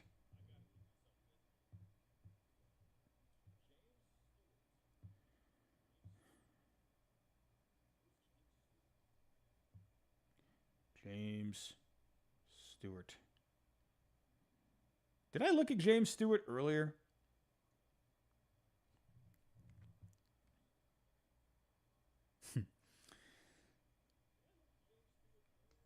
James Stewart is... I don't know who James Stewart is. He has a big following, but I don't know. He says, starting to wonder if the Red Sox beat reporters have Red Sox are done saved in their drafts. They might. They probably do. Chris Cateo, all those guys, they like to put the damper on things. Oh, wow, Jason, you've been here all day. Appreciate you, my friend. Appreciate you. Joe, what are the Phillies going to do? I don't know. I didn't really see the Phillies doing too much. I didn't really see them doing much else unless they had some kind of a blockbuster in them. But I feel like they did their work, right? They got Austin Hayes. I like that. You know? Feinstein has the IKF return. Feinstein has the IKF return.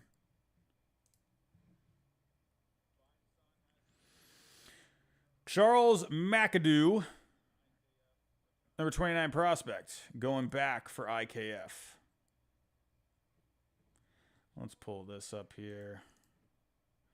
Let me close some of these tabs. Too many tabs. I'm not liking this. There we go. All right, so let's do the IKF trade. Let's send him back here. Let's see what this is looking like. Here we go. Yeah, I mean, there's not a lot of value with him. Yeah, he's a good player, but when you're looking at just the overall package, you know. And yeah, I mean, this is a pretty even trade. You know, pretty even trade. What a great name, Charles McAdoo. I love that name.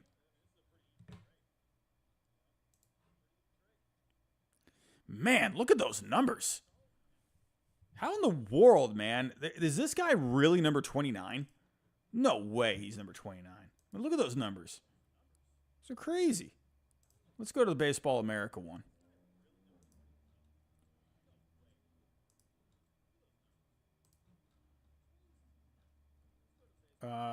McAdoo. He's number 12 on Baseball America. Are you kidding me? The Blue Jays just got the number 12 for IKF? I was about to say, look at those numbers. How is he that low? Dude, Pipeline, man. I know they got to do their updates with the but come on. Like, let's go here. It's like, man. Dude, they got a guy with a 932 OPS. Granted, he is a little far, right? He's a high A ball, double A this year. Even double A over the 27 games hitting well. But man, he must have done something. He must have added a little bit of power because they had a 45 power tool and he's already got 14 home runs on the year with 17 stolen bases. Why are the Pirates giving him up? What in the world? Why are you doing that? I get it. But IKF? I mean, I get it. Prospects are prospects, but IKF? I like IKF, but like what? That's what you, my goodness. And that's not me trying to be like prospect hugging, but it's like, I mean, I don't know. That's like a guy you give up in a Brent Rooker deal. You're giving that up for IKF. Joe Hill, $5 super chat. Tigers beat reporter Matt Broder just tweeted the Twins have now worked their way into the Flaherty sweepstakes. 6 prospects in the top 100. That could be interesting. The Twins could... I've been saying that. I've been saying I feel like the Twins... I've been saying I feel like the Twins need to add something else for that rotation. I think that would be great. If they could pull that off in division, yeah. I think that would be amazing. Oh, Craig Mish. Craig Mish. Oh, man. Everyone, are we about to get some fire here? Oh, boy. Oh, boy. We're about to get juicy in here. Hold on a second. I gotta tweet this out. Craig Mish is saying more trades are about to come in. Better grab that popcorn, ladies and gentlemen.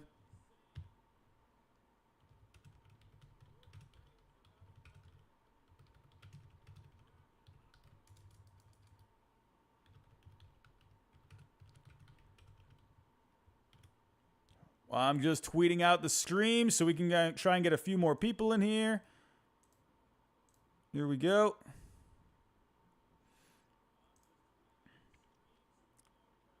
Everyone, if you can, I just tweeted out on X. I just tweeted out the link for the stream. If you can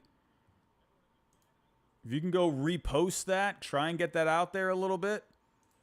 Let's try and get a few more people. Let's try and get a few more people in here. But here we go. We just got something from Craig Mish. We got 20 minutes left. Craig Mish says, OMG, more trades coming. This is wild. We're about to get a little crazy in here, maybe. We're about to get a little crazy. Oh, man. Let me see if Craig, did he post anything else?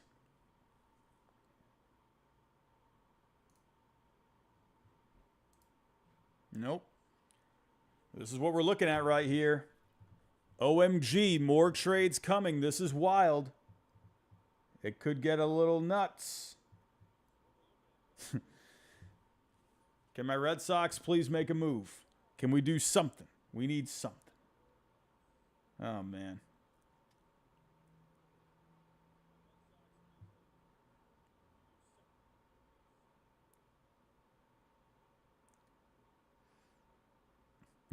Jackson Holiday was... No, he was not. No, he was not. Hold on a second. I got to make sure here.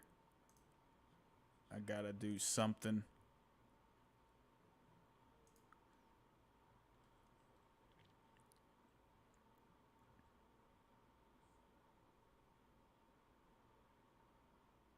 One second, everyone.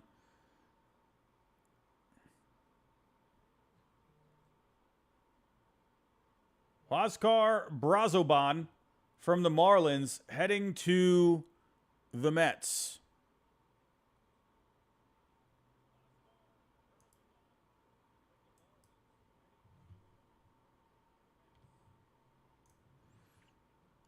All right, here we go.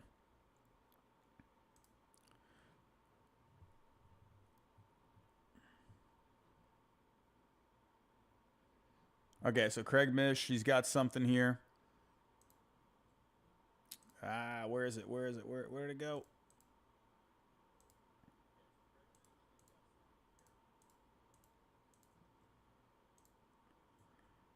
Man, Craig Mish has been on his game today. He has been on his game. Holiday was scratched. Stop. Stop.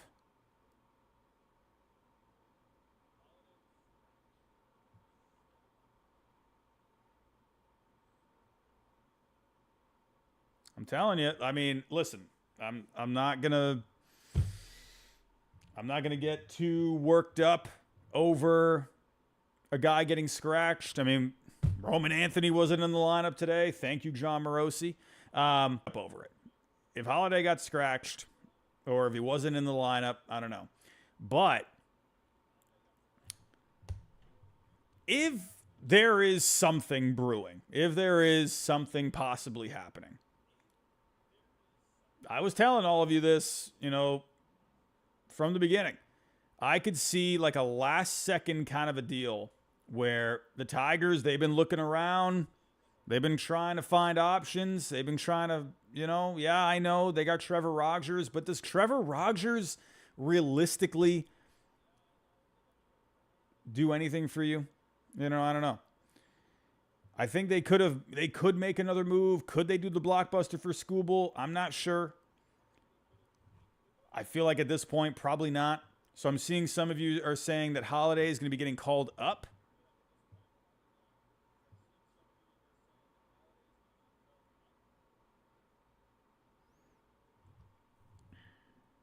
I mean, I don't know, man.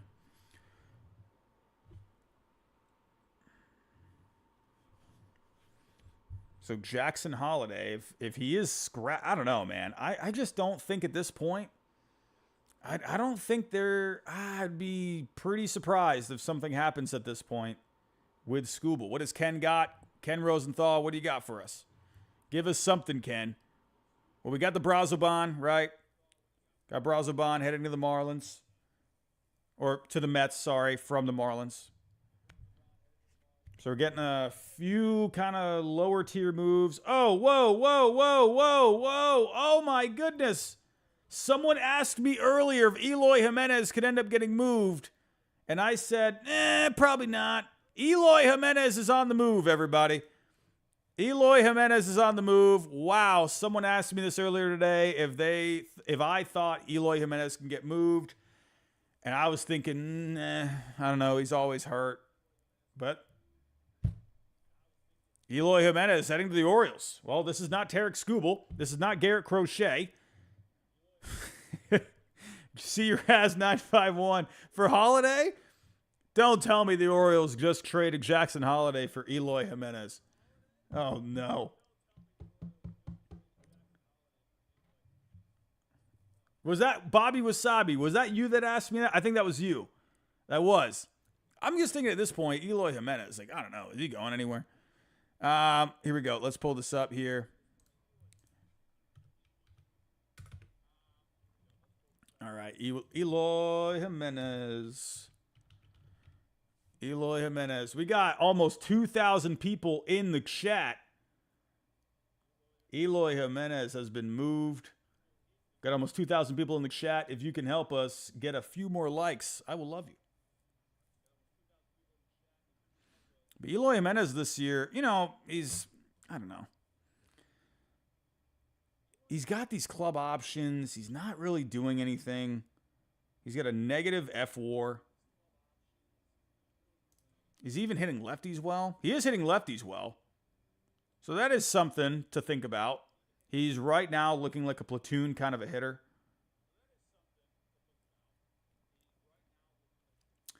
Dangerous Toys. All you ever do is throw hate at the Orioles. I feel like I have loved the Orioles this year. I picked them to go to the World Series this year. That's not hating on the Orioles. What? WRC plus for Eloy against lefties is 109. So that looks like maybe what the Orioles are trying to do here. All right, so they're looking at him as a platoon guy. Okay. So Eloy's value at this point, let's go. I know you guys are saying there's something else brewing, but real quick, I'm just going to put this in. As you can see here, there's a negative value with Eloy, so I wonder if there could be some contract eating a little bit. Fine sign. What do we got? Give me something. Give me something. Never say never until the deadline is passed, but it appears that the Rays will not be trading Yandy Diaz today. That's disappointing. That's disappointing. There's a lot of teams out there that really could use someone like him, man. That's disappointing. Well, let's see. Maybe we see some last-second pivots here. The Astros, do they turn their attention elsewhere? Maybe. The Yankees, do they turn their attention elsewhere?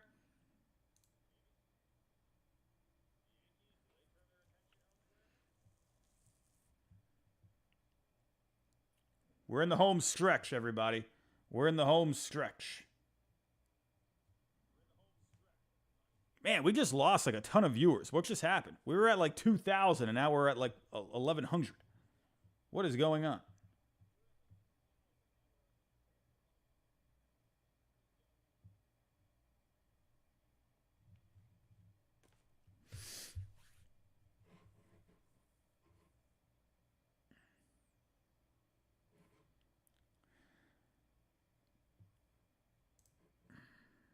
Okay, so for the Orioles, yeah, they were looking for that right-handed bat, right? There was something there that was on the that was in the rumor mill. So with Eloy at this point, I mean, he's basically just going to go with Ryan O'Hearn at the DH spot. So I think that's pretty solid overall. I like it. If he stays healthy, I like it. Eloy, I think, can be a good bat when he is good. Robert Murray. What does Robert Murray got? Robert Murray. Oh, Tanner Banks heading to the... Ooh, okay. All right, the Phillies had another. I was thinking, okay. All right, Phillies getting Tanner Banks. That's not bad. Not bad at all. Tanner Banks, lefty reliever. He's under a ton of control. I love this. I like that for the Phillies a lot. Okay, well, they pulled something out. Someone just asked me earlier, like, do I see the Phillies doing anything? I mean, they've been making a couple of moves. Well, here we are. They're just really solidifying things here. I like this. Tanner Banks having himself a pretty good year. And he's under control for a long time, right? If you take a look here, ERA is at a 4.13, but the underlying numbers are better with Tanner Banks. Has a 3.28 ERA, 10.3 strikeouts per nine, 2.8 walks per nine, under a home run per nine. Tanner Banks, pretty solid. Pretty solid. I like that. And he's not a free agent until like 2029. So you got him for like at least another, 5 more seasons here. So very good. I think a lot of what we're seeing here is, teams are really, there's not a lot of blockbusters going on, but they're really just trying to shore up everything. Just trying to shore up. And this is I think, the Phillies. The Phillies didn't necessarily need to make a blockbuster. They just needed to make, I think, more peripheral kind of moves, like Austin Hayes, right? Getting a right-handed bat. Getting Tanner Banks, a lefty reliever that can kind of shore that up a little bit. Gives him something else at the back end with a Matt Strom. Gives him a different look, right? We're at 10 minutes, everybody. Everyone, go share the show. We got 10 minutes. Got 10 minutes here. Help us out. Help us out. We got 10 minutes until the deadline. 10 minutes left. Craig Mish. Craig Mish has been on fire today, man. He's had a lot.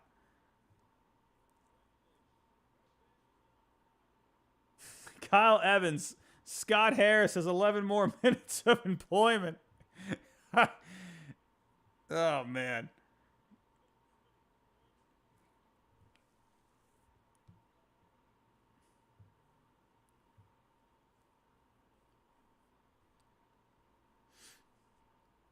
Still got some names. We still got some names. I mean, Jack Flaherty has to get moved. Has to get moved. I was thinking the Padres, but they decided to go for a bullpen guy. At this point, I'm wondering if Flaherty, you got to see him go somewhere. Has to be. I mean, if you're looking at the teams out there that have been connected with him, the Yankees have been connected, but we also got a report that the Yankees were out of it, with I'm paraphrasing, but said kind of basically cooled down on that front. I don't see the Red Sox as a trade partner for Jack Flaherty. I mean, maybe you could see the Guardians if they wanted to add something else there, possibly in division. You got the Dodgers. I think the Dodgers could make some sense. You know, they've had a lot of injuries to that staff. So if you wanted to add some more depth, and hey, Jack Flaherty is a California guy at the end of the day. You know, the Orioles, if they wanted to add one more pitcher, I think it could make sense. I mean, you got to see Flaherty get moved here. Have to. Have to.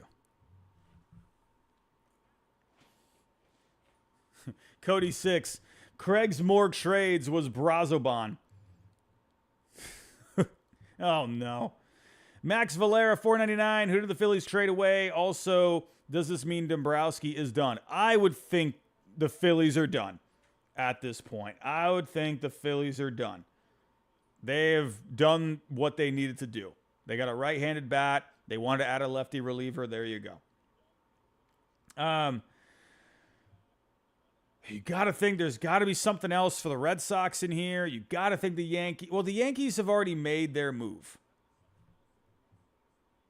They've already made their big move. They got Jazz, right? They also got Mark Leiter Jr. today. They added a bat. They added something for the bullpen. Frank Ryan, $1.99. Oh, we got the bad news. Bad news from Ken Rosenthal. Garrett Crochet not getting moved. Oh, that's a bummer. Off season it is for Garrett Crochet. Frank Ryan, $1.99. Catillo is dying to tweet, Red Sox are done. Oh, you know he's frothing at the mouth for it right now. He can't wait. He already has it up. But yeah, Ken Rosenthal just came in. He just dropped as an atomic bomb on the trade deadline. Garrett Crochet will not be traded. I mean, I'm going to be honest, like Crochet, man, he did not help out Chris Getz here at all. With those contract demands, he did not help him out, man. Not at all.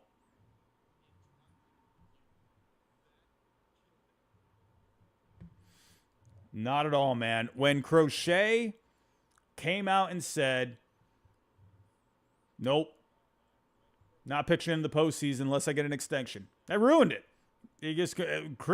That's why Chris Getz made the comments that he did, saying like, yeah, like that kind of stunk that he said that.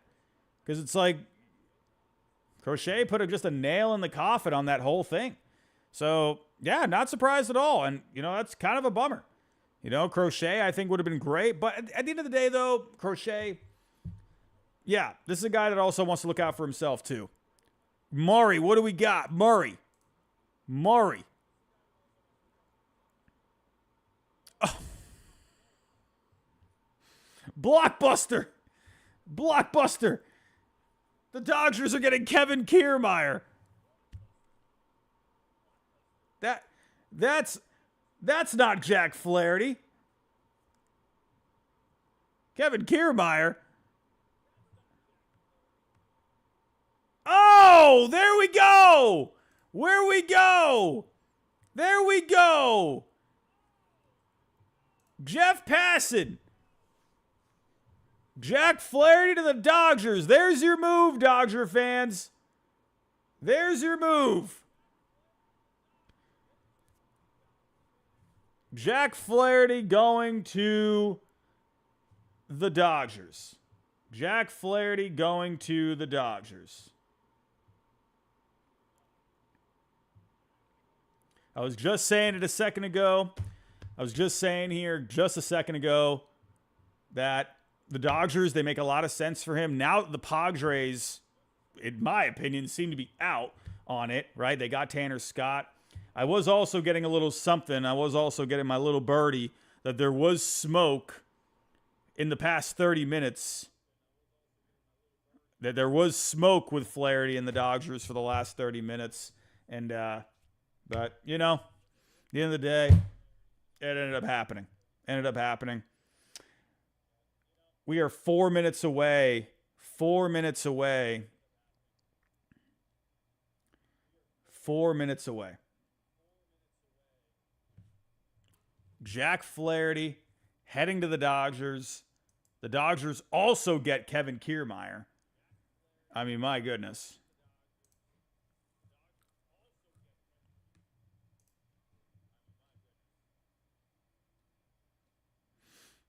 Well, it's been busy here. Murray. Well, man, we got a lot going on here. What does Francis Romero got for us? Francis Romero. Oh, Martin Perez going to the Padres. Oh, okay. Well, there's the Padres starting pitcher. So they said, all right, forget Jack Flaherty. We'll go get Martin Perez from the Padres, who will give us some innings. And we'll get Tanner Scott. All right, let's see what that return ends up being. And we also have, who was the other? Robert Murray. Robert Murray. What do we got from Robert Murray? Robert Murray. Ryan Yarbrough is going back to the Blue Jays. I think Ryan Yarbrough just got DFA'd. I think he just got DFA'd. So he's going back to the Blue Jays in that deal. Oh, man. So what's going to happen here? I mean, we still have, can we see, I mean, don't forget, we're, 6 o'clock. Sure, it's in 2 minutes, but you got to wait a little bit after that. You got to wait, right? Because deals can trickle in. Deals can trickle in.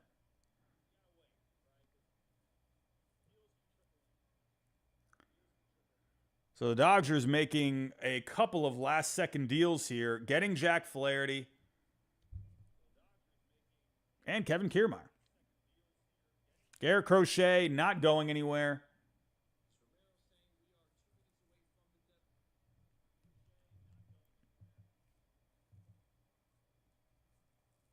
Well, Nathan, I think the rule is a deal has to be at least, I think it has to be I'm not sure how exactly it works there, but I feel like it has to be at least sent in to Major League Baseball.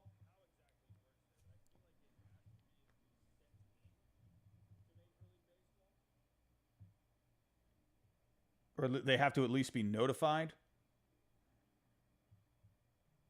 Jack Curry on, what did Jack Curry just say?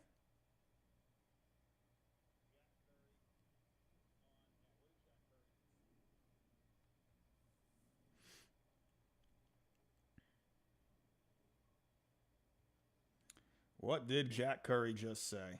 Jack Curry. Oh, the Yankees acquired Enyel De Los Santos from the Padres. Okay. Oh, they just got him this past offseason. All right. Well, the Yankees just beefed up their bullpen a little bit. So that's going to create some room for Tanner Scott. Well, okay. I mean, we're waiting to see. I mean, we're definitely going to be sticking around here for about 15 minutes. There's 6 o'clock. There's the Red Sox blockbuster move. Luis Garcia going to the Red Sox. The Red Sox have acquired Luis Garcia. They got something at least.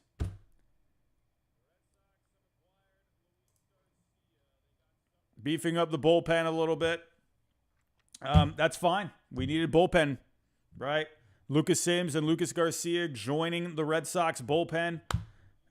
I'm okay with it, right? Luis Garcia having a pretty decent year. We're going to pull up his numbers real quick. The Rays are getting Dylan Carlson. Here come the last second flurry of deals. Dylan Carlson going to the Rays. Oh, man. Oh, no. The Rays are about to make Dylan Carlson an all-star, aren't they? Oh, no. Nah, Pete Fairbanks won't go back in that deal. Unless there was someone else. Sean Armstrong. Sean Armstrong going back to the Cardinals in that deal. Jack Flaherty has been informed he is a Dodger.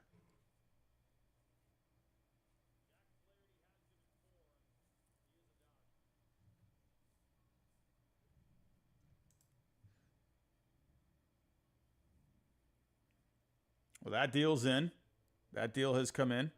And real quick for Luis Garcia, that just came in. Let me pull up his numbers. He had been pretty decent this year for the Angels. He's been okay. 3.71 ERA, FIP at a 3.68.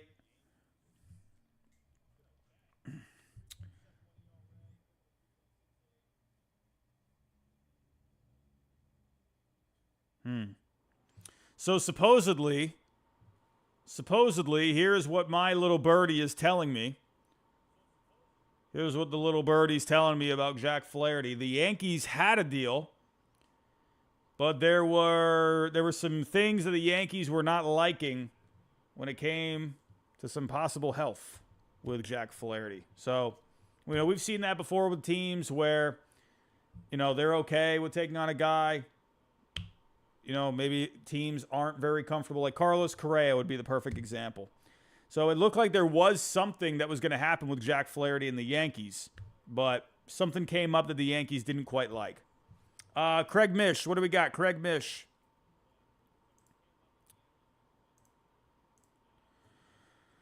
Craig Mish, what do you got for us? I got one more.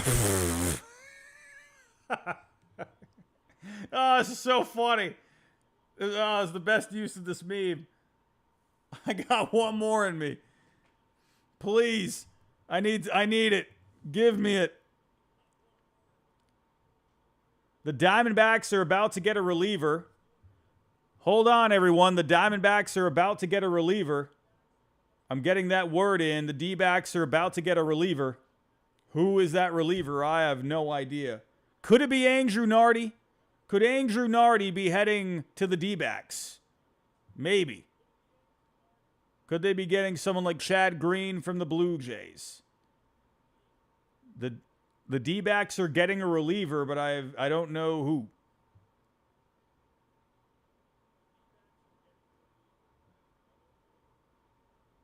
What did oh my God, Trey Sweeney got moved again. They got Tyrone Lorenzo and Trey Sweeney.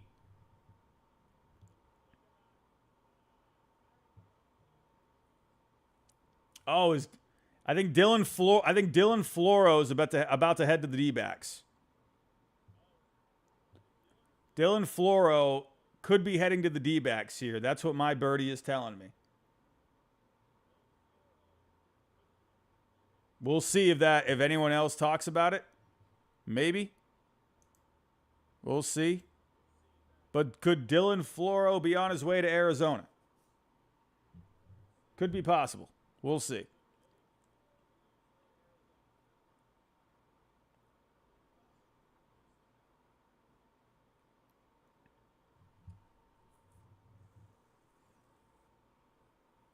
Just waiting for any last second deals to come in.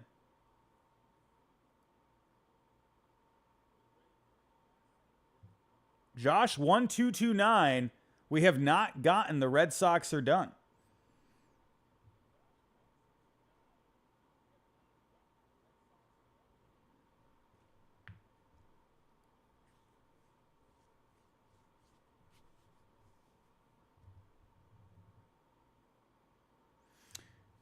But for the real quick, while we're still waiting, while we're just paying attention here, seeing if anything else comes in, let's go plug in the Flaherty trade.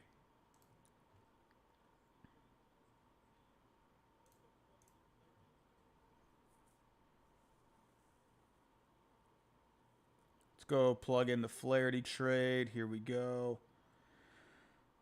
Dodgers. My goodness. My brain is not working. We have been here for over 8 hours. Here we go. Tigers, Flaherty. Let's do it. Tigers for Flaherty.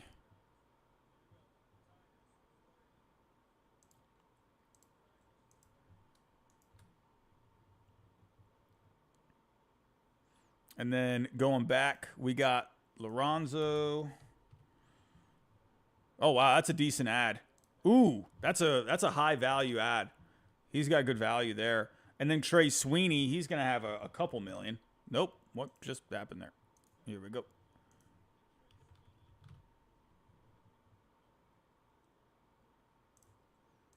All right. That's a pretty good haul there for Jack Flaherty.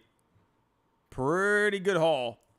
right? So I think Lorenzo is number 7 in the Dodgers system on Pipeline. Or he's number 8. So he's pretty far away. He had a 962 OPS in A-ball. He's got 55 on the power. He's got a good arm as well. I mean, he could end up playing catcher or first base. He's got a good arm there. So,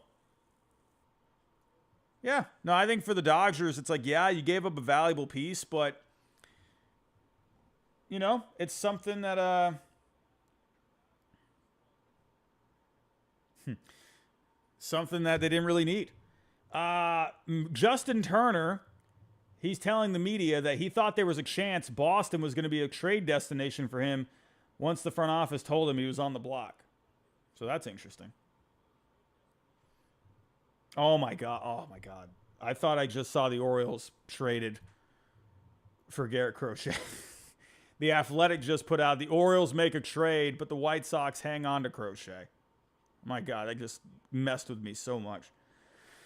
All right, we're still waiting on any other deals to come in. Still waiting.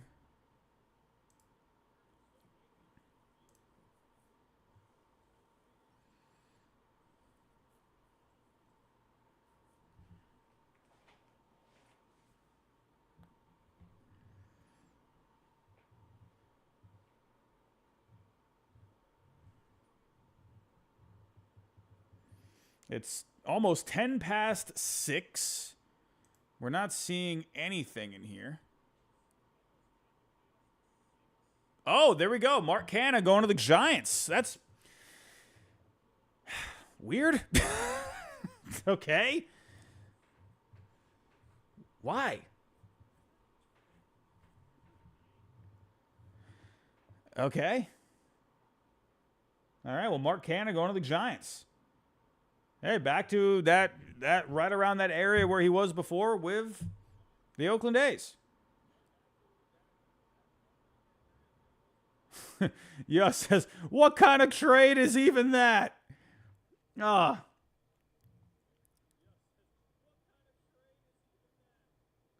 All right, well, Mark Canha. Okay, I didn't think the Giants.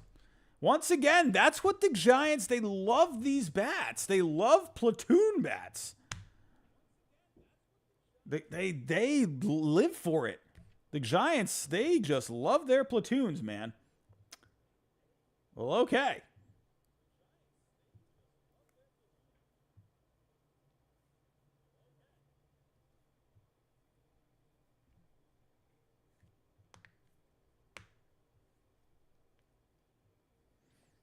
Austin Slater is going to the Orioles. Okay. Very weird moves that are coming in. Like, why are these moves happening?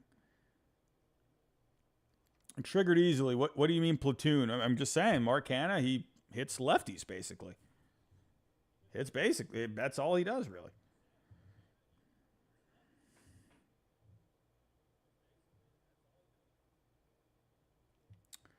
I mean, we're still waiting on anything to come on through. Yes, I'm surprised Quantrill didn't get traded. Yeah, I mean, I think with Quantrill, hey, I got it. Everyone, I just told you.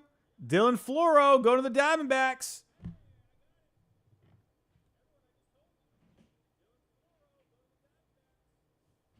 Thank you to my birdie. Thank you out there to the birdie. He was the one. He gave me the scoop on Flaherty. I wanted to, you know, I didn't want to be the one to announce that. I didn't want to be the one to announce that. That wasn't my place. That wasn't my place to announce the Flaherty deal. He had told me that there had been smoke for about 30 minutes. You know, in the end, that's not my place to announce. I didn't want to talk about. I didn't want to do that one. But yeah, that had been brewing for about 30 minutes or so. But he also gave me Dylan Floro just a second ago. I appreciate you out there, my friend. Thank you so much. And then he gave me the other one earlier. He gave me one of the pieces going back to one of the players going back to the Oakland A's. Right? So, hey, I got a couple of scoops today. I'll take that. That's a win. That's a win. It's a win. Zach G, $1.99, fire Brian Cashman. We got no good lefty in the pen. No. I come on. He made moves, man. He made moves. You got Mark Leiter Jr. I know you. Listen, I know you would have liked to have a lefty there, right? But man, I mean, come on. You got Jazz. That's going to help the lineup there, right? You got Mark Leiter Jr. So.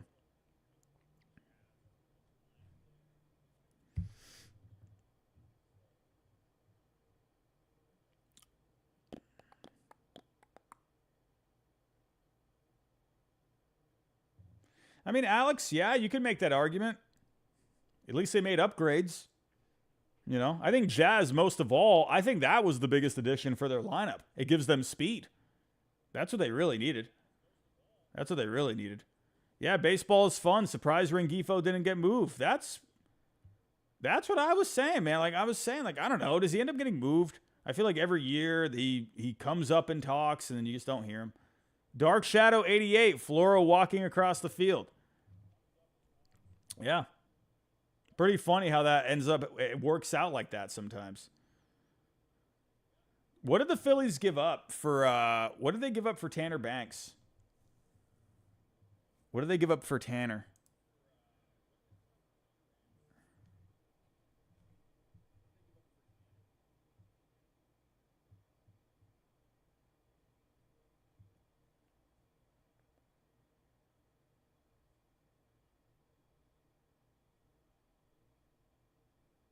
What did they give up here for? There it is. Ken Rosenthal confirms it. Dylan Floro going to the D-backs. Everyone, I broke my first story. I broke my first story. I got a scoop, everybody. I broke my first ever report. I can't believe it. I feel pretty cool. I'm just saying. Dylan Floro, my first ever scoop. They got William Bergola. Okay, they got Bergola there. I mean, you got to remember when it comes to Tanner Banks, he has a lot of value because he has a lot of years of control.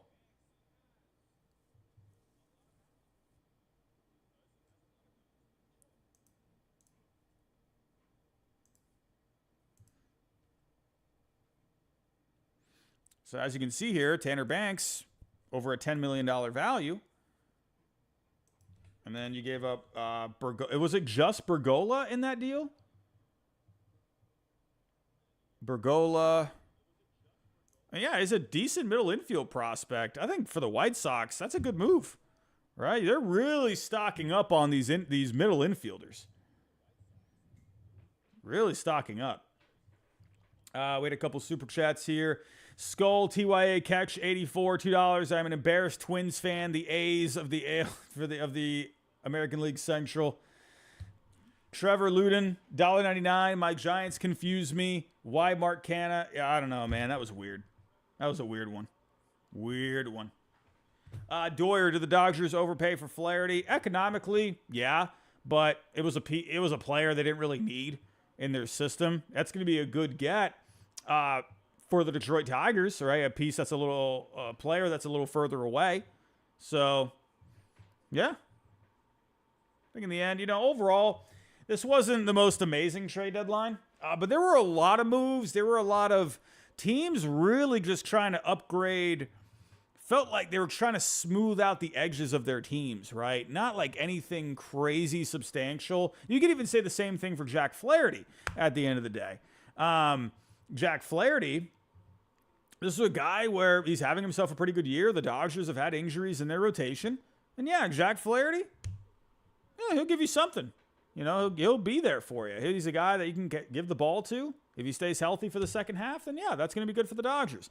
To be honest with you, I feel like what I got more excited about this deadline is how much the Blue Jays and the Marlins got, how well they did. Those two teams right there, the Marlins and the Blue Jays, are winners this deadline. Absolutely. Absolutely.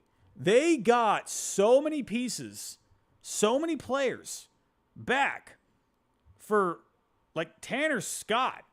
I mean, it's crazy how good the Marlins and the Blue Jays did. So good. It's funny because like I'm thinking more about the teams that sold as the big winners, right? Yeah, you saw the Yankees improve, right? Yes, you saw the Dodgers improve. The Orioles improved, right? Of course, right? But it's like I'm almost more hyped up about, what ended up happening, for a few of these teams, I mean, look at, and then for the Red Sox, I think you'd say for the Red Sox, they did as good as they could have with where they are currently, right? They weren't really in a position to just go for broke. I was thinking, my goodness, are they actually going to get rid of Roman Anthony here? In the end, it is what it is. And I think teams, they just said, nope, forget these prices. We're going to go look around for elsewhere. Jazz Chisholm ended up being, believe it or not, at least according to my calculations, I think Jazz Chisholm was the highest valued player traded when you look at it from just a numbers point of view. I think Jazz was the highest valued player moved, right? So, in the end, it was a pretty fun deadline the last couple of days.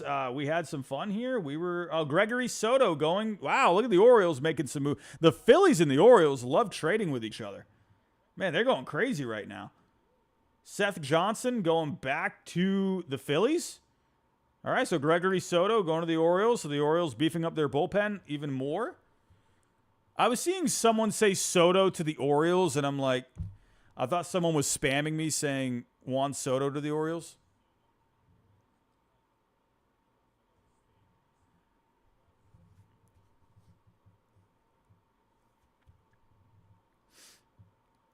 But all right. In the end, like a team like the Red Sox, I think they did the best that they could have with where they were competitively. I think they made appropriate moves. You added some depth for the rotation in James Paxton. You added a couple of bullpen pieces in Sims and Garcia. You added Danny Jansen, a slight upgrade at catcher. I felt like they could have used another right-handed bat, but, that's just me as a Red Sox fan.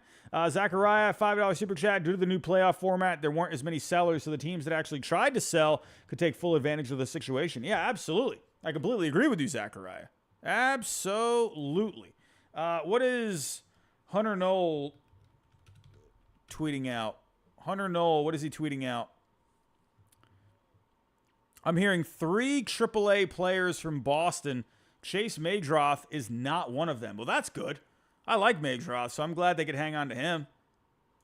Glad they can hang on to him a little bit. That's good. SoundFX, $5 super chat. B+ for the Braves at the deadline. Solar Power, Skywalker Jackson are solid additions, but I bet the price for starting pitchers were way too high for Alex Anthopoulos to go for. Yeah, I agree. I think the prices got ridiculous, and I think Anthopoulos, I think he made a good pivot. He saw like what was going on out there. He's like, okay, I got to give this up for Brent Rooker. Okay, forget this. Let's go get Jorge Soler back. Yeah, well, take on that money, right? Let's get that contract. Okay, fine. We don't have to give up all that much. We don't have much to give up anyway. So there you go.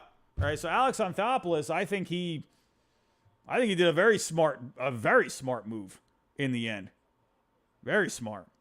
I agree with you, SoundFX. I'll say like a B+. I think that makes sense.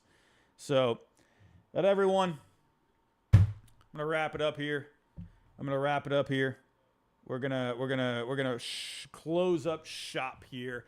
We've been here for over 8 hours. It's been amazing. As always, the trade deadline is always a great time. We had a lot of donations today. It's always so appreciated having that. I really do mean that. It really means a lot. Helps us keep the lights on here for the channel. I can be able to just keep doing this every day and, trying to pump out as much baseball content as I can. But yeah, I appreciate it, everyone. Really, I appreciate all the conversation in the chat. It wasn't just super chats. You know, there were a lot of you, saying some fun things in the chat too. Really do appreciate it. And we got a new slogan, I guess. Close the gap. Time to close the gap, everyone. I don't know what the heck that even means, but we're closing the gap. I don't know what it means, but it is what it is. Everyone, on the way out, please, if you can, remember our sponsor here is So Rare MLB. If you can, just click on the link down below in the description. Go draft your team. Go sign up. Very fun way to play fantasy baseball. Just clicking on the link and simply just signing up really goes a long way. And everyone, please take advantage of the deal that Mando has going for us right now. Just use my code HYDE. You get $5 off on a starter pack. They have great smelling products, awesome deodorants, great soap. Good stuff over there on Mando. Go check it out. Use the code HYDE. $5 off on your starter pack. The link is in the description down below. And we got one more super chat here. One more super chat we got here from... Where did it go? From CRAZ951, $1.99. Did we close the gap? We closed the gap. Everyone, go have yourself a great rest of your night. Keep an eye on the phone a little bit. Maybe something else comes on through. But everyone, have a great night. Close the gap. And I'll talk to you next time.